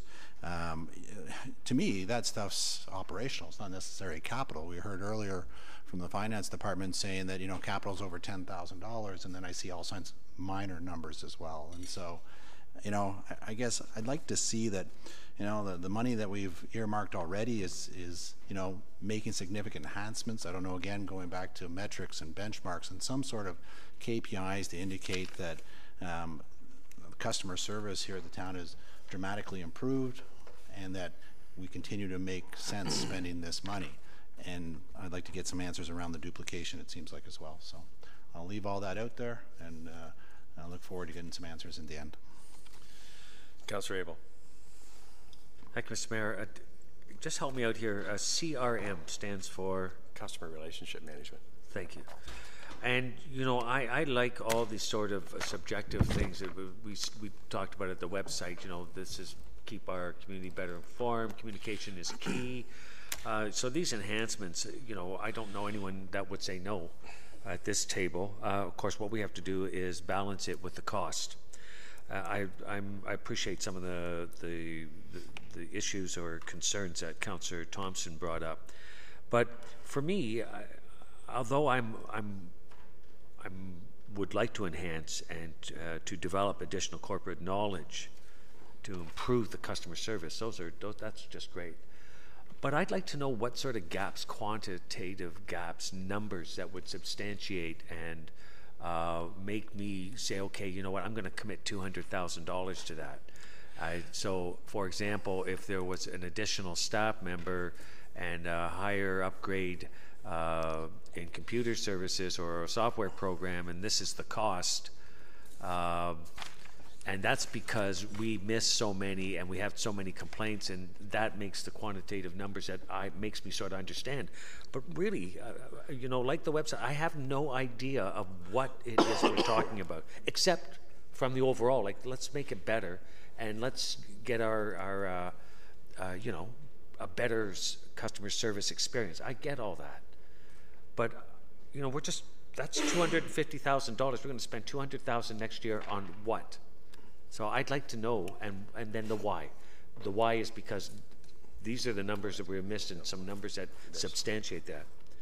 If we're not doing a good job right now with customer service, I'd like to know where it is and how we quantify that statement. When I go into here, I see 4 or 5 people active all the time. Whenever I ask them for information, they always are able to provide it. The response is quick. They relay the things quickly. That's better than what we had before when we started last term, when we, and no disregard, but we had a volunteer service that was there, and each department had their own reception. So we said we were missing gaps and people were all over. We centralized it, put it down there. That made sense. So, you know, I would like to have a little more metrics involved in front of me before I'm starting to say okay, before I greenlight it. So I would go for a yellow on this.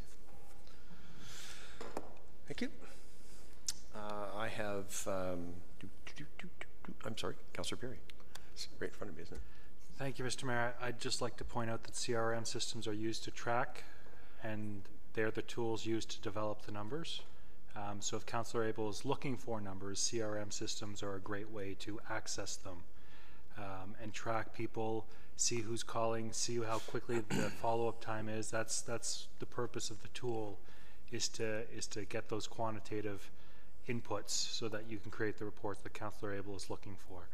Because otherwise it's all done by hand, on paper, on spreadsheets, and that information is very tough to keep up to date and on track because you're not inputting every call, you're not logging everything. So if Councillor Abel is looking for those numbers, CRM systems are a great way to track them and have them in place. Councillor Gardner. Briefly, I would like this to be a yellow because I would like Tasha to be here and have the conversation with us. Thank you. I will, I'm going to paraphrase Councillor Perry and channel my inner Donald Rumsfeld. We don't know what we don't know. And that's part of the problem that we can't, to answer that question, Councillor Abel, is that we don't have the background information. I used a CRM in my business starting in 1991. And I was less than impressed when I got here. And we're a multi-million-dollar client. We're a multi-million-dollar company, if you will, with, at that point, about 50,000 clients. And we had no way to know. We had no way to track who was calling in. And we are getting much better, and indeed there's been a vast improvement out front. But having people out front does not compensate for institutionalizing the knowledge, which is what this does. So I know that the one experience I had was right before Christmas, right after we were elected, and some lady called me at the house saying that a snowplow driver tried to run her over. Now it turned out that that lady had some issues, and that she was well known to the town. Now if I'd had the capability of actually looking up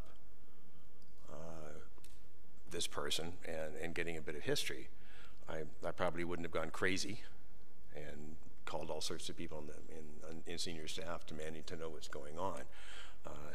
And probably provided better service on the phone at the same time to this lady. So I think it's absolutely critical that we have this as we move forward, because we're just getting more complex and we're also siloed. So Mr. Downey's got information on his clients, and Mr. Ramuno's got information on his clients. Ms. Mackenzie Smith has information on her vendors, but they don't talk to each other. So it's absolutely essential to put this all together. And I support this. I appreciate, I would have no problem with a yellow, because indeed, if there's questions for Ms. Van Leeuwen, it would be most appropriate to have her here as it moves forward. But I definitely think this is the way to go. Councillor Marcus. Thank you, Mr. Chair. I was just gonna, it's probably for Ms. Van Leeuwen, but why is it taking so long? Don't ask me. I've been. Yeah, and so that's probably for Ms. Van Leeuwen, but I mean, if it's something as you're describing it, and as most of us do understand it, why is it taking this long to get to this point? Well, it is in place, so Access Aurora has it. It's just rolling it out.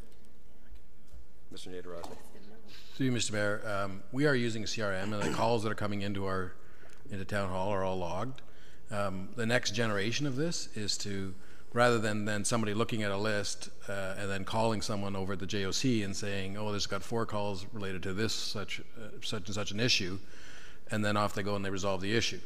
Then basically there's more or less a manual tracking of seeing that those calls are taken care of. So someone else would go in and say, oh, was that ever taken care of? Yes, it was. Okay, then we take it off the list. What we're trying to do is make this all part of an interactive system. So the call comes in, there is no call over to the JOC, it's popping up on a screen at the JOC, and when it's dealt with, it's logged in at the JOC, and so whoever's actually monitoring the system would see the progress of calls coming in or issues coming up, and then them being resolved. The other part of the system that we're not really utilizing appropriately is call escalation. So you put timelines in when things should be looked at and dealt with, and if they're not, they get bumped up a level, and if after the next time frame, you know, the director might get an email saying there's a call in the system that's been there for 24 hours with no action. So all of those kinds of things are the next steps. We've got a good base, the calls are going in, the issues are being logged, and we do have stats on that use. It's more the integrated system now that we want to move to. Councilor Marcus? No, that's fine. That's great that to think that we're going to integrate the system so it goes throughout the whole corporation and everyone can see what's happening in each department instead of in their individual silos. So definitely. So thank you. Councillor Abel. Yeah, Councillor Abel. Did everyone go once? Yeah. So thank you, Mayor Daw, and of course I think my comments were I may have been confusing in them, and I appreciate some of the background information from our CAO. We do have a CRM in place already, you know, and of course I don't know that, but I do know we have a good customer service that we've improved and brought it in. My point is that we've taken independent silos and incorporated it into one. So now the complexity of duplication, as the mayor pointed out, the process, follow-up, escalations, having that in place for me to say, listen, we miss so many, it's costing us so many man hours. By doing something and improving the next generations of CRMs, we can effectively save money, be more efficient and do things. And there's some numbers there. So for example, the last year we duplicated 8% of our things. So that's sort of what I meant by metrics. I appreciate that customer relation management is an important thing, especially when it's customer service related, and that's exactly what the town is. The municipality provides services. Our residents, of course, are our residents, so we have to look after them. I didn't really have a problem with that, but I think with some of these comments that we've heard, maybe Mr. CAO, you can better prepare Ms. Van Leeuwen when she comes, that these are some of the things, and see what you can dig up just so that some of these things can be done. Just placing $200,000 and I don't know, what does the software cost? What is it we're employing? How is that going to be done? So and this is what the benefits will be, that helps in making up my mind, because in some of the other matters we've done, we don't know what is spent, how much has been spent. Can we manage our taxpayers' money? And that's what we're paid to do at this process right now. So that's sort of where I'm coming from, and I appreciate the comments.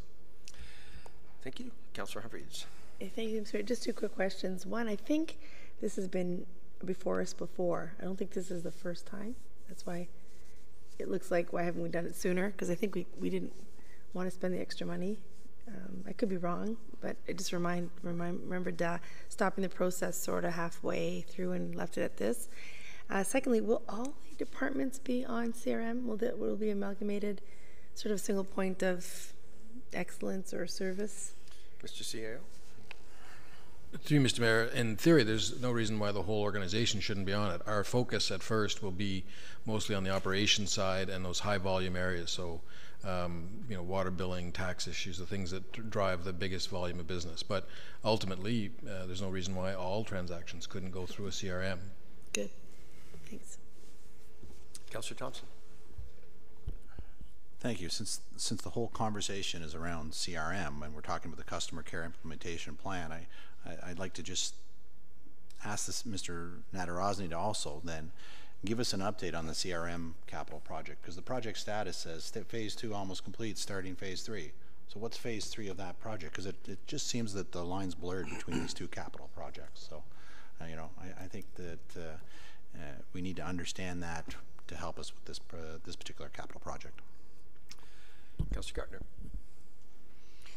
Thank you. And the report is talking about language translation as well. And I would like to know, perhaps council is curious to know what languages we need to translate, what our diverse population is looking like. Did Mr. I doubt he can answer that question off the top of his head. Sorry. Yeah, I'm not sure. I'll get back to you on that.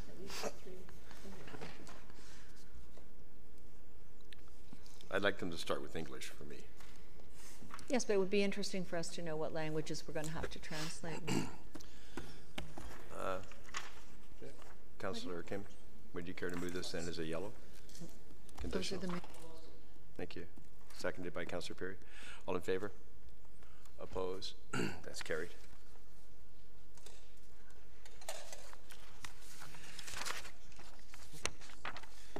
Okay, move to item 621, the Hallmark Lands Baseball Diamonds. Councillor Perry. Councillor Perry. 621.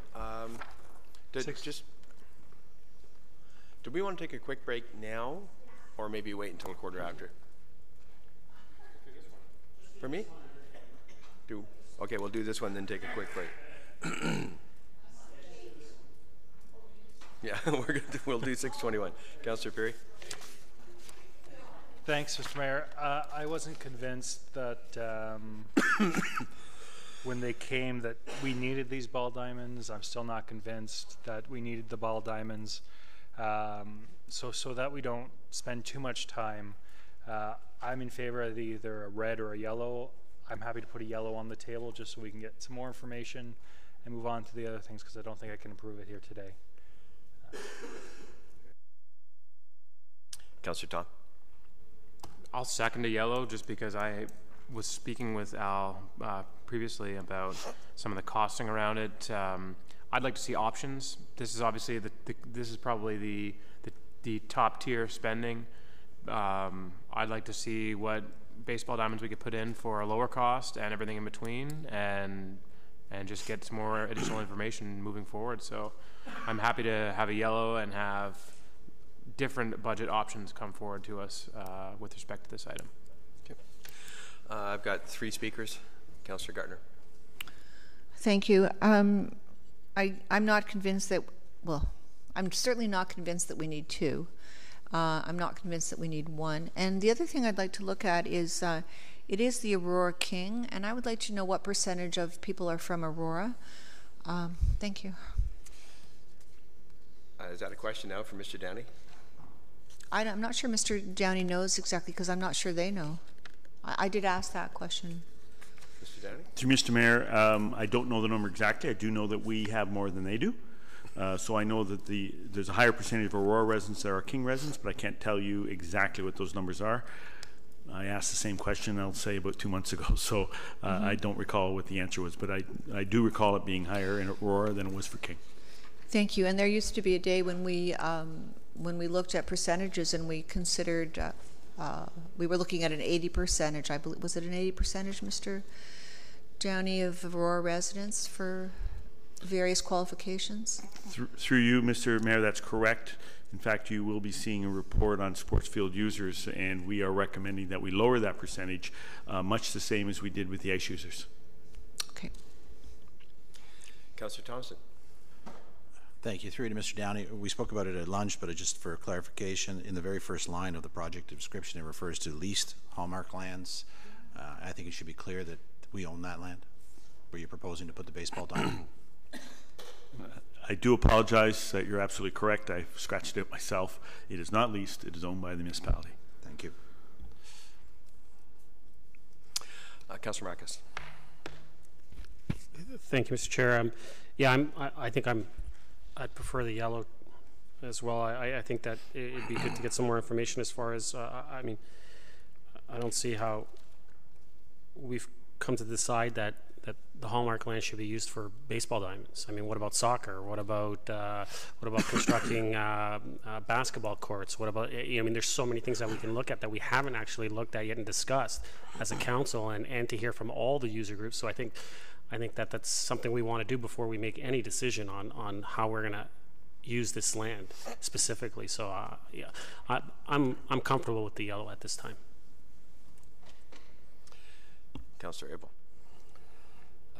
I agree with Councillor Marcus. I think I'd like to see what we plan with that overall piece of property. It's 11 acres. How much of it is for baseball diamonds? You know, I like looking at long-range views with an overall view for everything included, not just by piecemeal. So I would support a yellow, but I would like to know what that property looks like in its whole, and if there's I know it's hard to integrate a baseball diamond with other activities, but I'd like to see something different and options, as Councillor Thomas said. So I'll favor a yellow at this time. Councillor Kim. Thank you. You know, when council approved 2 baseball diamonds, we didn't necessarily approve where it was going to be located.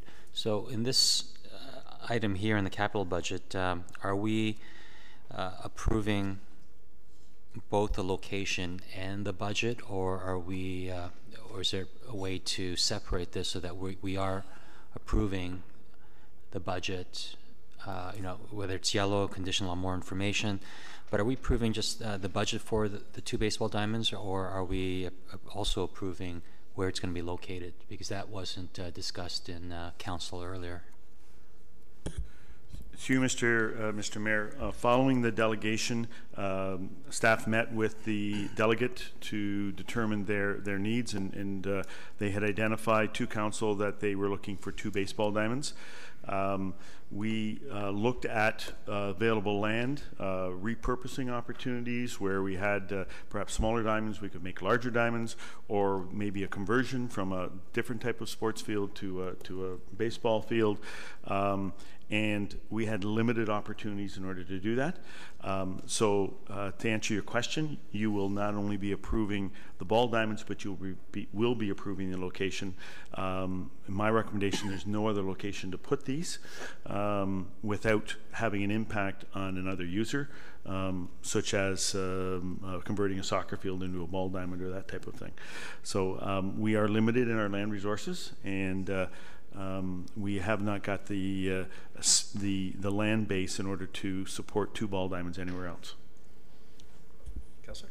Yes, through Mr. Mayor to Mr. Downey, is there any way that even if it's compromising the play to a certain degree, is there any way to have baseball diamonds so that it can be complementary to other activities like soccer, even if you have an all-grass infield or just something. You know, we have some football stadiums where they play on top of a baseball diamond. You see the sand and the dirt. So is that a possibility?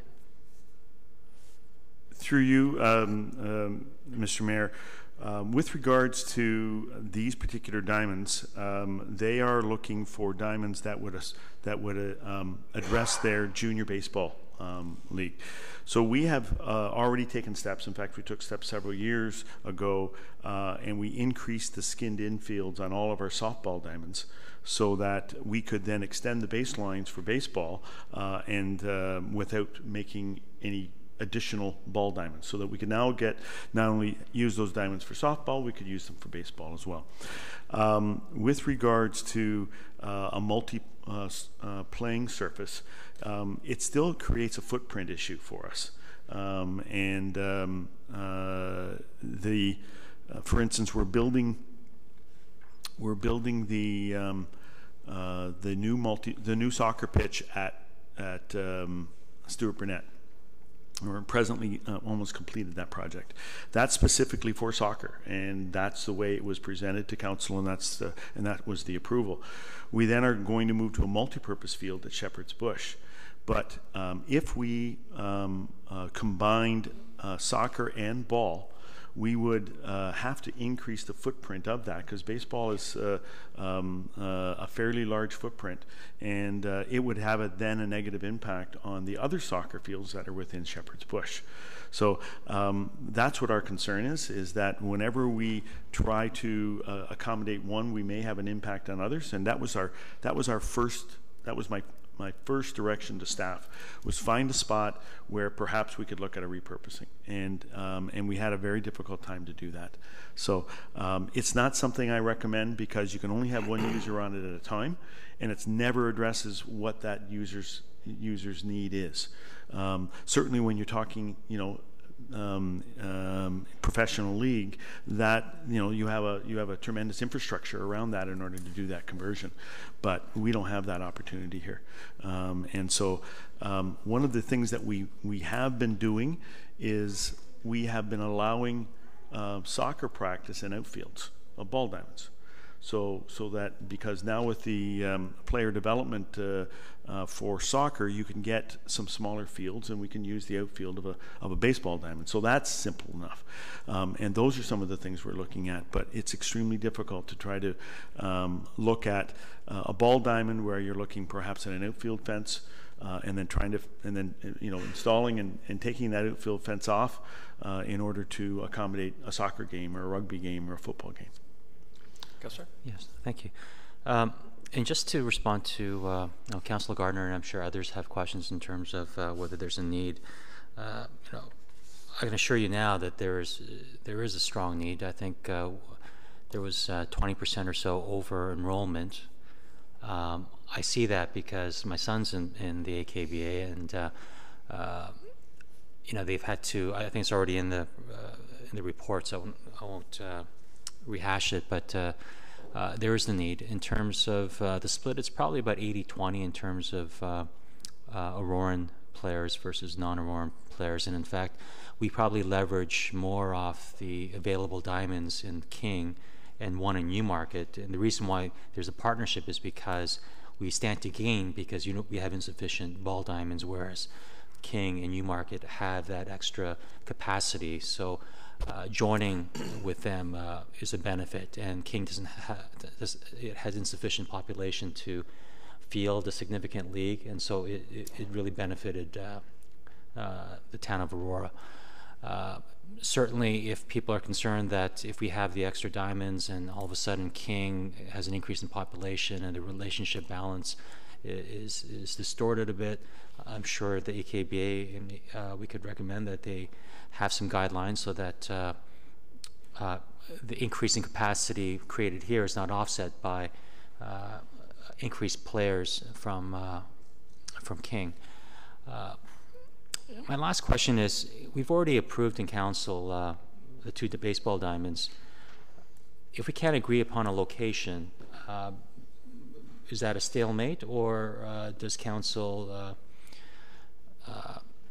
what happens in that regard through you, Mr. Mayor, to you know, I'm not sure, Mr. Clerk or Mr. CEO, in terms of we've already approved the ball diamonds, but if we can't find a location, what happens? Well, this particular budget sheet is two ball diamonds at a specific location.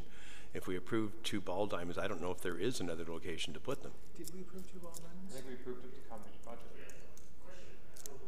Am I misunderstanding your question? Am I misunderstanding your question? Kind of. I'm just asking if we don't approve this now, in terms of it's coming. It looks like it's coming back with a yellow. If people now don't like the location of where the 2 ball diamonds are going, what happens to the original motion that was approved to go ahead with the budgeting of 2 ball diamonds? Well, it would be decided at that point. I don't think there was a. Councillor. Okay. Yep. Thank you, Mr. Chair. The original motion that was before us when we approved it was for staff to report back to council in time for the 2018 capital budget deliberations with options for at least 2 baseball diamonds indicating cost, potential locations, and other ancillary needs. So I think that our understanding is, and my understanding from reading that, is that we approved just the concept of possibly let's look into this and what it would cost. I don't think anyone around this table was approving 2 diamonds. Because I think the conversation at that time, I know I wasn't sold on the fact that we needed 2 diamonds. So, and I think some of us felt that way, but we felt, well, let's just hear it at budget, so we'll approve this and let's see where we go from here. So just to clear that up. So thank you for allowing me to clear that.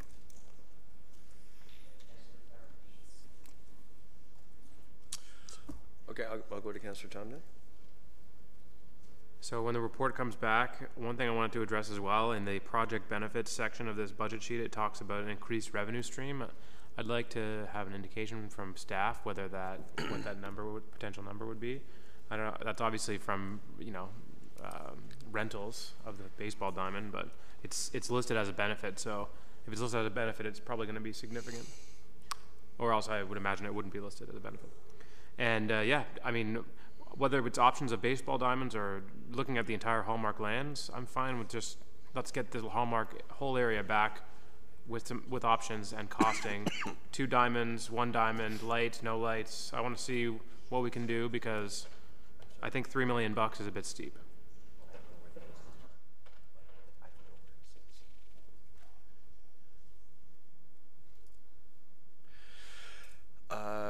Councillor Gartner. Thank you, Mr. Mayor. I think we put Mr. Downey in kind of a difficult position because we gave him a task and he's brought it back.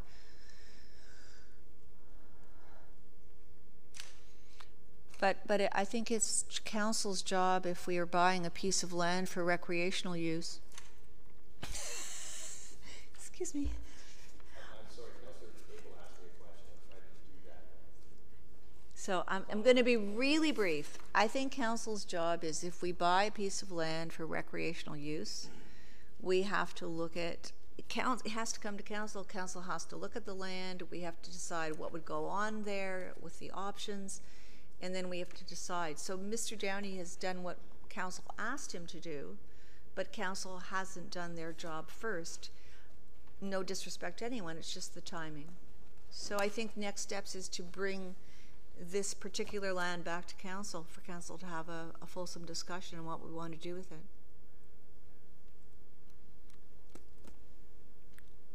Thank you, Councillor Gartner. Hold on just a sec, please.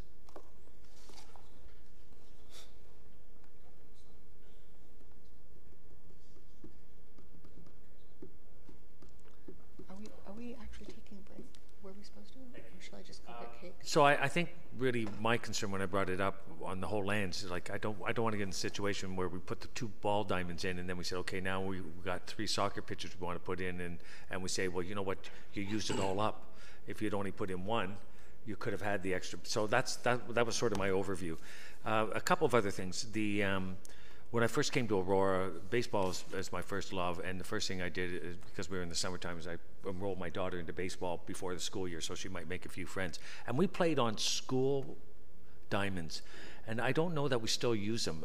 They weren't very well kept, and I know I lobbied to get out of there because they were often strewn with debris and stuff because the school doesn't really look after them the way that we groom ours. But for entry level mixed baseball, softball, it was fine. So I'm wondering, do we still use those schools for baseball diamonds? And if we don't, is there an opportunity for some of the lesser entry-level baseball, so the younger ones, to use those? Could we go and say, you know what, let's go and we used to use one down behind Aurora High. That was actually pretty good, but the one behind Wellington School was pretty bad. Anyways, it would be good for me to understand what parks we are using, what diamonds are being used, and to look at the overall potentials for there. We've also entertained potential acquirement of land south we've talked about, and that's something we're talking council about. We haven't finalized anything there, so there's that on the horizon, and that's definitely recreational land, a good chunk of land. So I think it's good that we understand all that. So that's sort of where I'm saying for the yellow to come in and play. Schools, potential land that we're talking about, as well as what would be the impact on putting 2 ball diamonds on the Hallmark lands. That's what I'm asking for.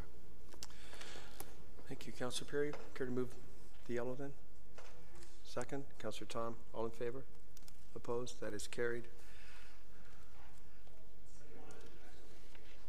I'm sorry? Picnic tables? Okay. Picnic tables, 623.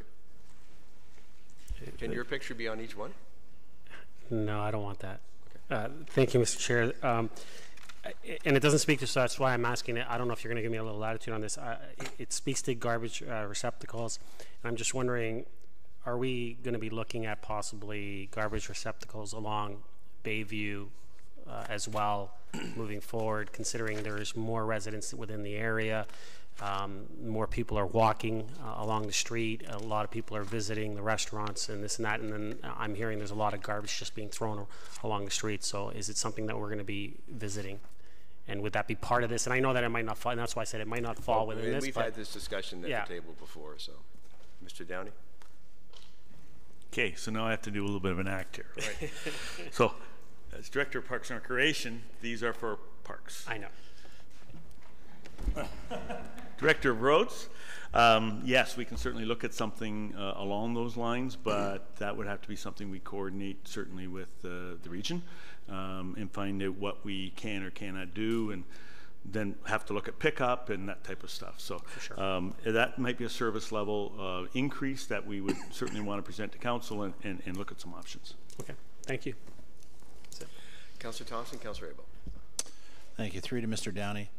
Mr. Downey, when we went through the tour of the JOC, we noticed some great tables and benches that were made in-house through reclaimed wood. Is there any thought of doing something similar for some of the parks? Mr. Downey?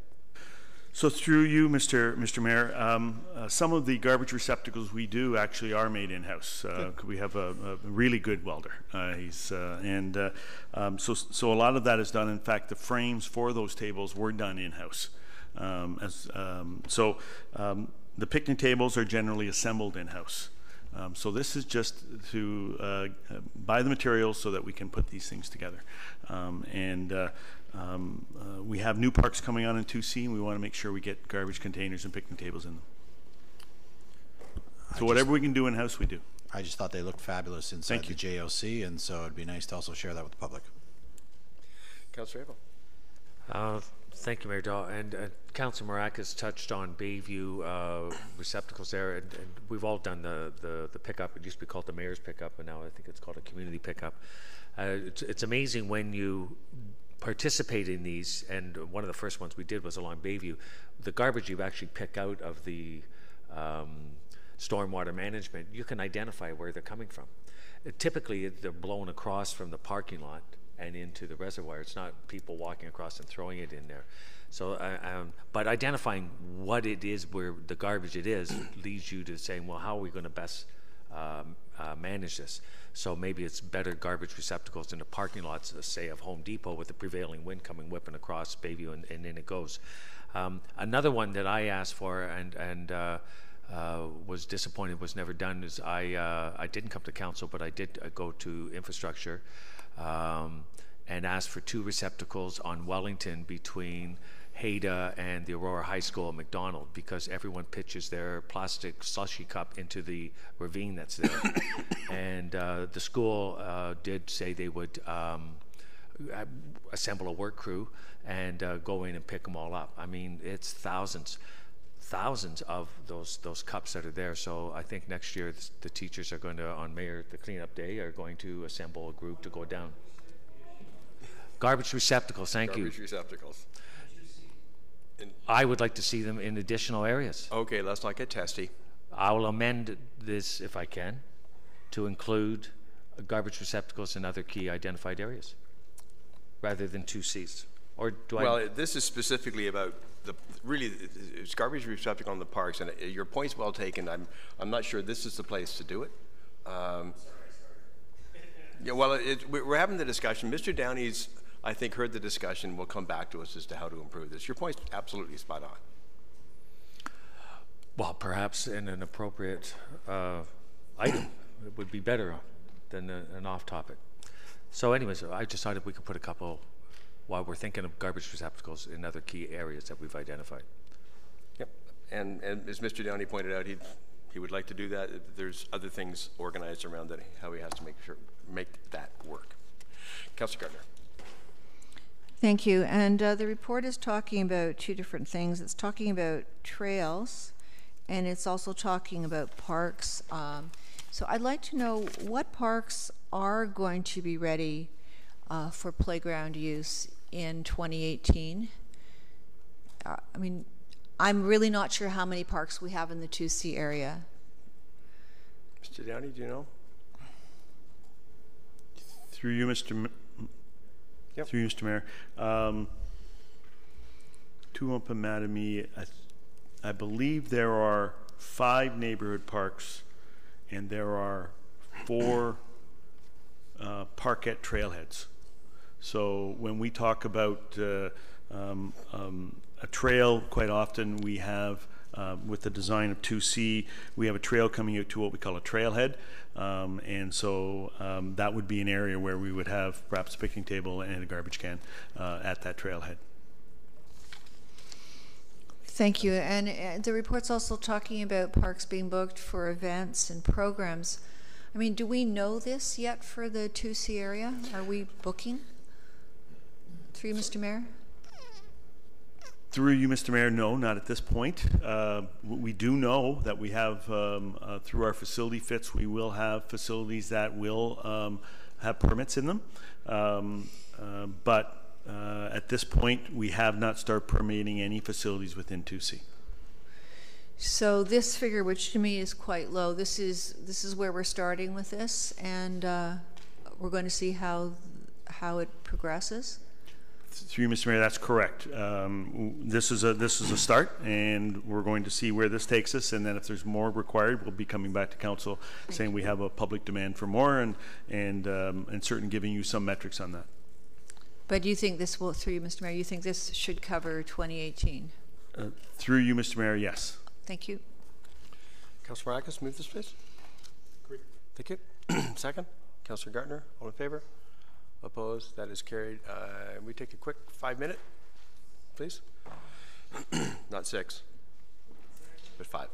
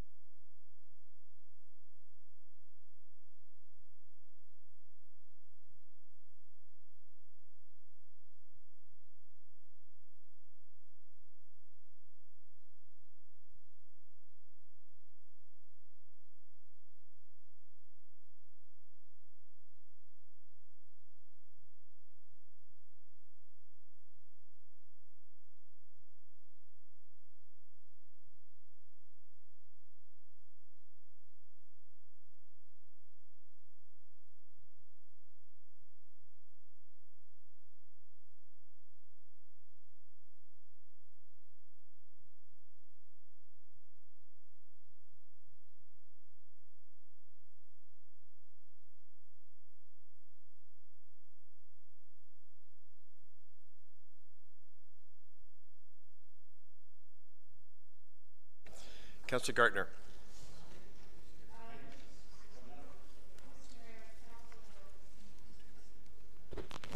If council will,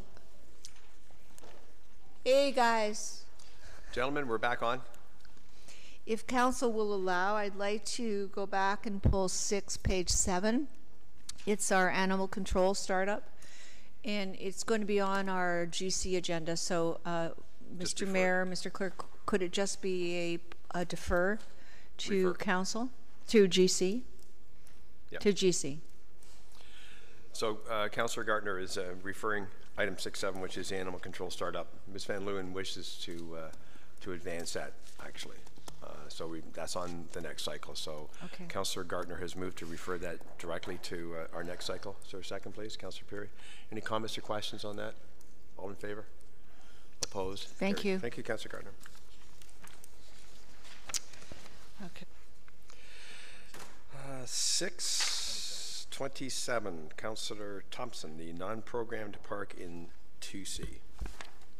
I'll move green. I just had some questions which I was able to clarify with Mr. Downey at the break with regards to the definition of non-programmed and also confirming where the park was located and the fact that it was the same park that was originally envisioned when we approved the 2C secondary plan. So I have nothing further. So I'm moving green. Thank you. Second, Councillor Marcus. Any other comments on this? Okay, all in favor then? Opposed? That's carried. Thank you. Councillor Gartner, you pulled 6.28, the museum collection infrastructure. The question is again with respect to the funding, and I guess also to the where, where this more appropriate storage is going to take place. Is this yours, Mr. Downey? Mr. Downey? Through you, Mr. Mayor, my understanding is we're not looking for additional storage. Our concern is the storage we have right now does not necessarily act in the best interest of the collection. So we do need some humidifiers and dehumidifiers, and we need some additional display cases that also have that capability. We move a collection that is in a controlled room into a display case that is not controlled during the entire time it's displayed. So we would like to be able to also put some controls into some of our display areas. And it'd be great to have these throughout the town. Where did the curator or yourself have in mind to have these cases throughout the town?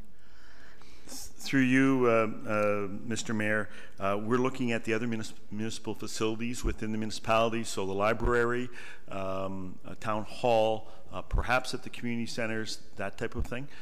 So we are looking at other municipal facilities within the town, other than, of course, the museum itself. Thank you. And through you to Mr. Elliott, who's just going to take a bite of his cake, so he better stop. So growth and new, how is this coming from growth and new? Mr. Elliott. Mr. Sugar over here. The growth and new is the appropriate source. We cannot use DCs to expand culture, and it's just not an eligible item. And so cultural items are funded from town source, and so that's our growth and new reserve. Councillor? But okay, given that we can't use DCs, how do we call this growth and new? Like, why is that the appropriate fund? This, through you, Mr. Chair, this is an expansion of additional display capacity and essentially increasing the service level of cultural services. And so it's a growth-related item. Thank you. Councillor Gartner, would you care to move that, please, then? Thank you. Is there a second? Thank you, Councillor Thompson. All in favor? Opposed? Carried. Councillor Gartner, you have 629, the Cultural Services Master Plan. Yes, and we do have I believe we do have a cultural services plan. I don't know if it's a cultural services master plan, but I would like to have some more information on that. It's a cultural master plan. Okay. This comes from Harold's motion. Okay, thank you. And I'm talking about the funding source. I don't think it should be coming from hydro money. So could you, through you, Mr. Mayor, comment on that? I mean, Mr. Elliott or Mr. Downey? Mr. Elliott? Through you, Mr. Chair, this is a placeholder for implementation of the Cultural Services Master Plan. yes. And so it's either going to be tax rate funded or other rate funded. And so if council has mentioned that using hydro funds for some of this cultural work is an opportunity, and so we're suggesting that as the source. However, you'll notice that this is a multi-year program, $100,000 a year for over 9 years. So it's a long-term plan. And this is just a placeholder, so I would suggest that you're going to want to yellow approve this, if at all. I'm fine with the yellow approval, but I don't think our other master plans have ever been funded out of the hydro fund. So I would like more exploration of where it's coming from. The money's coming from. When the additional information on exactly what this implementation plan is for 2018 and future, we'll incorporate a financial section in that with respect to funding source. And if I'm correct, I may not be, that it's precedent, I'd like to know why we feel that hydro can be used for this. Councillor Thompson? If I may, I think this comes out of our either our 10-year capital plan discussion or our budget discussions last year, where we were talking about just planning for the future. We wanted to put a placeholder in for the cultural precinct plan, and at the same time, I know Councillor Abel, who was talking about the cultural master plan as well, he wanted to see some funds allocated to that because we weren't making necessarily progress, and so I think that's where these two items came from, and I think that we said, listen, we want to put it on the record that we want to, allocate funds, and we want to make sure that staff are able to plan for it in terms of our 10-year capital, and so I think maybe staff should just look back to those conversations, and I think at that time we just arbitrarily assigned it to the council contingency or the hydro fund one. As a placeholder, and it would always be subject to further reports, further decisions, whether that was the appropriate fund source or not, but we just wanted staff to put it on the list. That's my recollection. Maybe Councillor Abel remembers some more, but I would just say staff looked back at it, but I just remember us saying, let's put it as a placeholder. Councillor Abel. Thank you, Councillor Thompson, and I do recall that we did add $1 million on top from the hydro fund for such matters. I think this is sort of a yellow because we need to understand a little more what's going on. Right off the bat, there's a little confusion about the cultural services master plan, and I believe it's a cultural master plan.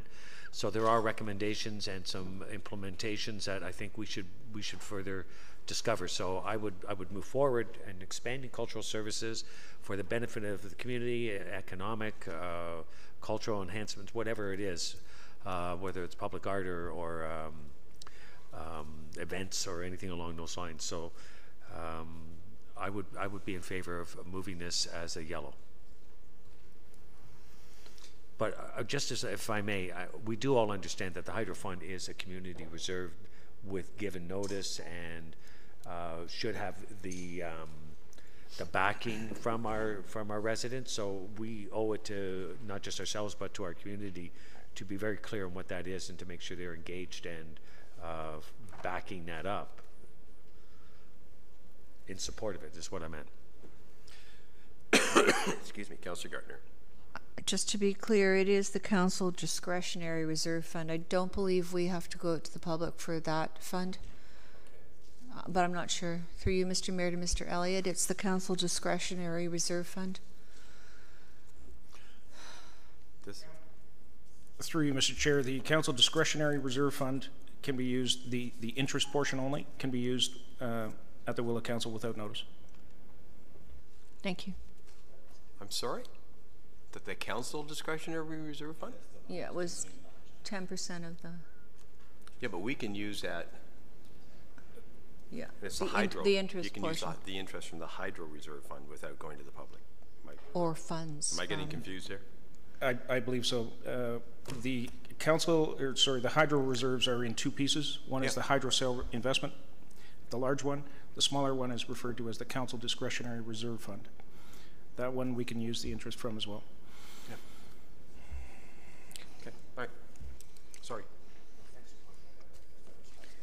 I think the will of council on this one is conditional.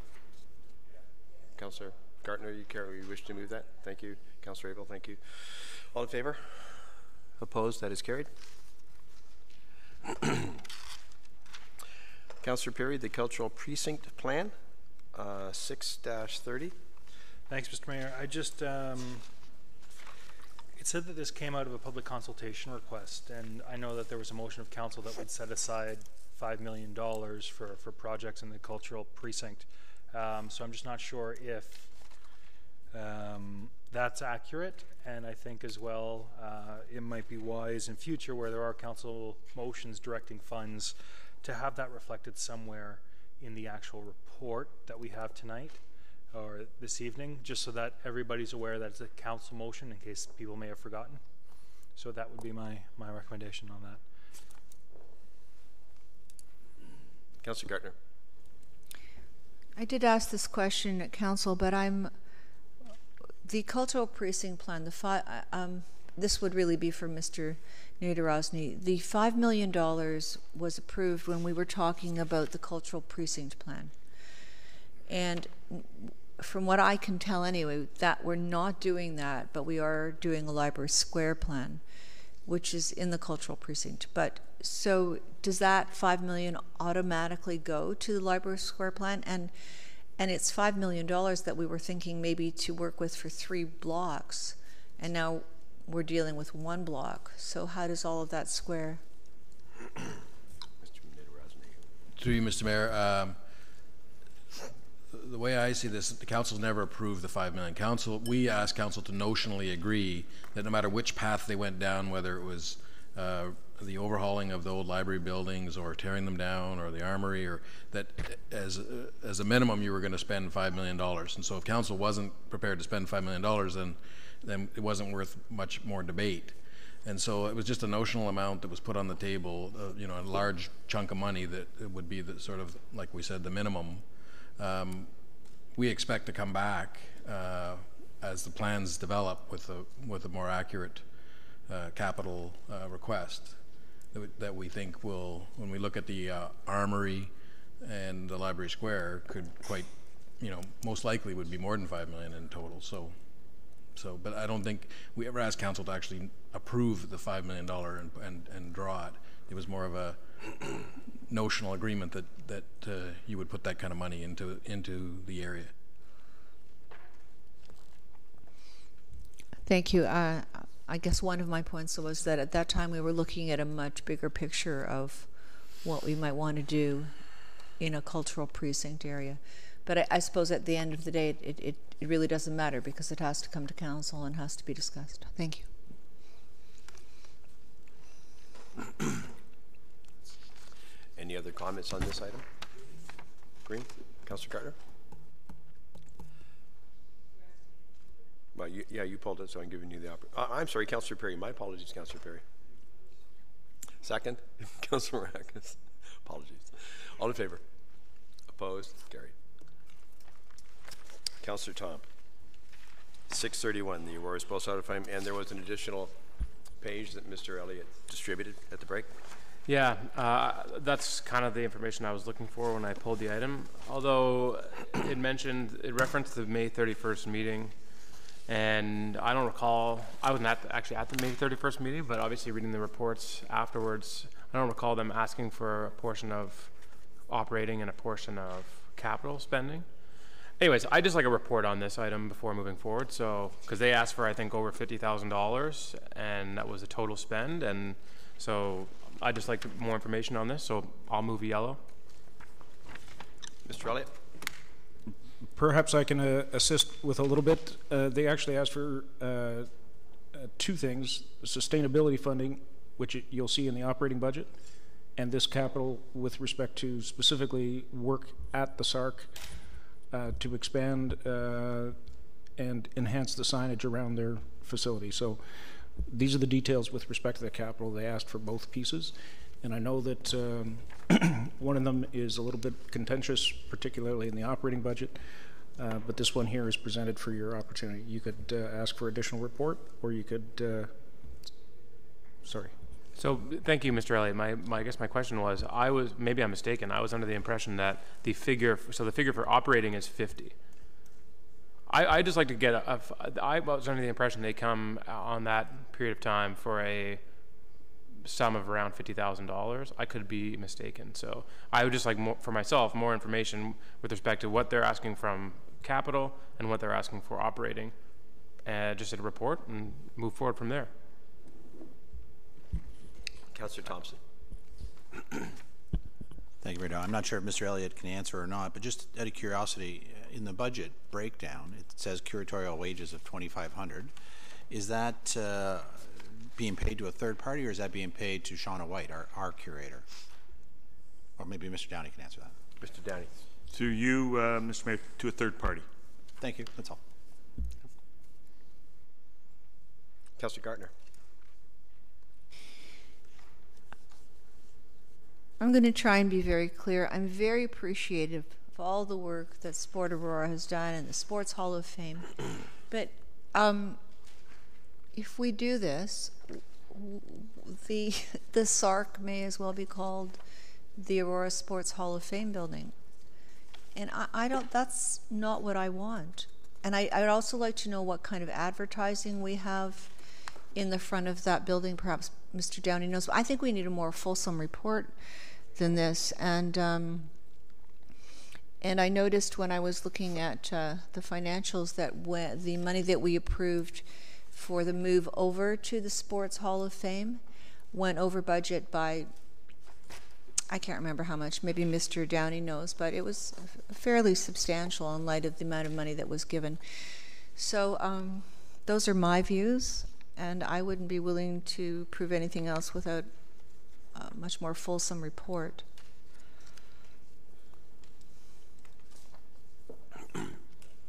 Councillor Tom? Councillor Perry seconded. Any further comments or questions? All in favor? It's conditional. Opposed? That is carried.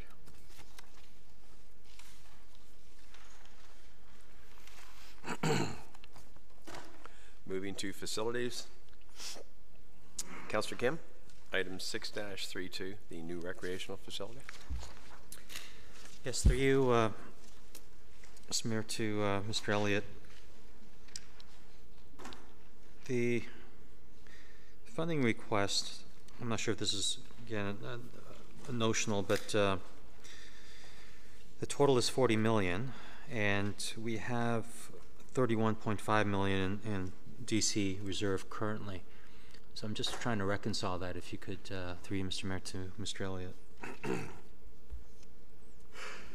Through you, Mr. Chair, I'm sorry, Councillor Kim, where are you picking up $31 million? Just in the front of the binder, we have the reserves, and so I just looked at the DC reserves amount, and I just told it came out to 31.5. This project is actually to be funded from the indoor recreation portion of the DC reserves, and so it's one of the items that's listed there. It's currently has a balance of, is that 4.8? It currently has a balance of $4.8 million, and we continue to collect. As we build out this project, it's likely that we will be debt financing this very much like we did the SARC, with all future debt payments being paid from the DCs. Okay. Because there's such a huge gap between the 4.1 that's currently in the reserve, and given how we're almost built out, I didn't think we would have that much future DCs coming in. But I guess I'm wrong, and they obviously are. DCs will continue to come in. Yes, we've got a current growth forecast and an ultimate build out, but that will get updated and changed. The community will continue to evolve and increase in population. The DCs is the source of funding for indoor rec, and like we did with the SARC, is you finance it with future DCs. When the program reports and as we get further into this project, we haven't even got a location for this publicly disclosed at this point. And when we get further into that, we will have greater discussion around the financing and funding for it. Yeah, that's fine. I don't want to go into that much detail now. We can probably take it offline, but that was my question in terms of the gap between what's listed here and the potential DCs that I perceived. Thank you. I'm fine with moving to green. Councillor Thompson. Thank you. Just to touch on earlier, I think that's where we started off talking about reserve balances, and Mr. Elliott did mention that, over the next couple of years with the building of facilities that are on the 10-year capital program, we would be overdrawn on our reserves, but it shows that over a 10-year period of time, you're going to get future revenues coming in and we'll be in a positive balance. So I think, we can look to that to recognize the fact that Mr. Elliott has accounted for the fact that we're going to be paying for this up front, and then the repayment schedule is going to be over the next number of years. My question really through you to Mr. Downey. Mr. Downey, I know that this year there's been a little bit of work done on a multi-use facility. There's been conversations among Sport Aurora and at the parks level, Parks and Recreation Committee level as well. Is that what's being anticipated here with this project? Mr. Downey? Through you, Mr. Mayor, that's correct. So we spent this period of time with consultation to find out where our needs are.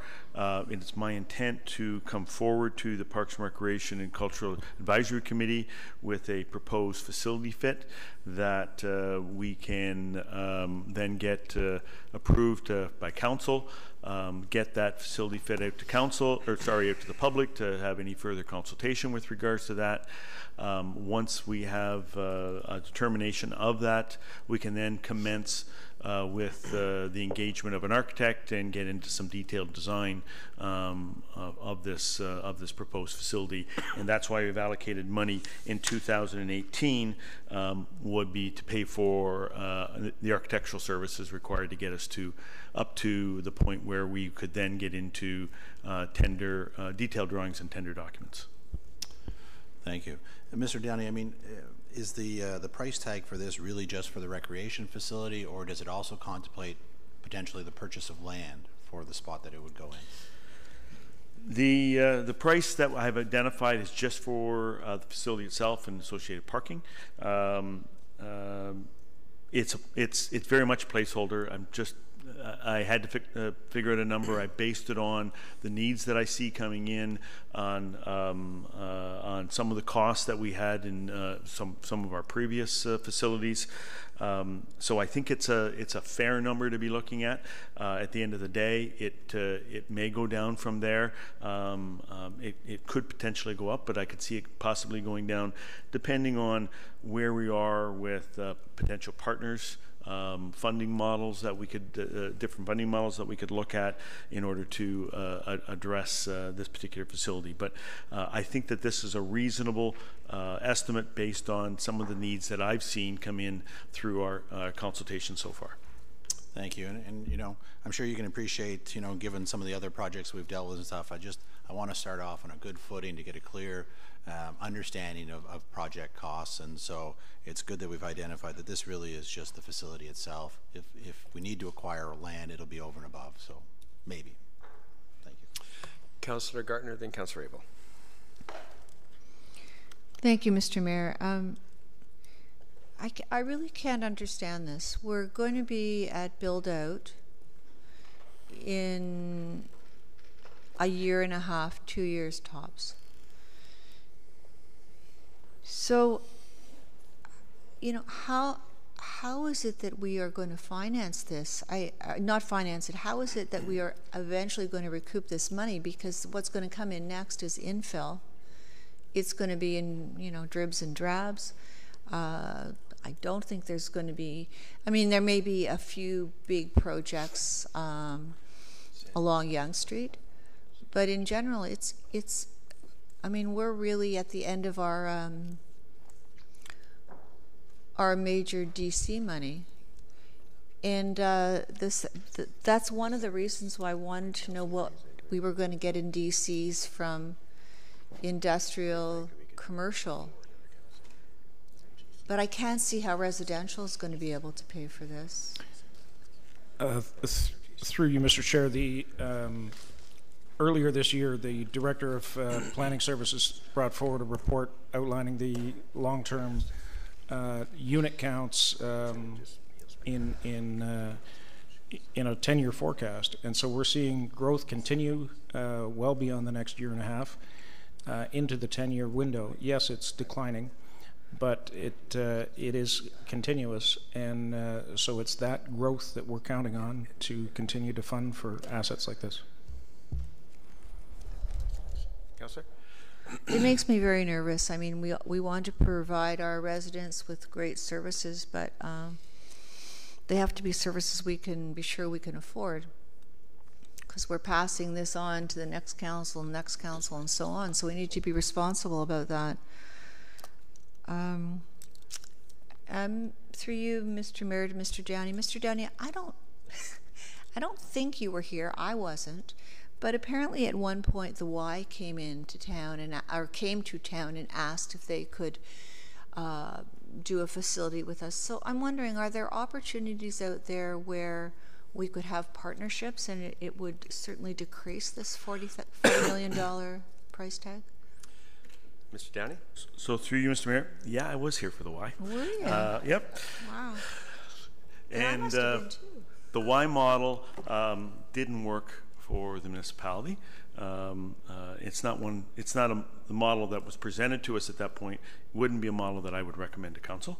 But that doesn't mean there aren't partnership opportunities. So I don't know about the Y, but certainly depending upon where the location of this particular facility is and what the elements within that facility are, there may be public-private partnerships that we could enter into that would help defray the costs.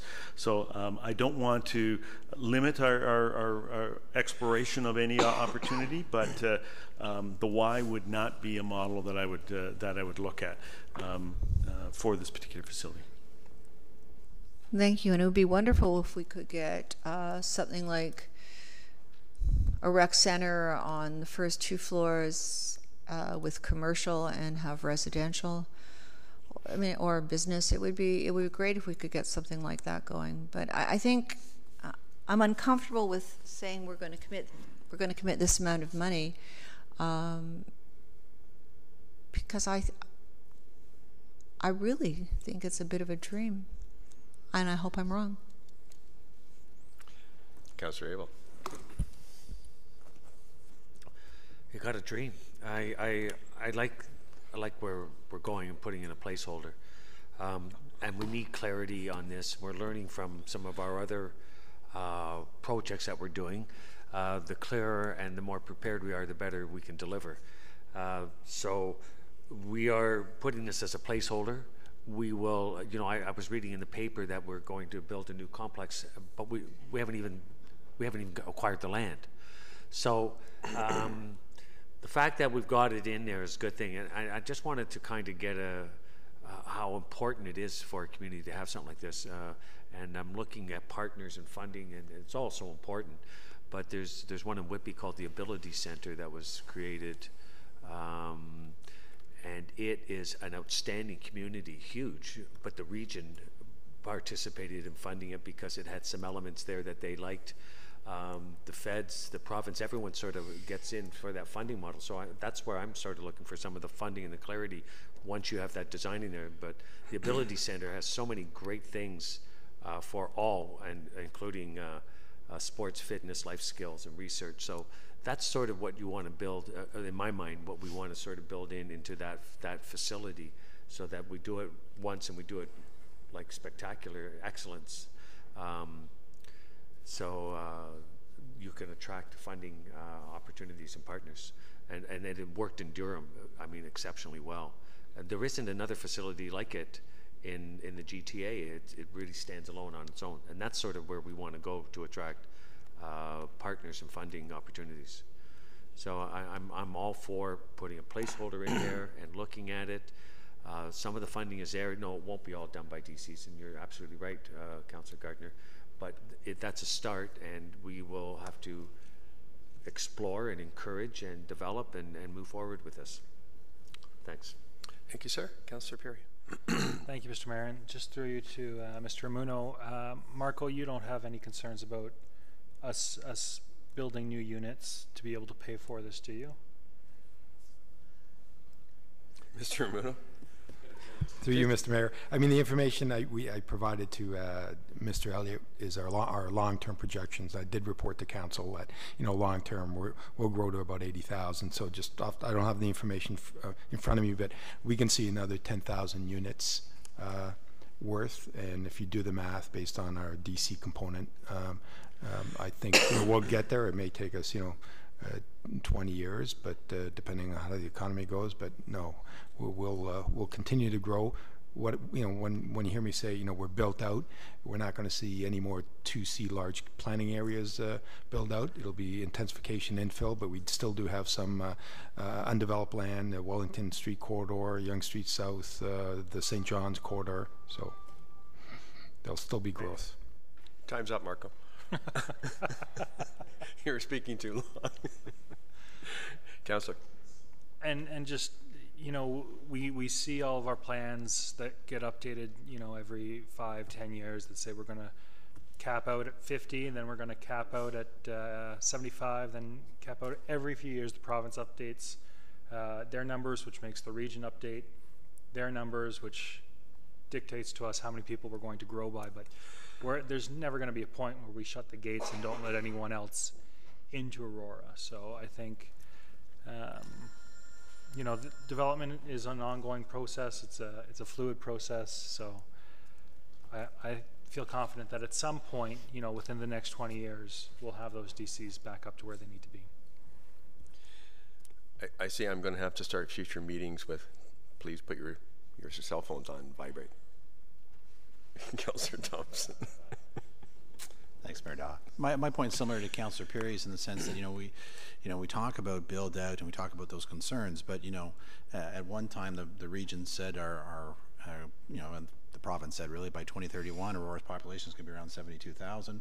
The new number that keeps getting floated out is somewhere between 80 and 90,000 by 2041. And so I get it that maybe physically we're built out, but the people are still going to come, and we're still being expected to make accommodations and to welcome them into Aurora, and we're going to grow. And so by 2041, you're going to add, maybe another 20,000 people. And so part of our responsibility is to look to the future and make sure we have the proper facilities and we're managing that growth. And, we're asking all the right questions that we're asking there now. But, there's going to be a need for that facility.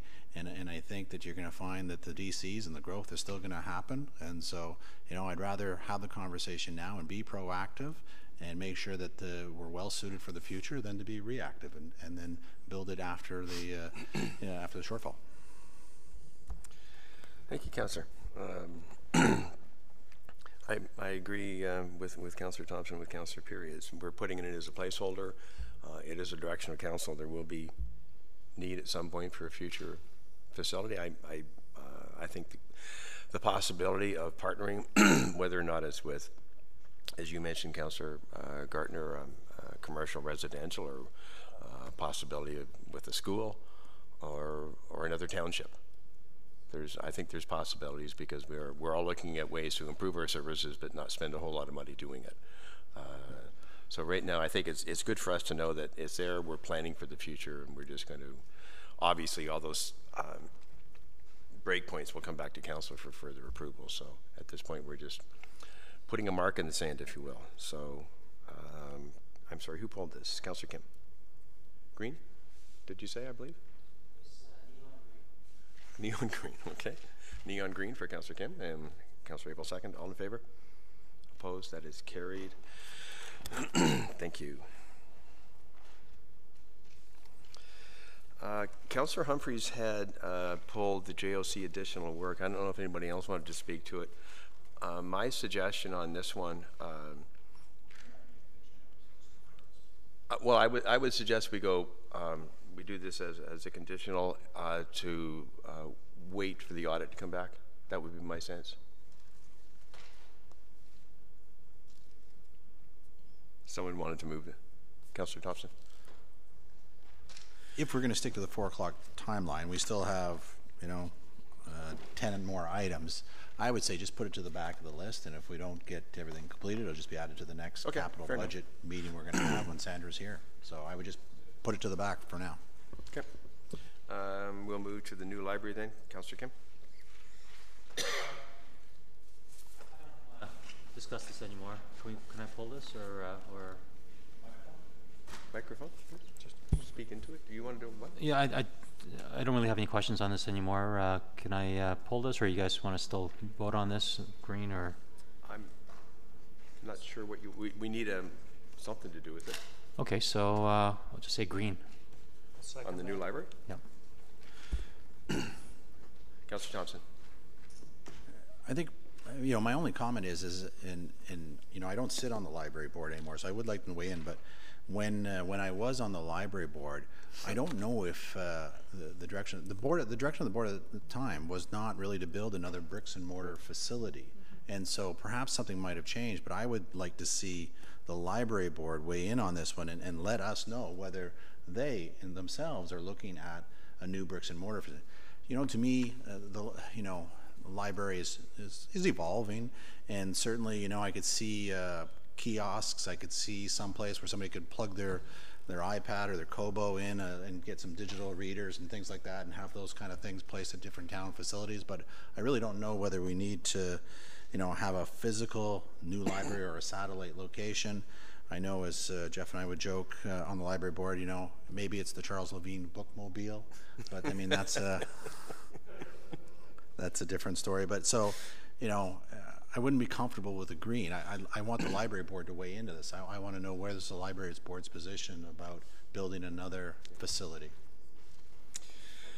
Councillor Maracas. Thank you, Mr. Chair. I wouldn't be comfortable with that green. I'd like to get some more information from the board and have them come forward and kind of give us their opinion on what they're looking to do moving to the future.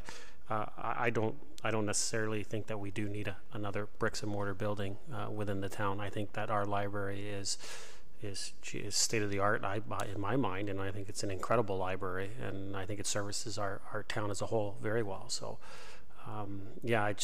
I'd be comfortable though with the conditional approval and getting that more information from the board though.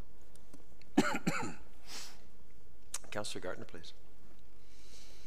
Thank you. I'm not even comfortable with the conditional. My understanding, having sat on the library board until January, I don't think that's really in the minds of people who run the library to have another, as you said, bricks and mortar building. And I do believe this, that if we put it, contrary to Councillor Kim's not really liking to drive downtown, if we put a library in the new part of town, we're never going to see anybody east of Bayview in the downtown core. So to me it's a red, but perhaps we want to hear from the board. Well, Paul, you're on the board. Harold, you're on the board. Councillor Abel. Yeah, but they're.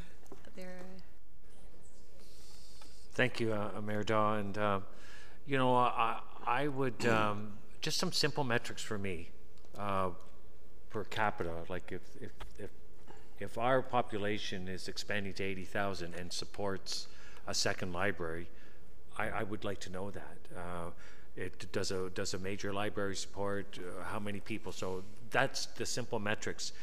We do have two basic communities in east and a west, so if this is going on the east side, I can see that. But what I would really like to point out is that if there's a new high school being built at Bayview, that's an excellent opportunity to put in a library at that location while you do the build, and that supports it supports both the construction of a new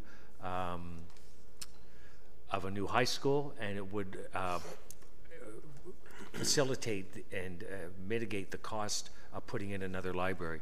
So you might do a new high school with a library and a theater, for example, much like Newmarket has done up there. So I think it's important that we put something out there that we would support with the metrics, and we would get more information, and then look for the way to do it best. And I think from my conversations with the York District Board, School Board, they are looking for those opportunities when they consider capital investment in constructing high schools, if there's those opportunities. And if we've got this on our budget going forward, and they see that, then they can take that in consideration. So it's a valuable thing to put forward for our council to say we would consider doing that, not just for our residents for a library, but also for those doing a high school. It makes sense.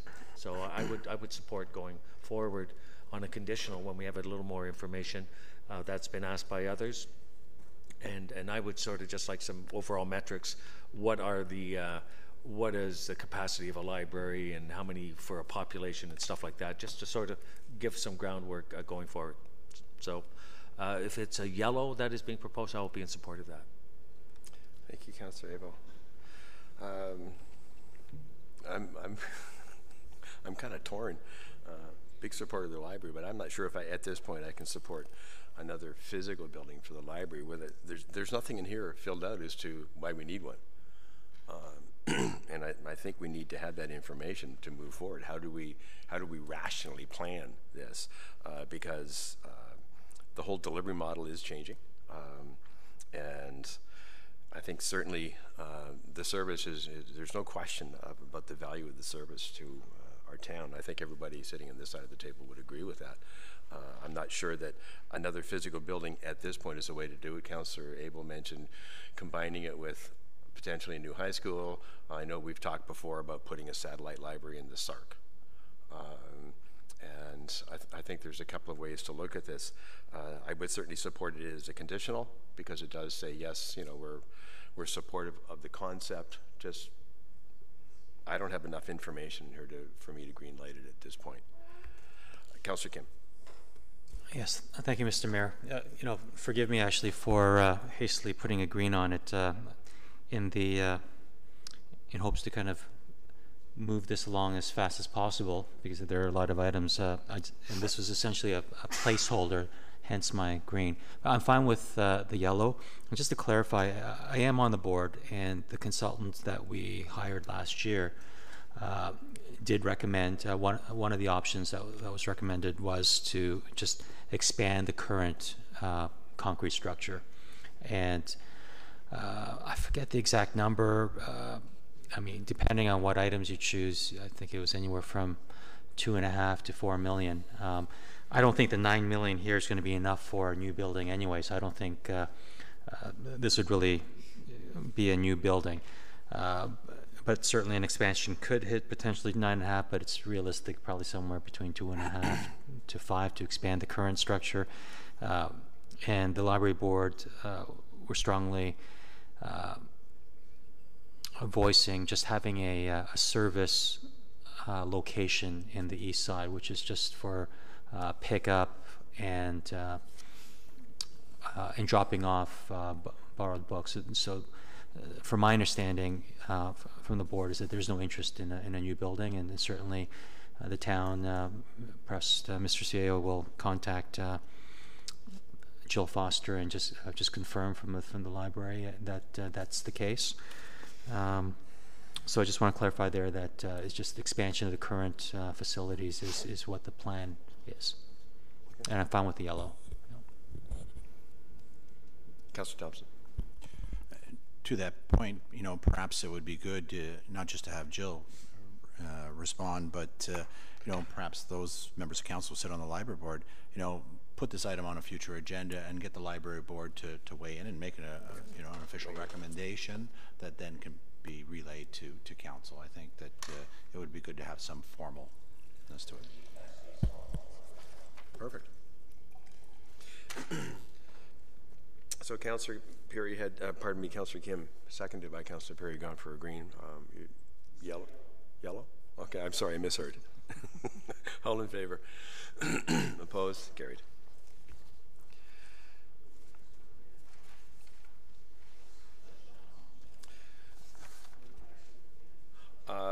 I did ask both Councillor Tom and Councillor Humphreys before they left, and neither one identified 6:30.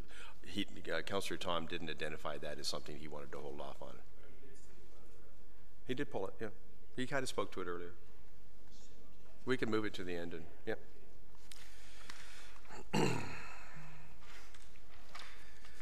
Councillor Thompson, 638. Which is the pedestrian crossing. Yeah, I just wanted to get some clarity. Sometimes when we deal with these kind of issues, we have some policies. I know we went through it with the speed bumps, you know, that it had to meet so-and-so criteria. So my one question was, you know, do we have a similar policy when it comes to pedestrian crossings that, you know, in order to do what's pictured on the back, it needs to fulfill this criteria, that criteria? Through you to Mr. Downey or Mr. Ramuno, I'm not sure. Sorry, through you, Mr. Yeah, Mr. Ramuno, I guess. Through you, Mr. Mayor. Yeah, yes, I believe that the starting point is the Ontario Traffic Manual, and I think staff, you know, have identified these areas as fulfilling the criteria set out in the traffic manual for the different hierarchy of roads. So. And the standard that will be used is similar to the pedestrian crosswalk that was put in place a couple years ago on John West Way here, with the pavement markings and the pedestrian signalization. Thank you, and that's kind of what I was asking. But you know, with regards to you know, the speed bump, we have a policy with regards to, you know, contacting the neighbors, getting support from them, and so forth, and that's what I was looking more and more. If we have a specific town policy with regards to the implementation of these type of pedestrian crossings. Mr. Moon?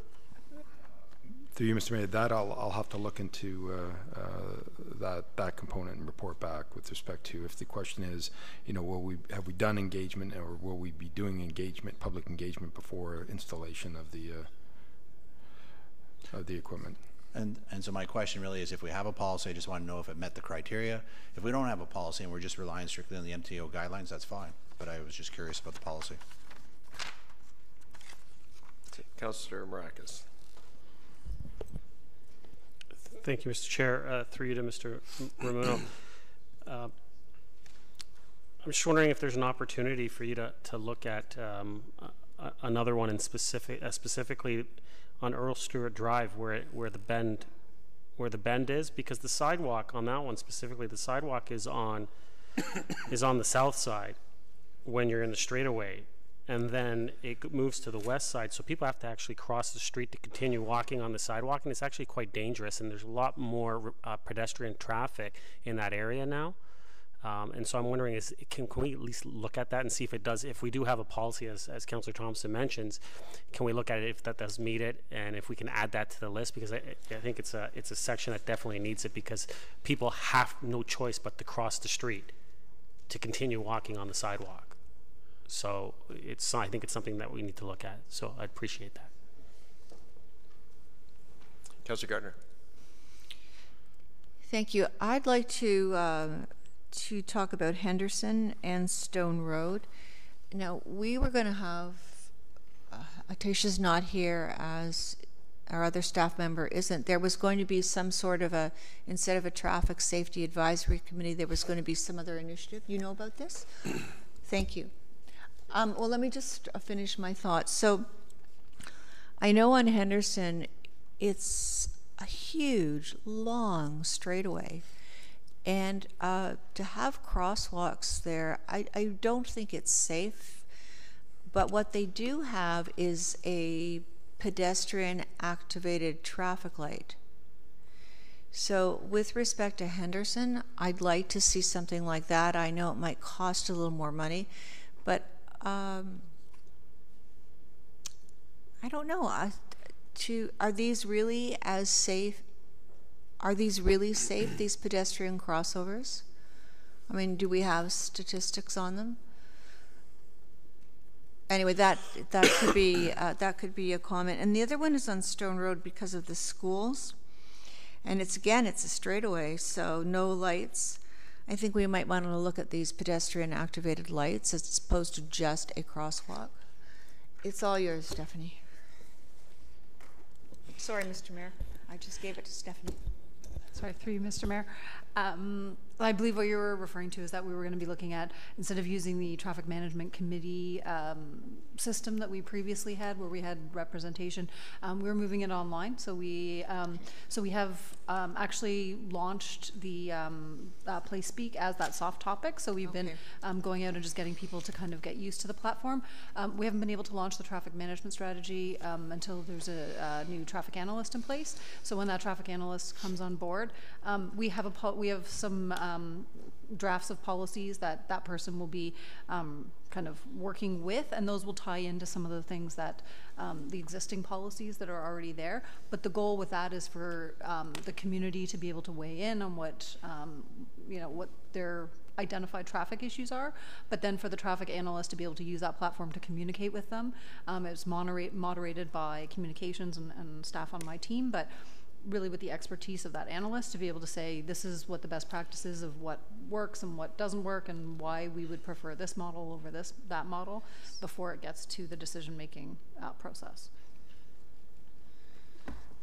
If I may follow up, Mr. Mayor, so maybe that was a question that Mr. Muno doesn't have to find the answer to, but it would be, are we hoping to have a traffic analyst in place shortly? Okay, well, maybe the statistics on safety at full traffic lights, pedestrian activated, and crosswalks, because I find crosswalks kind of scary, especially on a really long stretch of road where people are going very quickly.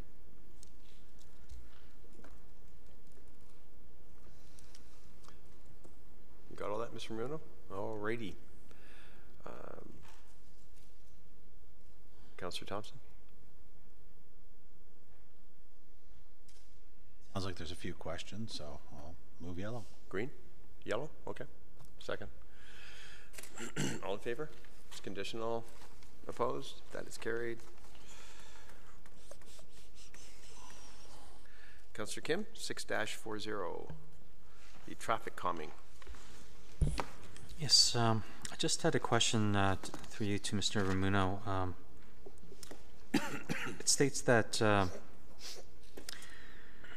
the traffic calming measures were not implemented in the two areas in question because lack of resident support.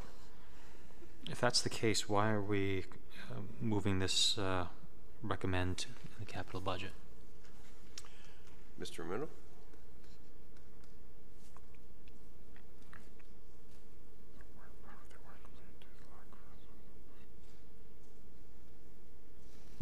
Through you, Mr. Mayor.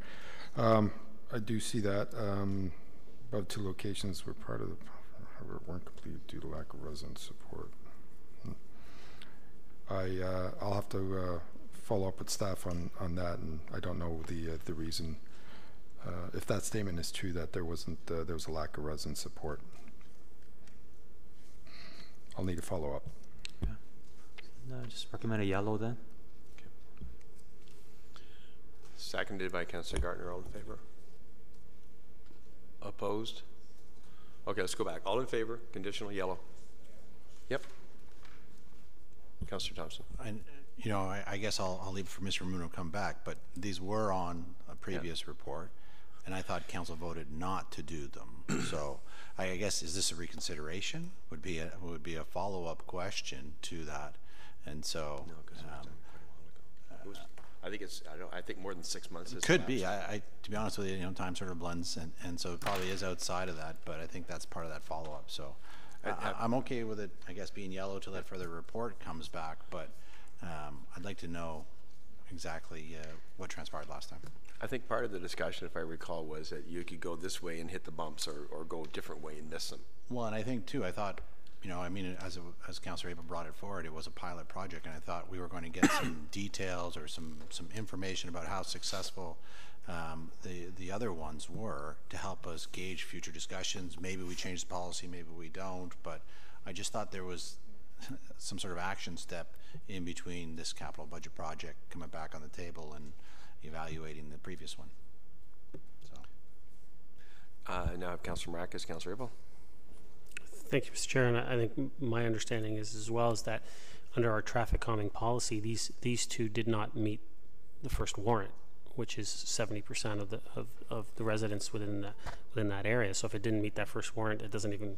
I don't think it says that within the policy that we don't even move forward at all if it doesn't meet that first warrant. So, I kind of agree. Let's get some more information. But I mean, if the support's not there from the residents and it doesn't meet that first warrant, which is part of our policy, then why would we even consider moving forward? Councillor Abel. Yeah, it's going to help when we get a bit more information because, as I recall, the pilot was to do 5 and not 10, so we went with 5. But I do know that these residents in that area, there was some support for it. And through you, Mr. Mayor, would we be going out to, do our normal canvassing and let them know that this is for consideration to gauge the support that's coming forward?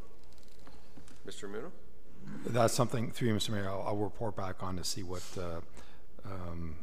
process we followed in the past. Thank you. So this, Councillor Kim, you pull this? Yellow? Second, Councillor Perry? Okay. Councillor Abel, yellow? Second, thank you. All in favor? Opposed? Carried.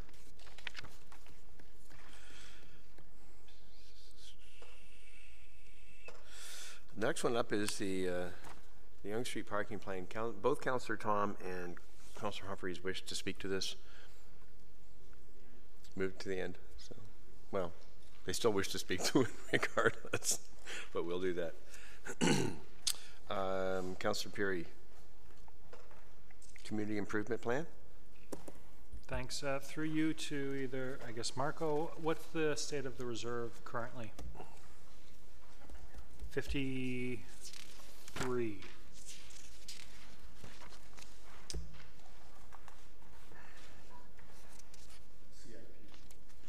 What's the CIP reserve right now?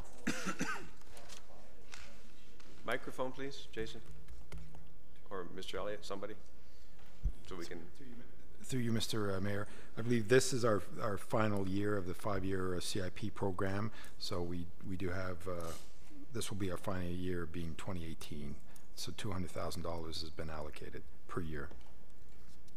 My question was, what is the reserve fund that we've been allocating to for the last few years?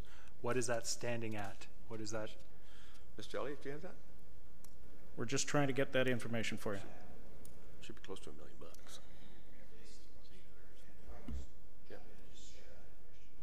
Yep, please. Based on the capital project listing that Mr. Elliott provided us on July 31st, there's been a total approved funding of $666,473. We've only spent $80,000 to date, so there's $585,578 left in that account.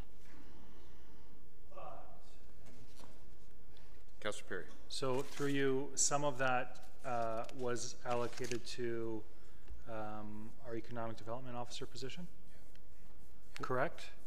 So we've got roughly 400,000 or so sitting up in our coffers to be used for CIPs. I'm just not sure that we need to be allocating another 200,000 at this point in time, just based on what our uptake has been so far in the program. I think definitely there might be a need to come back in a few years' time to ask for additional funding. that would make sense to me, but I would actually go for a red on this one just because I don't think we need to be allocating an additional $200,000 this year. I'll go to Councillor Abel and then Councillor Thompson first, please. Well, I would support that. If we're putting money in there and it's not being used, let's wait till we have to top it off. But I would like a recap of what exactly has been collected and what it's been spent on. It doesn't seem like it would take much. So, is there any way I could get that information? There's like 2 or 3 line items, or through you, Mr. Mayor. Mr. Elliott, can you help us? We can pull that information out and circulate that by email. Let's see where this is going. If it's a yellow, then it'll come back with that additional report. If it's red, then we'll circulate it by email. Okay, thank you. Councillor Thompson. You know, I agree with Councillor Perry. To date, I mean, there was a lot of, I guess, initial excitement when we first rolled this program out and thinking that would help make a significant contribution to the development of the downtown. But to my knowledge, we've only had or accepted, approved 3, maybe 4 applications at most over the years. And so, you know, I'm not comfortable continuing to put money into the bucket when this program is either underutilized or there's some other issue in terms of, you know, implementation. Perhaps with an economic development officer coming on and some of the things we're doing, you know, maybe we can do a relaunch, we can take a revisit and assess the program, but, you know, there's substantial money in the reserves, and so at this point in time I would support a red. Any other speakers?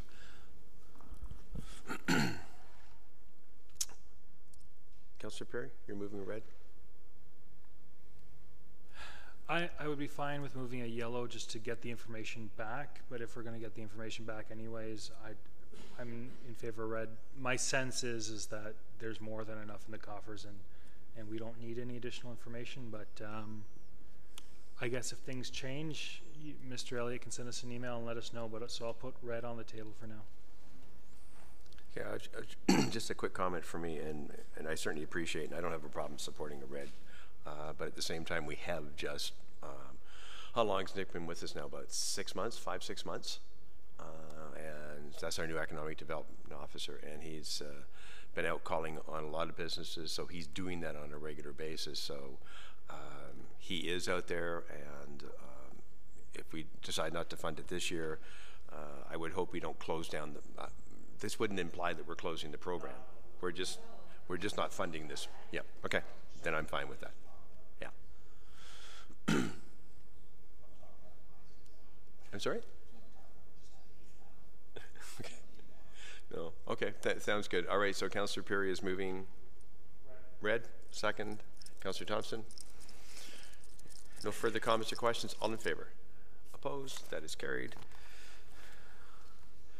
Councillor Perry, the Aurora Promenade Streetscape Design and Implementation Plan. Item 654. Thank you, Mr. Mayor. I've got it written down as a yellow for me. I think we've had a lot of discussion about this in the past, and because of that, a report outlining exactly what the work that's going to be undertaken, what it's going to look like. I think it's fair to request a report back and not just say yes right here, right now. So I'd like to see what's contemplated prior to approving it. So I'm comfortable with the yellow. Councillor Thompson. I agree with that. I mean, you know, based on the debate and my comments in the past, there are elements in this plan that I don't support and elements that I do. I'd like to know what we're spending the $1.05 million on in 2018. If it's something that I don't support, then I'd like to know that, and so that information is important to me. So there needs to be a bigger breakdown, because this was a significant plan that was put forward with a huge price tag, a lot of different elements associated with it. I think it should be clear to council what step or stage or element is being implemented in 2018. So I would definitely need more information before I could support this. Councillor Gardner, did you? Nope. I just wanted to second. Okay. Alrighty. Excuse me, Councillor Abel. Thank you. Through you, Mr. Mayor. The design of the project, as part of the recently endorsed Aurora Promenade streetscape design, I recall that was last term.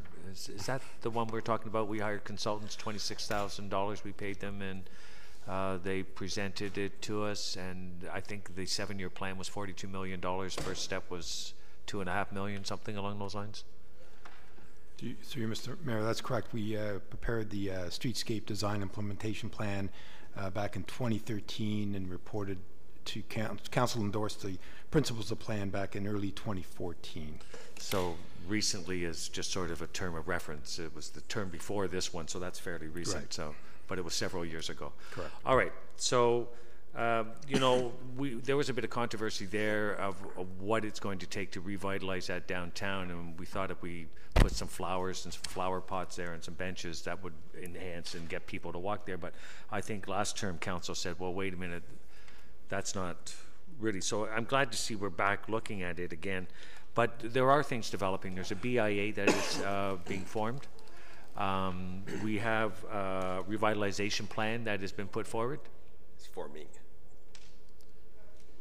That's what I said. There's a revitalization plan that council approved to go forward. And there's the new economic development board that's being put together. So I think for all those reasons, we want to put a yellow on that and bring it all in under one envelope so that we, you know, maybe we can put the money forward, but it might be in different sort of areas. And certainly the engagement of the tentatively forming of a BIA, getting their engagement on their ideas what's going forward. Not to say that maybe the economic development officer hasn't already done so, but he has been sitting in a meeting. So I think we should put it as a placeholder. Pending more information, I would support a yellow. So Councillor Perry moves, seconded by Councillor Gartner, a yellow. All in favor? I'm sorry? I apologize, yep. What's that? Thank you. There is a, if we're talking about this revitalization and promenade, there is a parkette. Well, it's now kind of an overgrown little pass-through that Diamond Groundskeeping used to keep up. They had adopted. Okay, so it's on the first block on Yonge Street, east side, south of Wellington, just north of the. Oh, not yet. Post office, Old Town Hall. Are we? Is that something that the town owns? I mean, Diamond used to. Yeah, just north. Have we already approved that? Yeah, we already approved that. Yes, a few years ago. I thought we were. They already. No, they already. Okay, if I can bring the conversation. Okay, thank you. Sorry. We're getting close, guys. I step back. No, there is one there already. I thought they built it. Councillor Gardner, you still have the floor. Oh, I'm done. Okay. All right. All in favor of yellow, please. Opposed? That is carried. All right, we'll go back to the JOC, the additional work, which is 633. Councillor Perry. Thanks, Mr. Mayor. I'd like to make a motion to adjourn today, considering that we held it to the back for two other members of council who aren't able to attend. So I'd like to make that motion. Seconded by Councillor.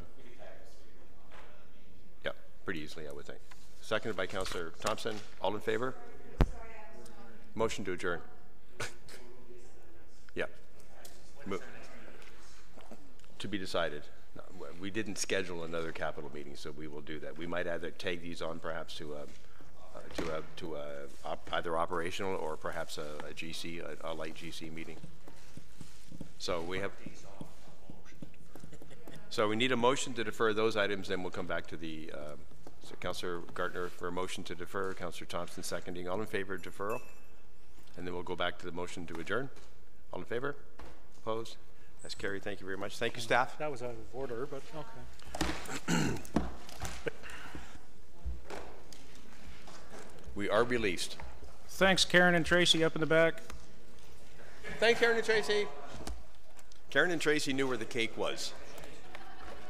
Very important.